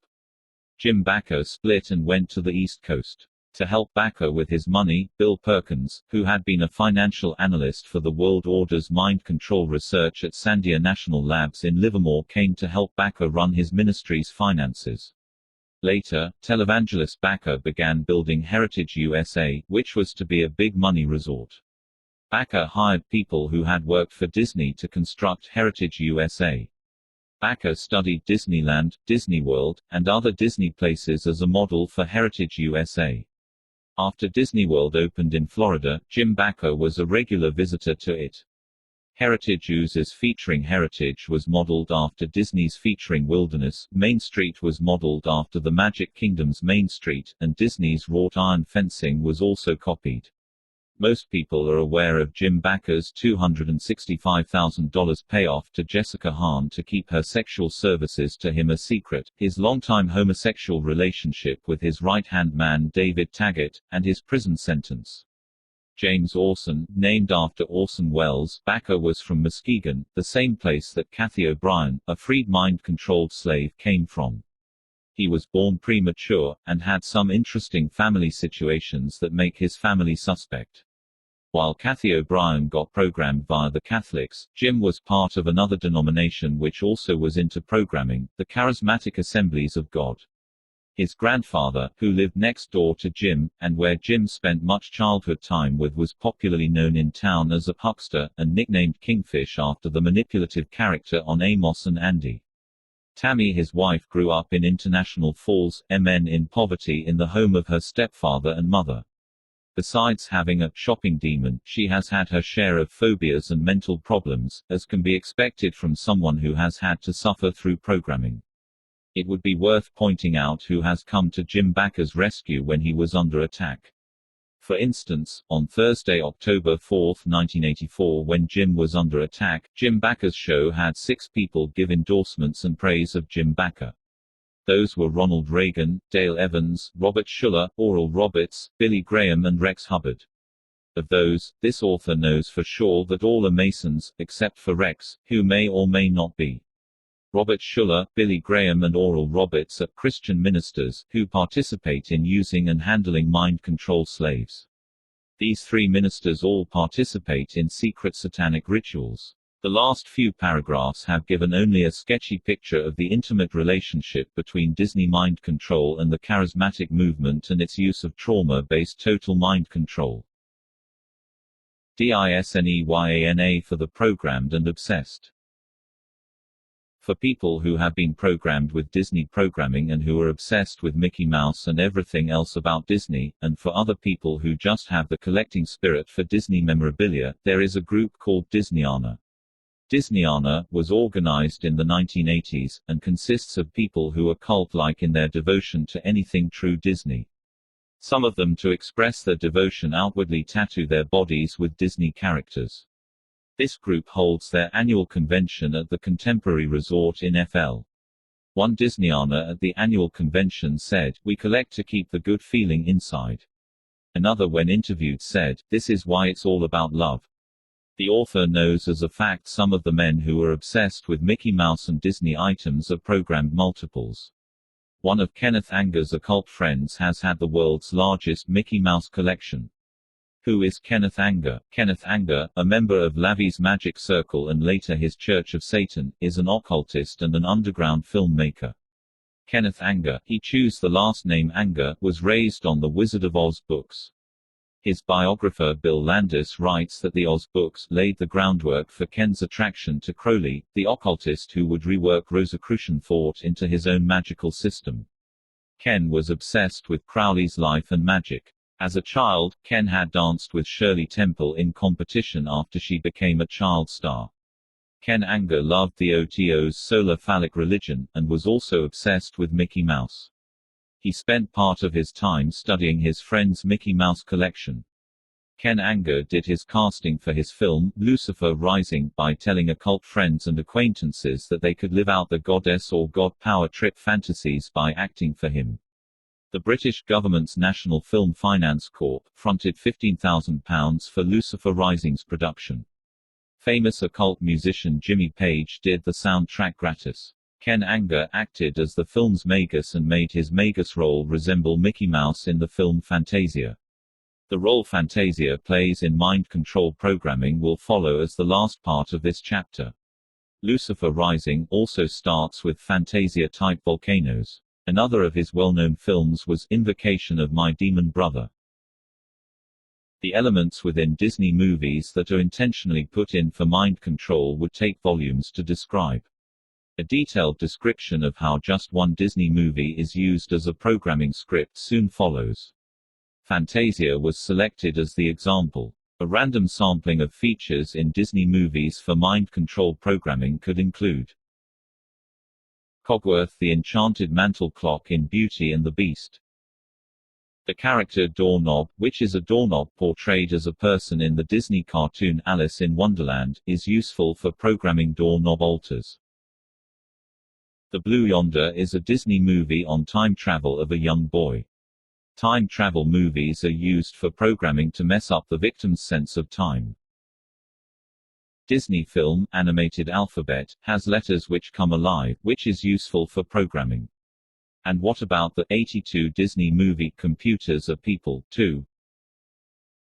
All the Illuminati members this author is aware of who have received trauma-based total mind control were taught to astrally project and study on the astral plane what they needed to learn. A Disney movie that portrays this is Goofy over Dental Health. This is an educational film released by Disney in '91 and again in '93, where Goofy places a magical toothbrush under a child's pillow, so that the child astral projects to a dentist office and while on the astral plane studies how to have healthy teeth. Illuminati alters believe that trees and flowers are alive. The 1932 Disney film Flowers and Trees is a story about two trees who fall in love. The film portrays the occult belief that trees can talk and sing. Internally, altar systems will be constructed with singing trees and flowers that represent people and which are altars. The singing trees give out internal codes to move altars internally where they need to go. Return to Oz, 1985. This Disney film begins its storyline about a girl who is thought to have psychological problems because of her tales of Oz. She is warned not to talk about Oz by her relatives. She is taken to a psychologist who wears a big ruby ring, who tells Dorothy that electroshocks won't hurt her, and that we are at the dawn of a new age. Dorothy is told that her memories are just dreams that stem from excess electrical current in the brain. She is sent to a mental institution to receive shock treatments for talking about Oz. A lightning storm allows her to escape the shock treatments, and when she sleeps, she awakes in Oz. In Oz she goes through many mind control scenarios, ruby slippers, mirrors, etc., and toward the end visits with evil Mombi, Princess of Oz, who keeps Ozma, Dorothy's twin, as a slave. Mombi eventually casts a spell and enchants Ozma into a mirror. Sci-fi author J.D. Vinge in her Return to Oz based on the screenplay writes on pg. 211-212, Dorothy gazed at herself in the mirror, seeing her own reflection, and remembering the moment when she had looked at herself and seen someone else there, someone so like her that it could have been her sister. Parts of this film were filmed near Stonehenge, Enge. Disney has put out several films on the Wizard of Oz theme, all of which were used for programming. The original series of Oz books were by Baum. In '39, MGM did the famous Wizard of Oz film. In the Disney movie Tron, 1982, a young computer genius goes into an altered state where he ends up becoming a computer program.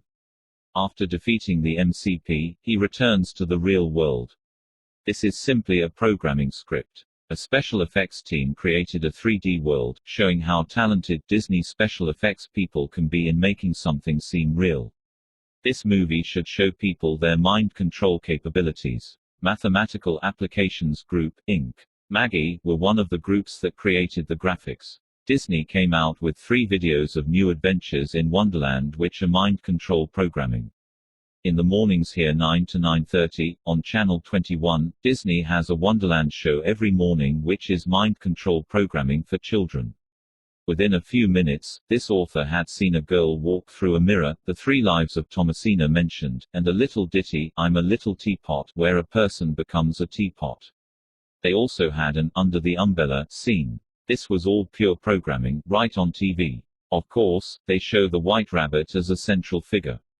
ABC under the auspices of Disney produced a lengthy 140 minutes film Wild Palms which depicts Illuminati mind control and life. One reader of Volume 2 stated that the Wild Palms movie would have made no sense except that having read the Volume 2 book, the movie made lots of sense in the light of Volume 2's revelations. The film depicts how children are kidnapped, switched at birth, programmed via TV cartoons, programmed to kill and use stun guns, etc. The film depicts Illuminati bloodlines and arranged marriages. Although the name, Illuminati, is not used, if viewers substitute in the name, the Fathers, for Illuminati Fathers, they will get an insider's view of life at the top. The main controllers are addressed by their slaves as Papa, or Daddy, or Mother. This is true to life. A person opposed to the fathers states, "One day we will wake up and discover we don't own this country and no one will care." The movie states that events are not happening randomly. The movie shows an underground tunnel system which has an entrance hidden by a swimming pool.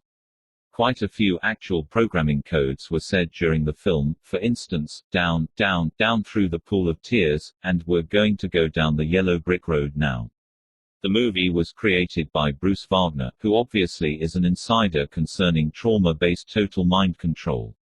The fact the movie was made shows the arrogance of the programmer's beliefs that the criminal acts in programming thousands of little children will not be exposed, and that people will be too stupid to realize that what is put out as fiction is actually mirroring what is happening. It's like they believe their own script that if people did find out, no one will care. Because so much of the Illuminati programming involves the creation and programming of three alters linked into trinities, it is not surprising that Disney has helped such triad programming with a series of movies about threesomes, including Three Blind Mouseketeers, Three Caballeros. 3 Little Pigs, Three Little Wolves. 3 Lives of Thomasina, The Three Musketeers, Three Ninjas, Three Orphan Kittens. For Mickey Mouse programming they came out with Through the Mirror, where Mickey Mouse steps through his bedroom mirror and ends up in another world, altered state. Not all of the Disney movies that have mind control programming themes got released to the public. One unreleased cartoon had Penelope fleeing from a sinister-looking grandfather clock which is carrying her to another world, and has another scene where Penelope tries to hold onto someone who personifies the wind. George Lucas, who directed the movie Star Wars, which was a movie planned by the Illuminati and used for Illuminati programming, also directed Disney's movie, Captain O.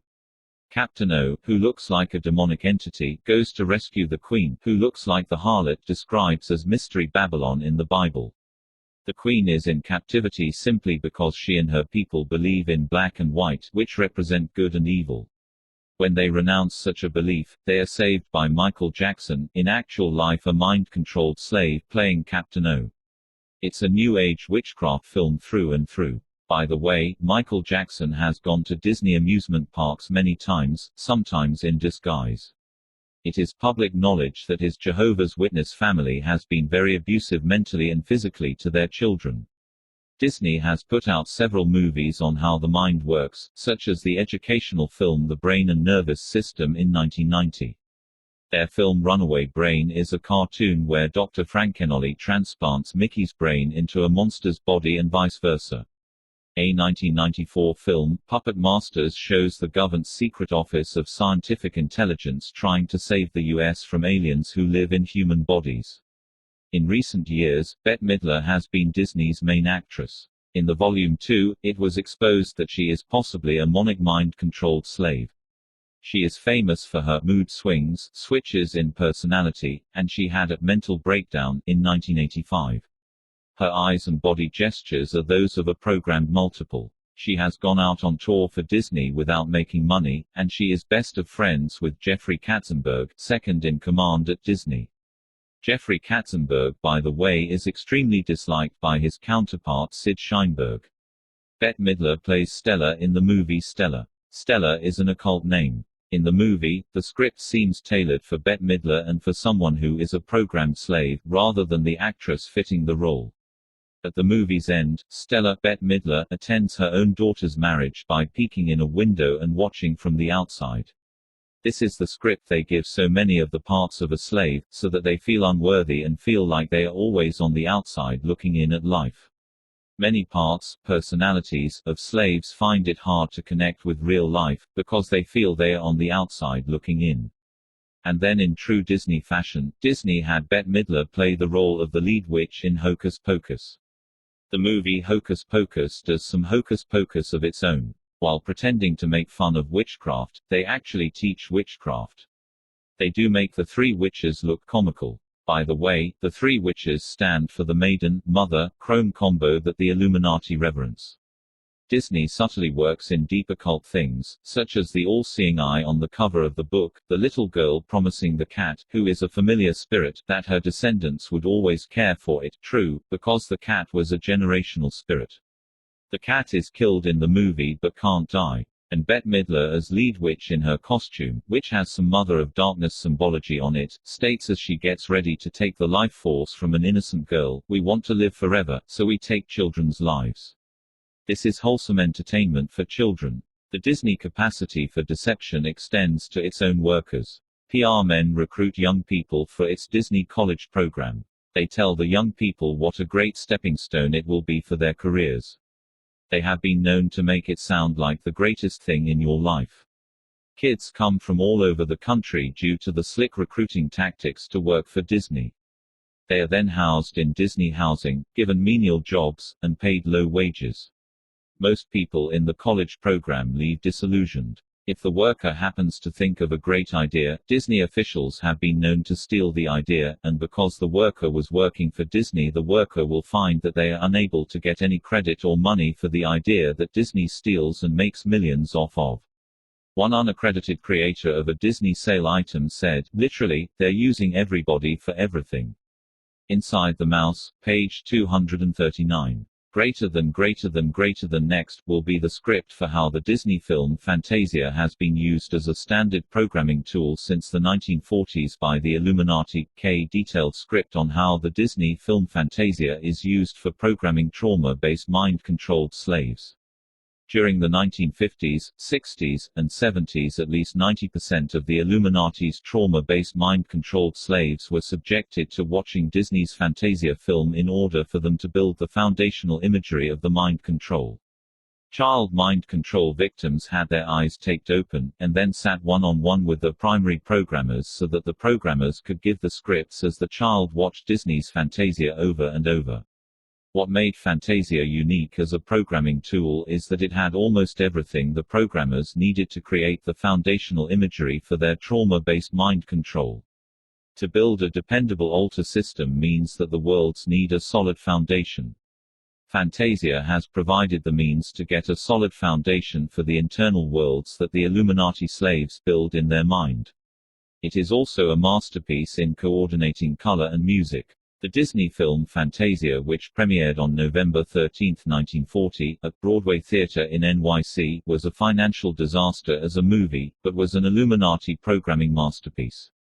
The film was released to theaters in 40, 46, 56, 63, 69, 77, 82, 85, 90 in order to catch every generation of children. The video was released in 1991. During programming, much of the child slave's mind will watch the film. One particular part, altar, will be forced to memorize everything in the film. This small part, small altar, is well hidden in each victim's mind. This small altar, who has a vivid and total recall of the film Fantasia, is locked carefully away so that only an access code will pull him/her up. Watching the videotape, Fantasia is not going to pull this altar up. The programmers pull this altar up when they have a clean slate altar. When they are taking a clean slate of the mind, they will pull the clean part up and have the altar who has memorized Fantasia throw its memory onto an internal big screen. The internal outer space, aka Rubicon, is shaped like an amphitheater, and functions as a big vast screen for replay. There is an internal ball or sun created via the lighting effect of the movie Fantasia, so that the movie appears projected in the mind, as on a globe. And the Fantasia film images hit this internal globe and go circular in the mind and spin through the system. The programmer will then say to the new part, "This is what I want you to create. This is what we need." In this fashion, Fantasia has provided the programmers with the primary tool for taking a dissociated clean slate part of the mind, and manipulating it to become a new workable part within the system. The young part that holds the entire Fantasia memory is strategically placed in the system so that it can be called up from any place in the system. No matter where the programmer is working in the system, he can access this small altar whose function is to remember the movie. Most of the system will go into a trance sleep if shown the movie. The front, as well as most of the system's alters, will be totally amnesic to having ever seen the movie. Since the programming put in with Fantasia is so fundamental, it should come as no surprise that the programmers have done an excellent job in protecting this programming from everyone, including the slave. Abreacting the film for many alters could rip the system apart, because after the film is memorized, severe trauma begins to be overlaid and attached to the film. There may be some small alters that still carry tiny bits and pieces of memory of the movie, but only one will really remember it. The following script will be a running account of how Fantasia has been used as an important preparatory film for Illuminati trauma-based mind control to train the mind control victim's mind to be able to visualize the programming that will be layered in. The time clock will begin when the feature film's action begins, and then will run its entire 116 minutes. This will give the researcher of mind control a blow-by-blow description of how a Disney movie is used for programming. The film was often shown to child victims around 3 to 4 years of age with a widescreen while the child was under a guided LSD trip. Prior to the use of LSD, some other drugs were used. A grande dame or mother of darkness often worked with the Illuminati programmer as an assistant programmer. The scripts and the programming have already been discussed prior to showing the child the film, so the programmers know the direction they want to take the child, and will tailor some of what is said to the child victim to individualize the programming. When a 3 or 4-year-old is shown Fantasia on a hypnotically prepared and controlled LSD trip, the colors and effects of Fantasia are increased about 1,000 times. The film is realer than real to the child. The movie will not be shown just once, but over and over so that the scripts are ingrained into the mind. The imagery for the child's internal world will be well established, because the big screen movie enhanced by both the drugs and the bright colors of the artwork will seem more real than life itself. At this time, the child is a multiple, but the walls between the various parts of the mind are not solid, but similar to the walls between ego states in an adult non-multiple. A large part of the 3 or 4-year-old child's system will be allowed to view the system, including the Christian parts. Then the entire system, with the single exception of the alter carrying the entire memory of the film, will be hypnotically told to forget having seen the film. Years later, the front alters will not remember having seen the movie, but they may have a strange dislike for the film. They may find that they can't identify where their feelings of dislike of the film stem from. The child victim will watch the movie with its programmer and assistant programmer one-on-one, with no other children in the room. The child will watch the film repeatedly and be grilled about what is in the movie. The child will see the movie so many times in such a vivid form and will be tested to the point that the movie will be memorized. But it will be hypnotically locked up in the subconscious by the programmers, so that it forms a base for the mind to begin building programming, but will remain hidden from the conscious. At the time the Fantasia film was made, the Illuminati had been creating trained multiples for years, but they knew they wanted to program the different personalities in accordance with the best mind control techniques of the day. For this reason, the Fantasia film was planned ahead of time, so that it could possibly serve as a programming aid. The film is silent, almost no words, except for music, so that it can be used for hypnotic visualization, so that the mother of darkness and the programmer can fill in the programming script with the child victim as they watch the movie. As it turned out, their plans were successful. The New Age author David Tame states in his book The Secret Power of Music, Rochester, VT, Destiny Books, 1984, page 292, that Fantasia is a superb marriage between the visual and musical arts. Most of the sequences are what New Age cinema was intended to be. The power of the movie to influence the mind stands out. In order to make the film, Disney used some strong-arm tactics on a few people. The movie was a box office flop when first released in the 1940s, but then it was made for the occult world anyway. By the 1960s, the Illuminati had created drug culture and had lots of undetectable mind-controlled slaves running around that had been programmed with Fantasia. In the 1960s, Fantasia became a hit with the drug culture, which had its share of Illuminati slaves deeply involved in it. One more reminder, the sentences that are all caps in the script are things that the programmers are saying to the child victim as the child watches the film. Bear in mind that the child watches the film over and over, so not everything indicated in this script by caps that the programmer says will necessarily be said in one showing. 00 minutes. Curtains open. Action begins with an orchestra. The conductor upon a step pyramid is the center of the scene, and is shown to be the center of authority. Master programmer Dr. Joseph Mengele liked Fantasia because he was a musician and a violinist. Mengele, Dr. Green, liked Bach, Beethoven, and Schubert and orchestra music. He enjoyed taking what he liked and using this music to make slaves. He would portray himself during programming as being the conductor, and all the orchestra were his children. The film will allow for a repetition of this theme. 0.5 minutes. The instruments begin playing. The musicians are silhouettes which cast shadows upon the wall. Altars will often see themselves in this fashion too, as merely a shadow or merely a silhouette. 1.5 minutes. The MC, named Taylor, begins talking. He begins grooming the viewer. He says that the film may suggest to your imagination geometric figures floating in space. 2 minutes. The MC says there are 3 kinds of music. He says some music is to create definite stories, some to create definite pictures, and some music exists for its own sake. 2.5 minutes. The MC introduces us to the absolute music. 3 minutes. He states that abstract images that might pass through your mind, music will suggest other things to your imagination. The Philadelphia Orchestra begins playing Toccata and Fugue by Bach in the background. As a cartoon for children, or adults, the film has already lost the normal audience at this point. There is no way that Disney could have escaped realizing that the film starts out losing the normal audience. 3.5 minutes. The conductor is standing out and everyone else is a silhouette with shadow mirror images, like so many of the altars become. Leopold Stokowski is now standing as the rising sun rises. This is an allusion to sun worship and the sun rising in the east. The music is going up and down, and this music at this point is used to train the child to go up and down the trance ladder, that is to go deeper or lighter in trance. 4 minutes. The conductor opens his hands and waves them in an Illuminati hand signal. The music begins. 6 minutes. A row of violinists play, they are merely silhouettes with shadows. 6.5 minutes. A harp scale is played in the background that is used in the programming. Triggers are attached to this harp scale, or the harp scale is used as a foundation identifier for a piano scale.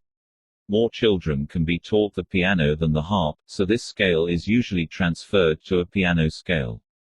7 minutes. A series of 3 musicians is shown. 7.5 minutes. The conductor, the programmer, becomes invisible. The prog assistant will ask the child, "WHO is green." Green becomes invisible. 8 minutes. First lines representing bows are shown, the violinists are invisible, then the Golden Gate Bridge. Remember the bow, not the violinist. The bow lines flashing on the screen represent energy. 8.5 minutes. Colored discs are flashed onto the screen. The lights are represented to the child victim, that's Drive. Green's orchestra. Geometric shapes and flashes of lines explode onto the screen. Concentric rings that will pattern the concentric worlds appear. See Volume 2p. 196 for an illustration of this. 10 minutes. Ast. Prog will say, "You are his star." As stars flash on the screen. Many hidden altars, parts, are stars. Swirling lines arrive, and then colors and then more concentric lines. 11 minutes. Worlds within worlds are shown. Water is shown. Concentric circles that are the pattern for the worlds are presented. A varying number, 5 or 7, of castle-like structures materialize and then disappear. These will form the pattern for some of the internal castles. A quick flowing yellow line comes down the center of the screen, that's the yellow brick road. 11.5 minutes. Lots of stars emerge. 12 minutes. Various worlds are shown, and an illusionary castle. Lots of stars are shown, which will be how the victim will model many of their altar parts after.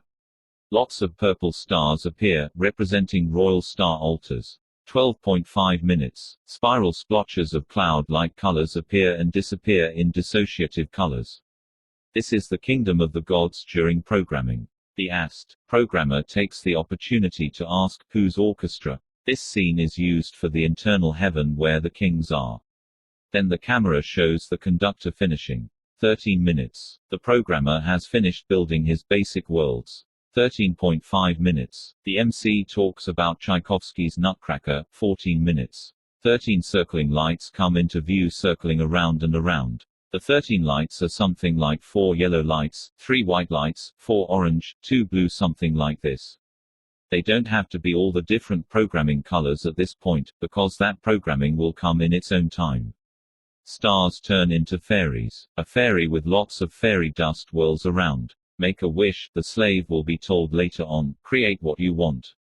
Flowers grow into butterflies. Hypnotic music plays as the fairy throws fairy dust. Soon, the fairy spins a web. 15 minutes. The Kabbalistic tree of life is made with lights, and then the many colors of the ribbons are flashed up on the screen quickly. A compass image is very quickly flashed on the screen. 16 minutes. Lights multiply on the screen, and a spider web appears in the background. There are lots of stars which shine as lights in a spider web. Stars will serve as altars in programming. The spider web serves as a system within the system. See Volume 2. There are several shots of multitudes of stars on a spider web. 16.5 minutes. There is an explosion of light which has a splintering effect, which will fit in well with an electroshock later on to create altars. Around and around go 6 big mushrooms dancing, with a little one trying to participate. The programmer will point out that the mushrooms are a family. When the splintering effect is done with real electricity in the future, the mind will splinter into a family. 17.6 minutes. Concentric circles appear in water. Flashing pedals emerge as if they were dissociation spreading through the water. The flowers are the top spinners. See the pages in deeper insights on spin torches to create spinner families. They dance, and then they float away in the bubbles of dissociation. A family of spinners, the programmer will say. See, they spin you into bubbles, into nothingness. There is lots of dancing shown by the spinners. Everyone is dancing to the top. The child victim's head will be wobbling back and forth from the influence of the drugs and dissociation at this point. 19.5 minutes. When the family of fish make a star, the AST programmer says, see how sad they are. The fish dance in circles and they also hide behind veils. The fish made its own bubbles and you can make your own bubbles too. 21.5 minutes. The child is trained to trance at the hypnotic aids that appear in the water. This type of scene will put the deeper altars to sleep of a slave still actively being used. The movie here is being used to teach symbols, which will be important in the programming. AST programmer, look, you're just floating. Float, float, float, sleep. See, she went right into the center of the trance state. You dance round and round and round, and where we end up you'll never know.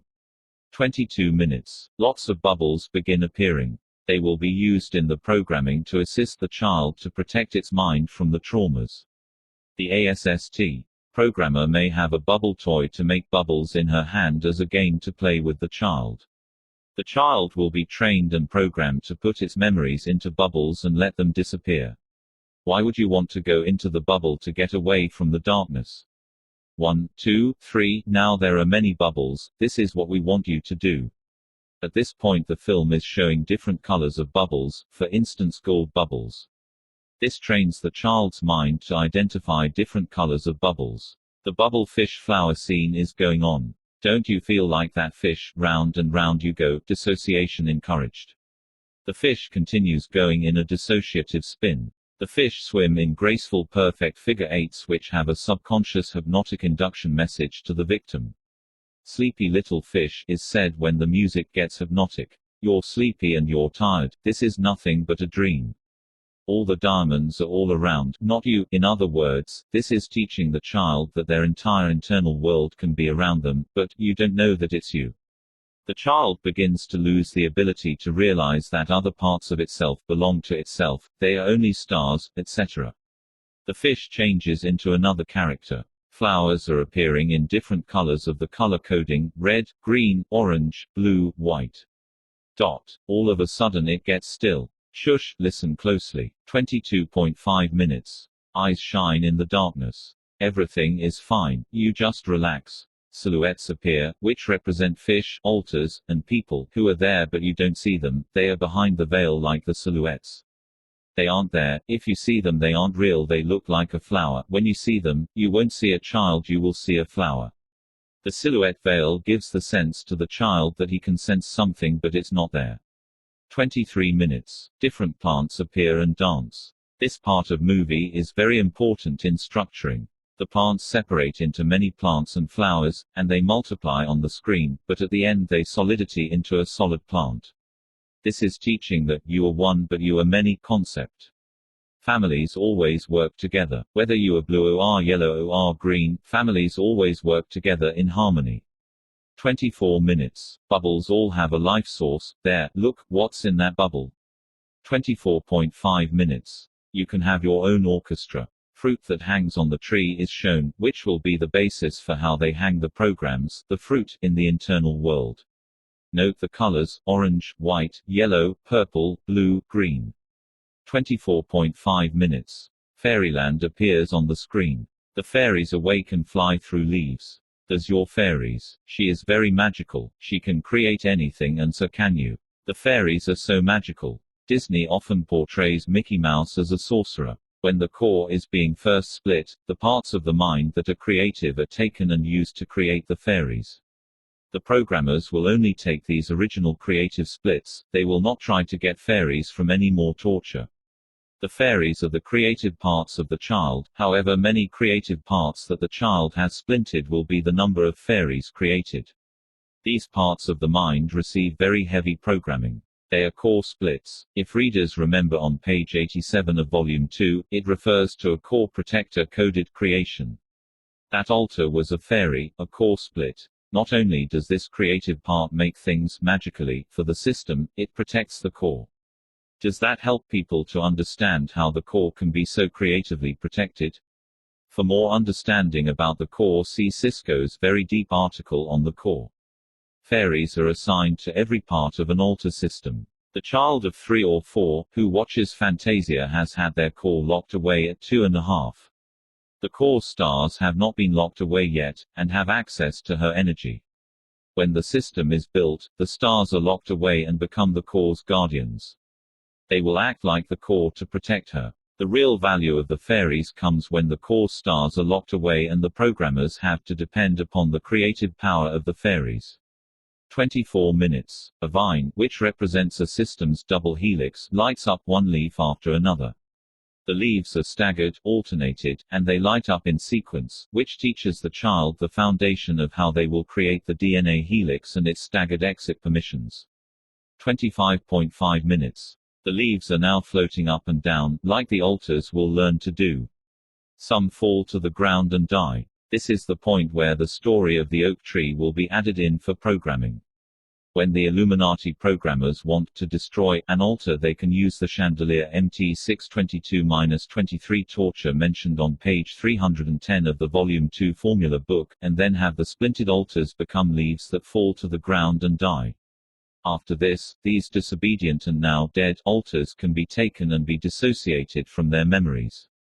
The memories are locked up someplace permanent within the mind. 26. Min. Out of a leaf-like box come a series of fairies. The child is taught to put things, such as altars, in boxes of various shapes. 26.5 minutes. Leaves blow in the wind. Fairies cover things and keep them safe. 27. Min. Fairies continue flying around. The seasons are passing in sequence. An internal green-skirted fairy will be connected to the internal hourglass during the programming. 27.5 minutes. The fairies quit flying and skate on ice. The season has turned to winter. 28 minutes. A winter scene. The 4 seasons have come to an end. 28.5 minutes. A sorcerer is introduced by the MC. The sorcerer is shown and then his assistant or trainee, who is Mickey Mouse. Mickey Mouse wants to be creative and magical like the Great Wizard. Mickey Mouse sees the power that the sorcerer has, and wants that power. What is really being subtly portrayed here is the programmer, the wizard, and the core's creative splits, Mickey Mouse. Showing the programmer as a great wizard is actually right on the money. The top programmers are all grandmasters in the Illuminati and are very much into witchcraft. 29 minutes. The sorcerer, wizard, is shown again. This time the wizard, with his skull beside him, creates from his witch's cauldron a big colorful butterfly which is forever changing. Is this big yellow, purple, white, and blue butterfly meant to be a monarch butterfly? The programmers will use it that way for this mnemonic programming. The Great Wizard magically creates the big colorful butterfly and then he shatters it into countless splinters. 30 minutes. Mickey sneaks around and grabs the magic hat. The magic hat is one of the few things in the film that doesn't mean anything for the programming. It merely has witchcraft symbols. Then a magic broom appears. 30.5 minutes. The broomstick comes alive. The broomstick imagery will be used to help create the pancake people, ribbon altars who will haul the internal computer messages. The broomstick person in the film hauls buckets of water. The child is having story after story layered in over a period of time, which are being skillfully constructed toward a programming end. Parts of the child's mind that see the movie Fantasia will be dissociated clean slates. They will need to have some imagery given to them so that they have something to build mentally upon. In Cisco's section of the book, in the Truth article, it is discussed how the mind looks at sensory inputs and tries to make sense of a pattern by comparing it to previous patterns that it has identified. Learning is a step-by-step building process, and so is programming. 31. Mickey as the apprentice sorcerer, in a sense the victim who the programmer is training, manipulates the broomstick person. The child, Mickey, can do what the great magician did. You can tell your mind what to do. You get power by learning to be creative. Mickey, and the victim, become mirror images of the wizard over them. 32 minutes. Then the sorcerer sits on his throne, and while on the throne acts like the conductor. Here is a subtle mental tie in that Mickey is playing the role of programmer, conductor, and is sitting on an Illuminati throne, like so many of the Illuminati Grand Master programmers have actually done.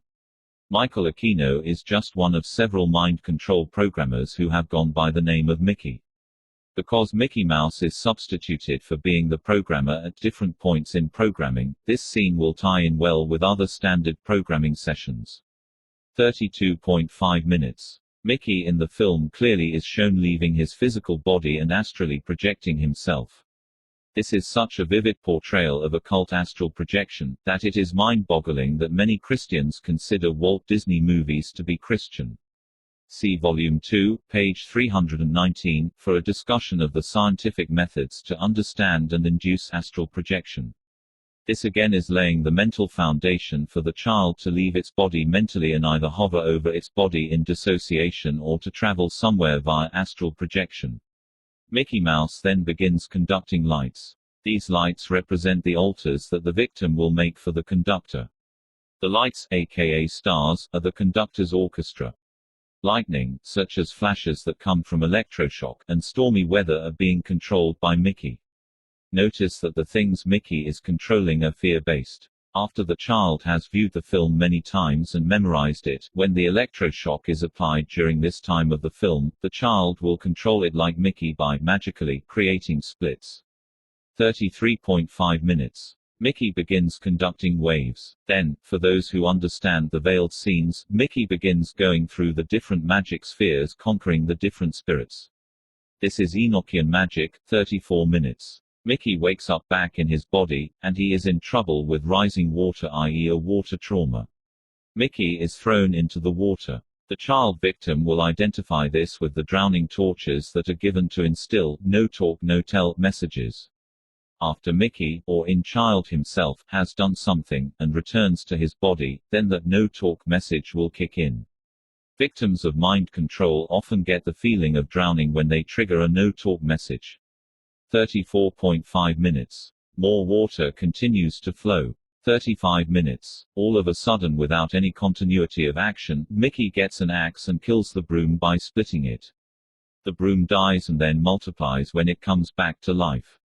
This is such a clear picture of what the programmers want the child's mind to do. They will traumatize the child essentially unto death, and then they want the tortured altar to multiply itself into many more duplicate altars. Armies of brooms are formed from the broom. This scene here is a clear red flag that the Illuminati asked Walt Disney to produce this film. This scene with the trauma death of the broom, with it splitting in half, and then coming back to life in a multiplied form, is evidence that this film was meant to be used for training children in multiplicity. The assistant programmer will say, "It's okay to splinter. You are tired, you can escape that by resting and let a part of yourself come out." At this point, it is necessary to explain what is going to be done when they begin to splinter the child's mind. After the splitting trauma, the programmer needs to be able to see what the child has created, so he wants the child to look at what's been made. Can you look at what you've created? However, the part of the child that looks back at the trauma will then see that the dissociated trauma was real, and that will make the child angry.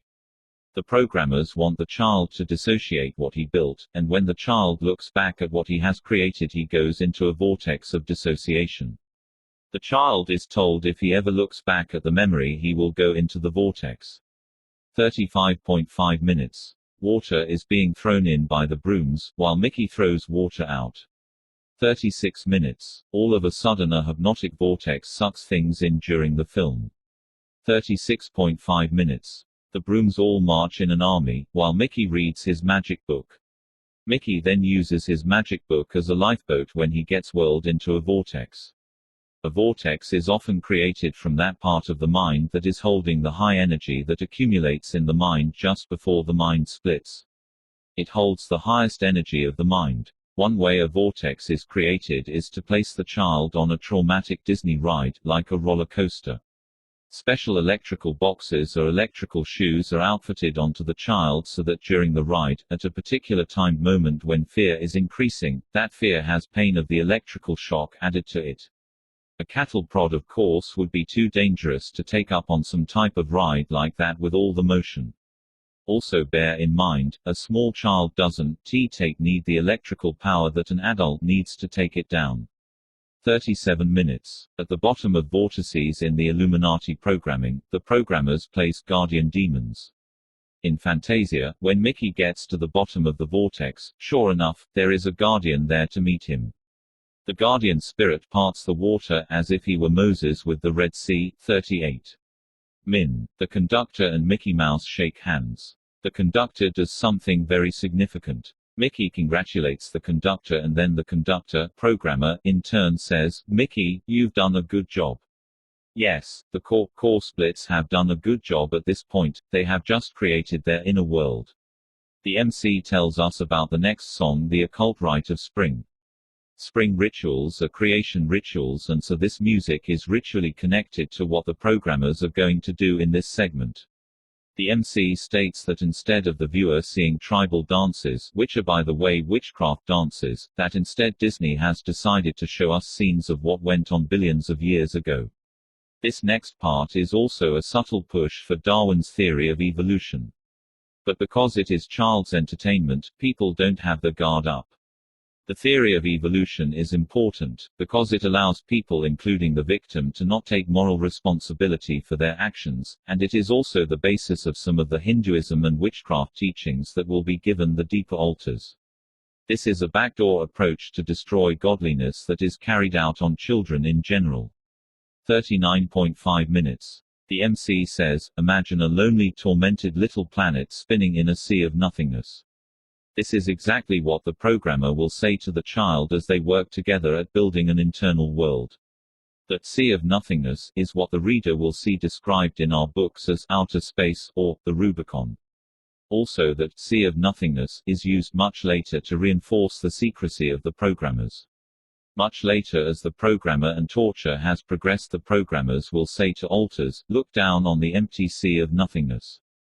There is no drive, green. There is no daddy there." 40 minutes. A swirl of stars in a galaxy appears. Swirls of comet-like lights flash by. Many worlds there. This will set the base for the child to build galaxies and worlds within their mind. Be like God, create your world. Be your own God and create your own world, the child is told at this point. 42 minutes. The face of the planet emerges. 42.5 minutes. Lots of volcanoes erupt on the screen, setting the foundation to build realistic internal volcanoes. 45 minutes. Oceans, and water and fire are coming into being. The child victim needs to know how a world is created in order to create their own internal world. Lava begins flowing as the flute plays the background music. Lightning flashes. The violence of the fierce weather portrayed will be enhanced by the child on drugs to 1,000 times its magnitude. This is important because it will take a great deal of mental energy and external torture to create the internal worlds. Having such super vivid pictures will help when the victim goes to build their internal worlds. There will be special purpose fragments that will be made into the elements of fire and water. That's all these special purpose fragments will know. Breaking through the layers in the altar systems will trigger internal earthquakes. This and a later earthquake scene are used to build the foundation for the internal violent weather. If an internal earthquake shakes a slave's mind, it has the same effect as if a real earthquake were going off. Everything internally shakes and shifts. An altar system will also have fire children, who start internal fires, and will give internal altars the abreaction or sense that they are burning. The mind gets very survival-minded when it thinks it is burning, and goes right back into the programming that is linked with the victim's compliance for survival during programming. 46 minutes. The oceans continue to form. 47 minutes. A calm occurs in the action. 47.5 minutes. The screen gets dark except for an amoeba, which becomes 2 amoebas.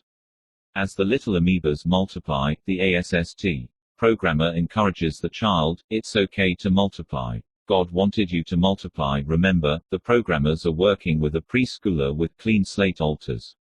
The programmers must show images that the child can relate to. The concept of the broom being split in half and then multiplying, and now the concept of the amoebas splitting, are portrayed in a way that the child's mind can grasp the concept. 48.5 minutes. If God can make a fish, you can make a fish. You can do anything, you can be anything. 49 minutes. Dinosaurs appear. The programmers will reframe the concept of dinosaurs into monsters and demons. The sea-going dinosaurs will be reframed as guardian demons which guard the internal rivers. These guardian demons tie in with Armageddon end-time programming. They also guard the various worlds. 50 minutes. Dinosaur birds swoop down and grab prey. This imagery will be reframed to lay the basis for the winged monkey watchers of the Oz stories. The winged monkey watchers are the child altars who are assigned to watch and guard the system. 51.5 minutes. Fierce dinosaurs, later reframed as dragons, protect the swamps. Swamps are built into the internal worlds, so this is very helpful. Demons and altars like Damaon are set up as guards. 52 minutes. More swamps appear. The swamp scenes will form the base in the child's mind for the internal river Styx. See more about this in this book's article, Programming, Foundations, Destruction of. Some dinosaurs that have long necks that look like snakes begin appearing. The ASST programmer will reframe these to the child, "Look, the seed of Satan. That is a demon." While the child watches, they reframe the Hue dinosaurs as being demons. Pictures of reptilian-looking demons will be shown to the child too. At that age, the child is not going to see the difference.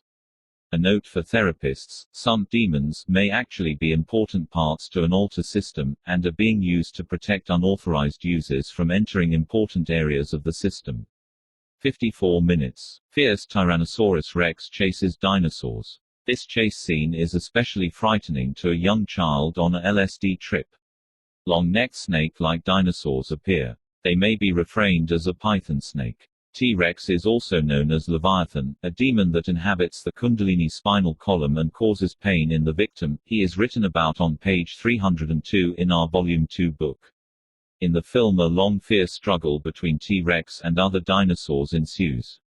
55 minutes. The dinosaurs begin dying and soon dies. The Lord doesn't like them. This will later be reframed that if parts integrate they are to die.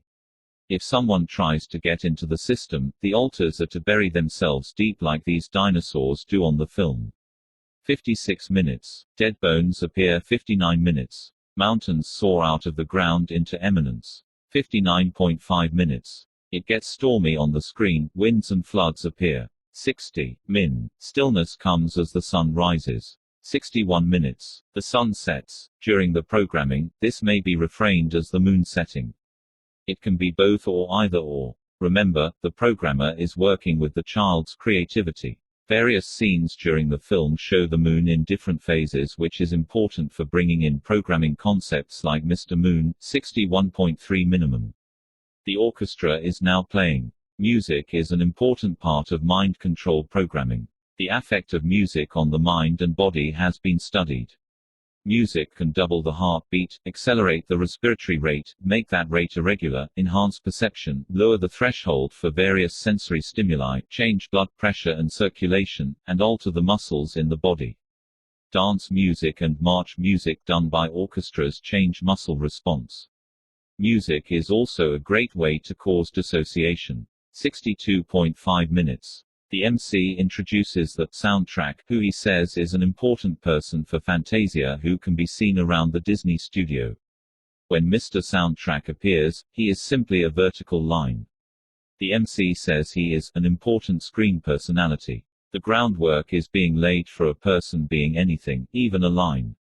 The MC states that each sound creates a picture. 63 minutes. The MC encourages the personified soundtrack, don't be nervous. Then a sound is made like an electrical shock and the line develops a splotch of color in it. During the programming at this point an electrical shock would be applied to the child.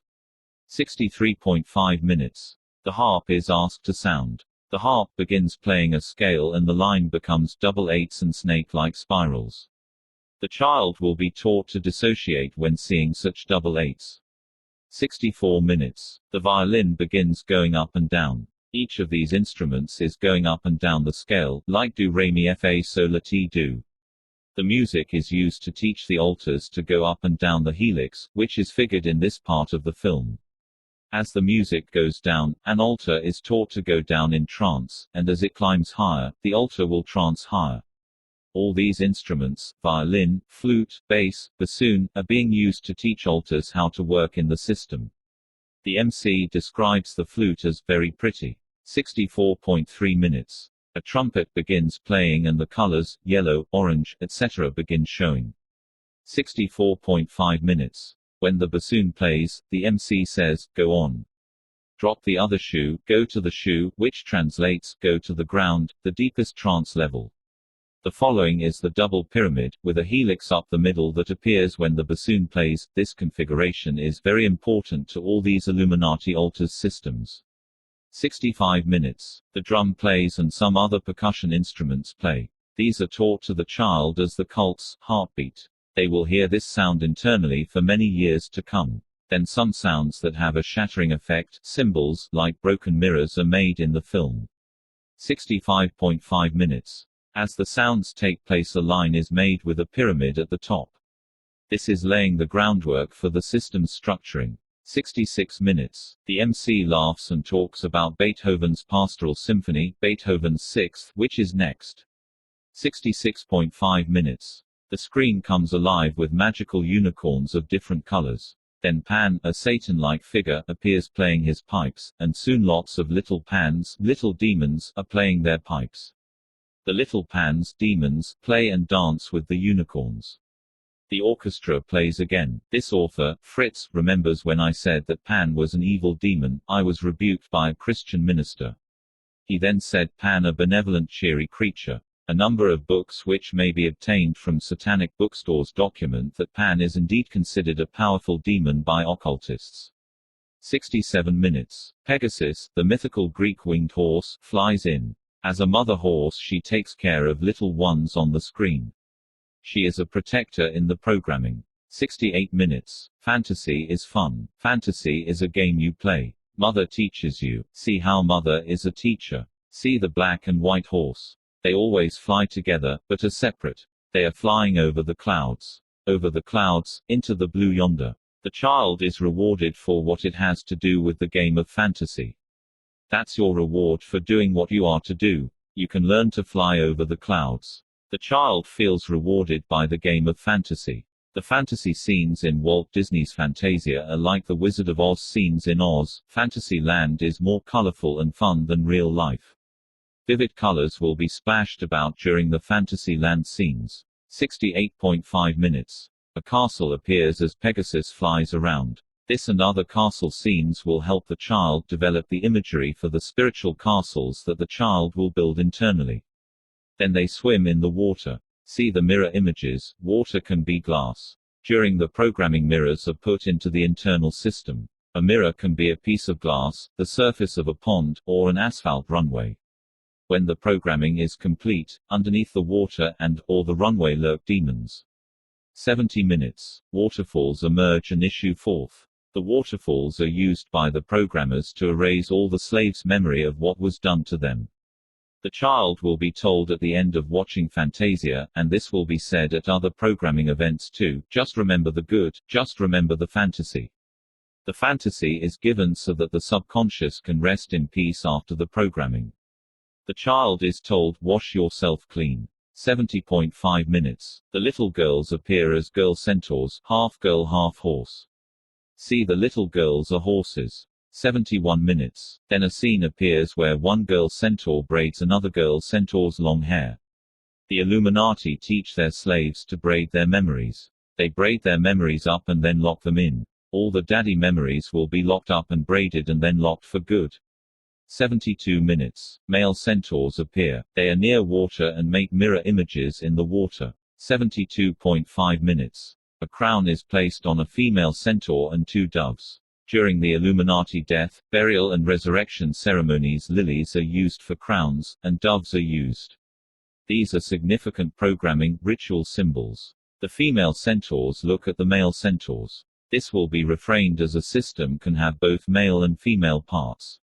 73 minutes. Starting with one female centaur, the females act seductive to the males, who then respond.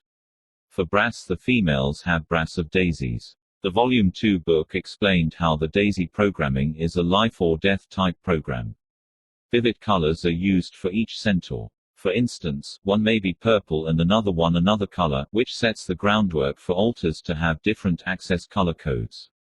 Alters do not usually see themselves as being in different colors, although it does happen on occasion.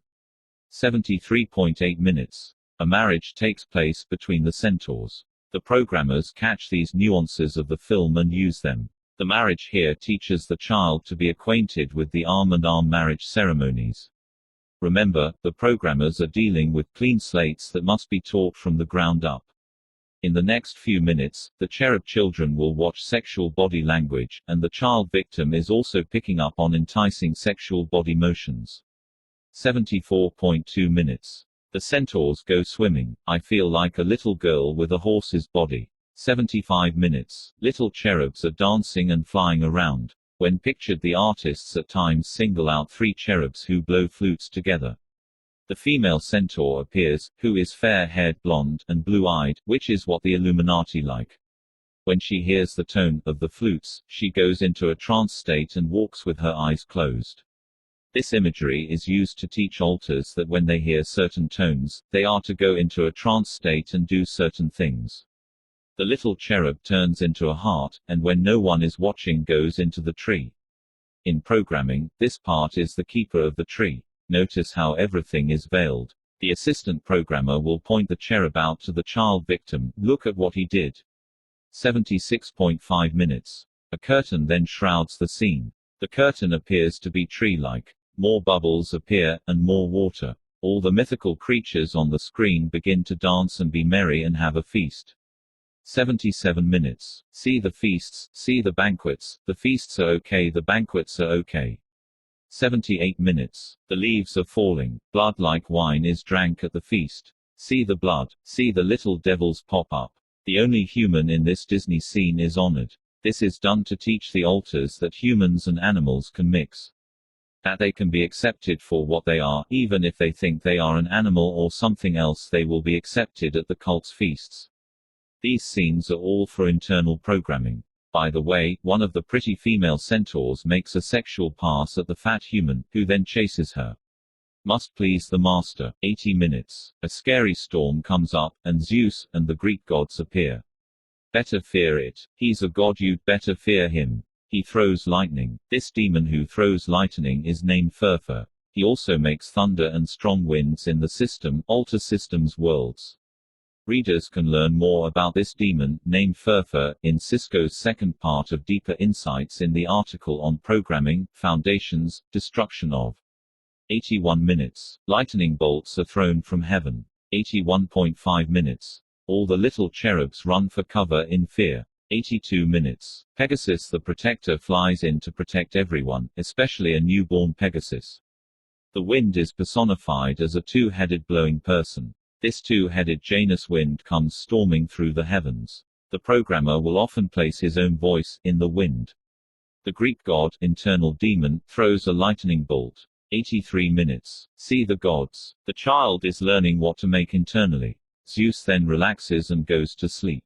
84 minutes. More vivid colors form. Familiarize yourself with all the colors. The film at this point is teaching the child to stay in the framework of the programming for safety.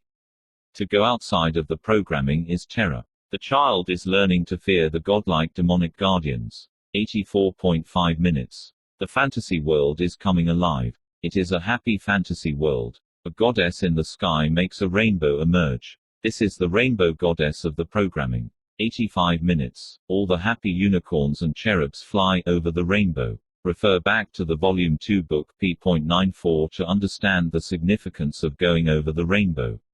The unicorn is derived from Old British paganism where the lion represented sun worship, and the unicorn represented moon worship. This is why the royal arms of the British royal family have a unicorn on one side, and a lion on the other. Sexually, the unicorn represents androgyny. During programming, the horses, Pegasi, unicorns and centaurs shown in the Fantasia movie become the foundation upon which the Illuminati programmers build the nightmare alters who are beasts of burden who carry an alter system's memories. These are logical no-emotion alters who are early splits and who are programmed after the child is verbal. See Cisco's article on dream work for more understanding about the horse alters, as well as Chapter 7 on structuring. 86 minutes. More rainbows and lots of bubbles come into view. The film has done an excellent job of showing how the Furfur god of thunder protects the rainbow. Once an altar has gone over the rainbow, they cannot come back because a demon protects the rainbow.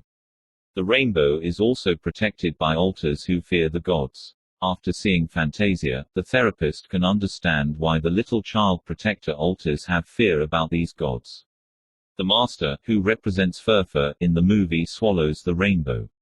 If an altar looks internally for the rainbow, he or she will only find stars, because the protector will come up and say, "I swallowed the rainbow." The rainbow is kept well hidden internally. This scene is used to teach altars how to go over the rainbow.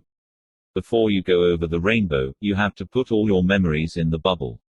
You can't take anything over the rainbow into fantasy land. 86.5 minutes. Apollo, the sun god, comes out. 87 minutes. A big mother spirit who fills the whole sky is now shown by Disney.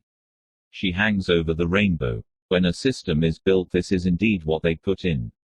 All go to sleep in the film. 87.5 minutes. Arrows shoot the stars into the heavens. This is more programming imagery. When you look for the rainbow, you see stars. 88 minutes. The conductor finishes again. 88.5 minutes. The next setting is a Venetian nobleman's, a duke's, palace. Curtains open. The use of curtains is spoken about in our previous books. 89 minutes. Curtains open. An ostrich begins dancing, and gets others to ballet dance. 90 minutes. The ostriches begin dancing in a circle. This is laying the groundwork for what the cult family does. The assistant programmer may tell the child, "See, it's okay to dance together. Dancing is acceptable." The programmers will not directly tell the child that this represents the cult family. Fantasia portrays Satan as a terrible, powerful being. 91.5 minutes. The ostriches are eating grapes. They are playing, looking in the pool, and they are seeing bubbles. 92 minutes. Hippos emerge out of the pool. It's okay to be different. It's okay to be strange. Use your creativity. The hippos begin to dance and dance. 94 minutes. Elephants appear and are having fun and blowing bubbles out of their trunks. The programmers may be having fun blowing bubbles with the child. The programmers like to mix love and hate, kindness and sadistic behavior. That way the victim has a hard time separating love from hate. If you ask many slaves about daddy, they will tell you that they had fun with daddy. They are right, they had fun intermixed with sadistic torture. Bubbles continue to lift off. One of the bubbles has a fish in it. This is imagery for the bubble programming. The child victim is trained to dump the bad memories into bubbles and let them float away. The therapist will notice that many victims feel like they are floating. They have an unreal feeling. The bubbles are floating their bad memories away. 98.5 minutes. A new setting and the hippos are hypnotically sleeping. 3 sinister alligators that remind one of the 3 primary programmers appear. The 3 alligators have robes that hide them, and shadow images of themselves lurking behind them. The alligators are trying to get the hippos. The 3 alligators are portrayed like the programmer is. He is someone to fear, love, and respect all at once. The hippo is running away and dancing. The alligator dances with the hippo, but makes menacing attempts to eat him.